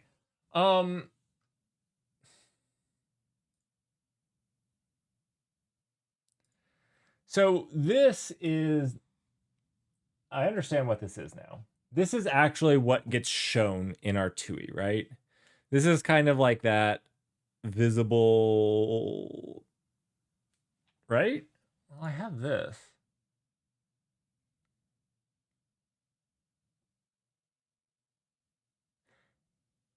Yeah, Pastoric is bad. Pastoric is definitely not the person you want to cross paths with. Okay, so man, I don't want to just import this. It feels like something else changed because like there wasn't a secondary import. And I could just secondary import this. Oh,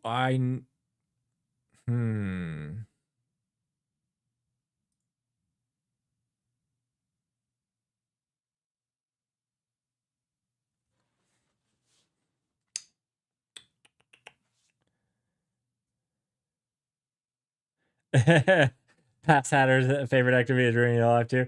Yeah, that's about where I'm at.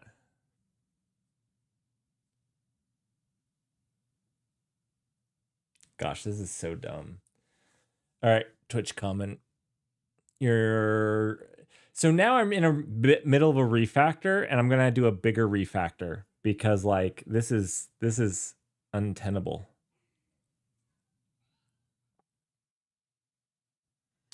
So like this is me getting the message from Twitch and then sending it on. Right? And I'm just, oh, this hurts me so badly. And I know how this came to be. I understand how this came to be. And I hate it so much. Because in the end I could have like a new YouTube message. And that would make a YouTube message with the payload of the YouTube message, and then we could handle it from there, but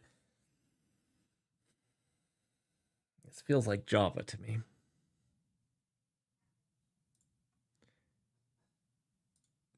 Do I just do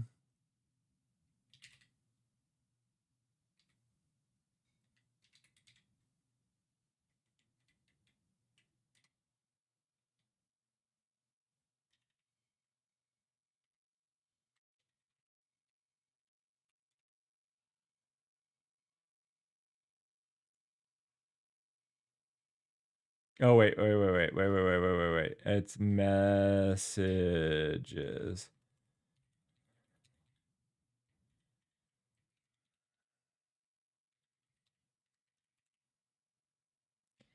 It's something like this, right?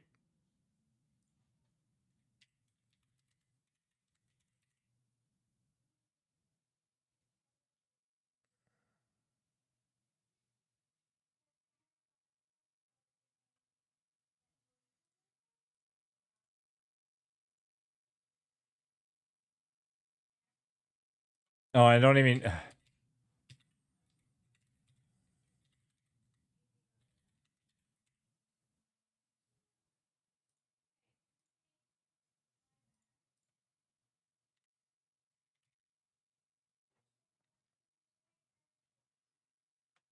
Twitch chat messages message and chat messages message. Wait. What does this take? Oh, okay. This is taking a message. Oh. I have retyped this though because I imported message up here. Did I import the wrong message though? I think I imported the wrong message. I think this was always dealing with a different one.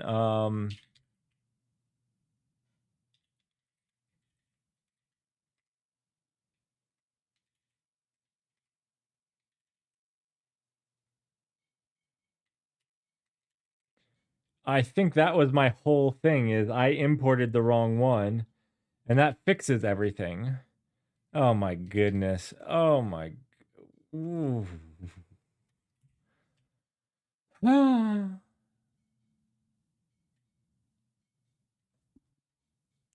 did it. I feel happy. I feel happy. I understand at least what's going on now.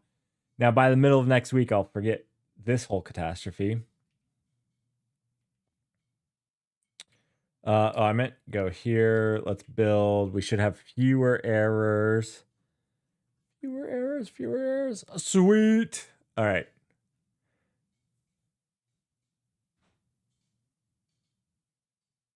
Yeah, Toggle, you just throw it away and never look back.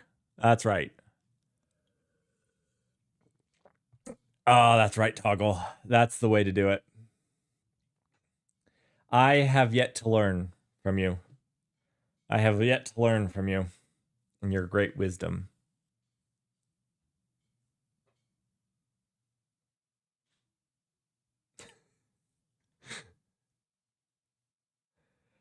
I think I need to also unbrain. I probably should go. What time is it? What time is it? It's 2:30 or 2:13. I probably should go. I have a big hole to go dig. I have a big hole. I got it. You know what's the worst part? I gotta dig it through rock because it's in my driveway. I gotta put a new culvert in my driveway. So during the winter, I had a culvert fail, and my driveway's on a hill, and so I have 3 culverts that are very important because if they fail, water just washes my driveway away.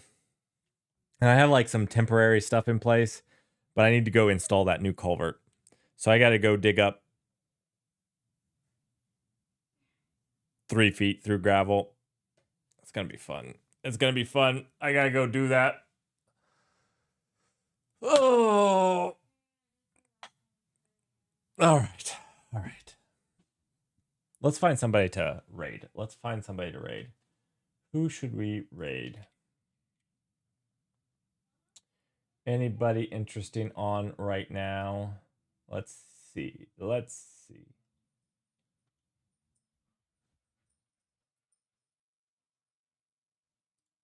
I need to get some more friends that I can raid.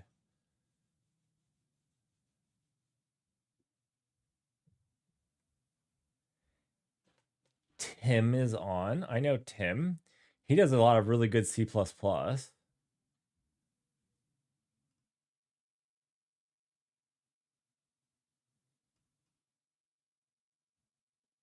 Is Grey Hatter streaming? I don't think Grey Hatter. I don't think he's streaming.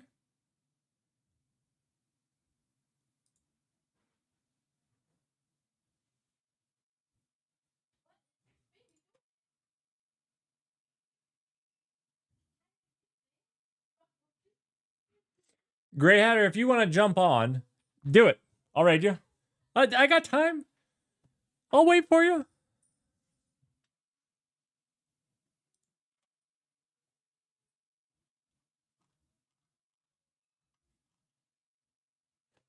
I got time.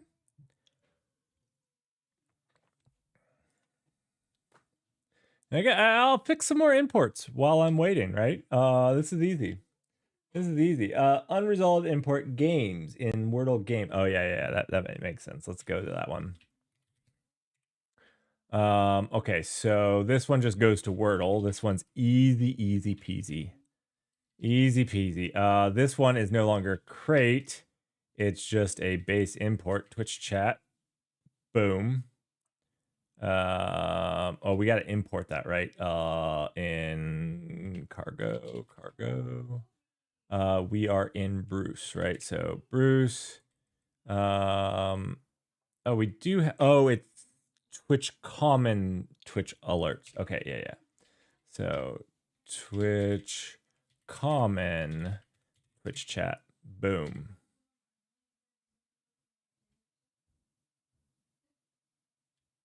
It didn't like it. Never fear. All right, Twitch common. It should be Twitch common chat.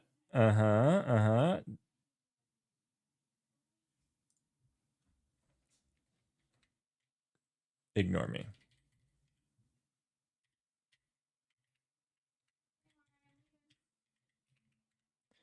Mary, what are you leaving for?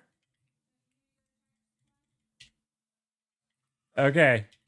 I was about to dig up the driveway, so if you leave, I cannot guarantee your safe return. Seriously. I'm just warning you, if you leave, who knows? Nobody knows. If you go down that driveway, I cannot guarantee your safe arrival back. Yep. I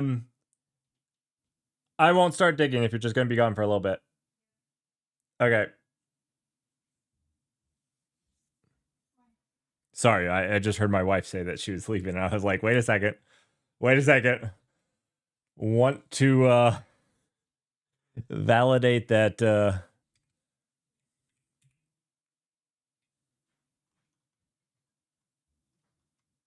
all right, everyone.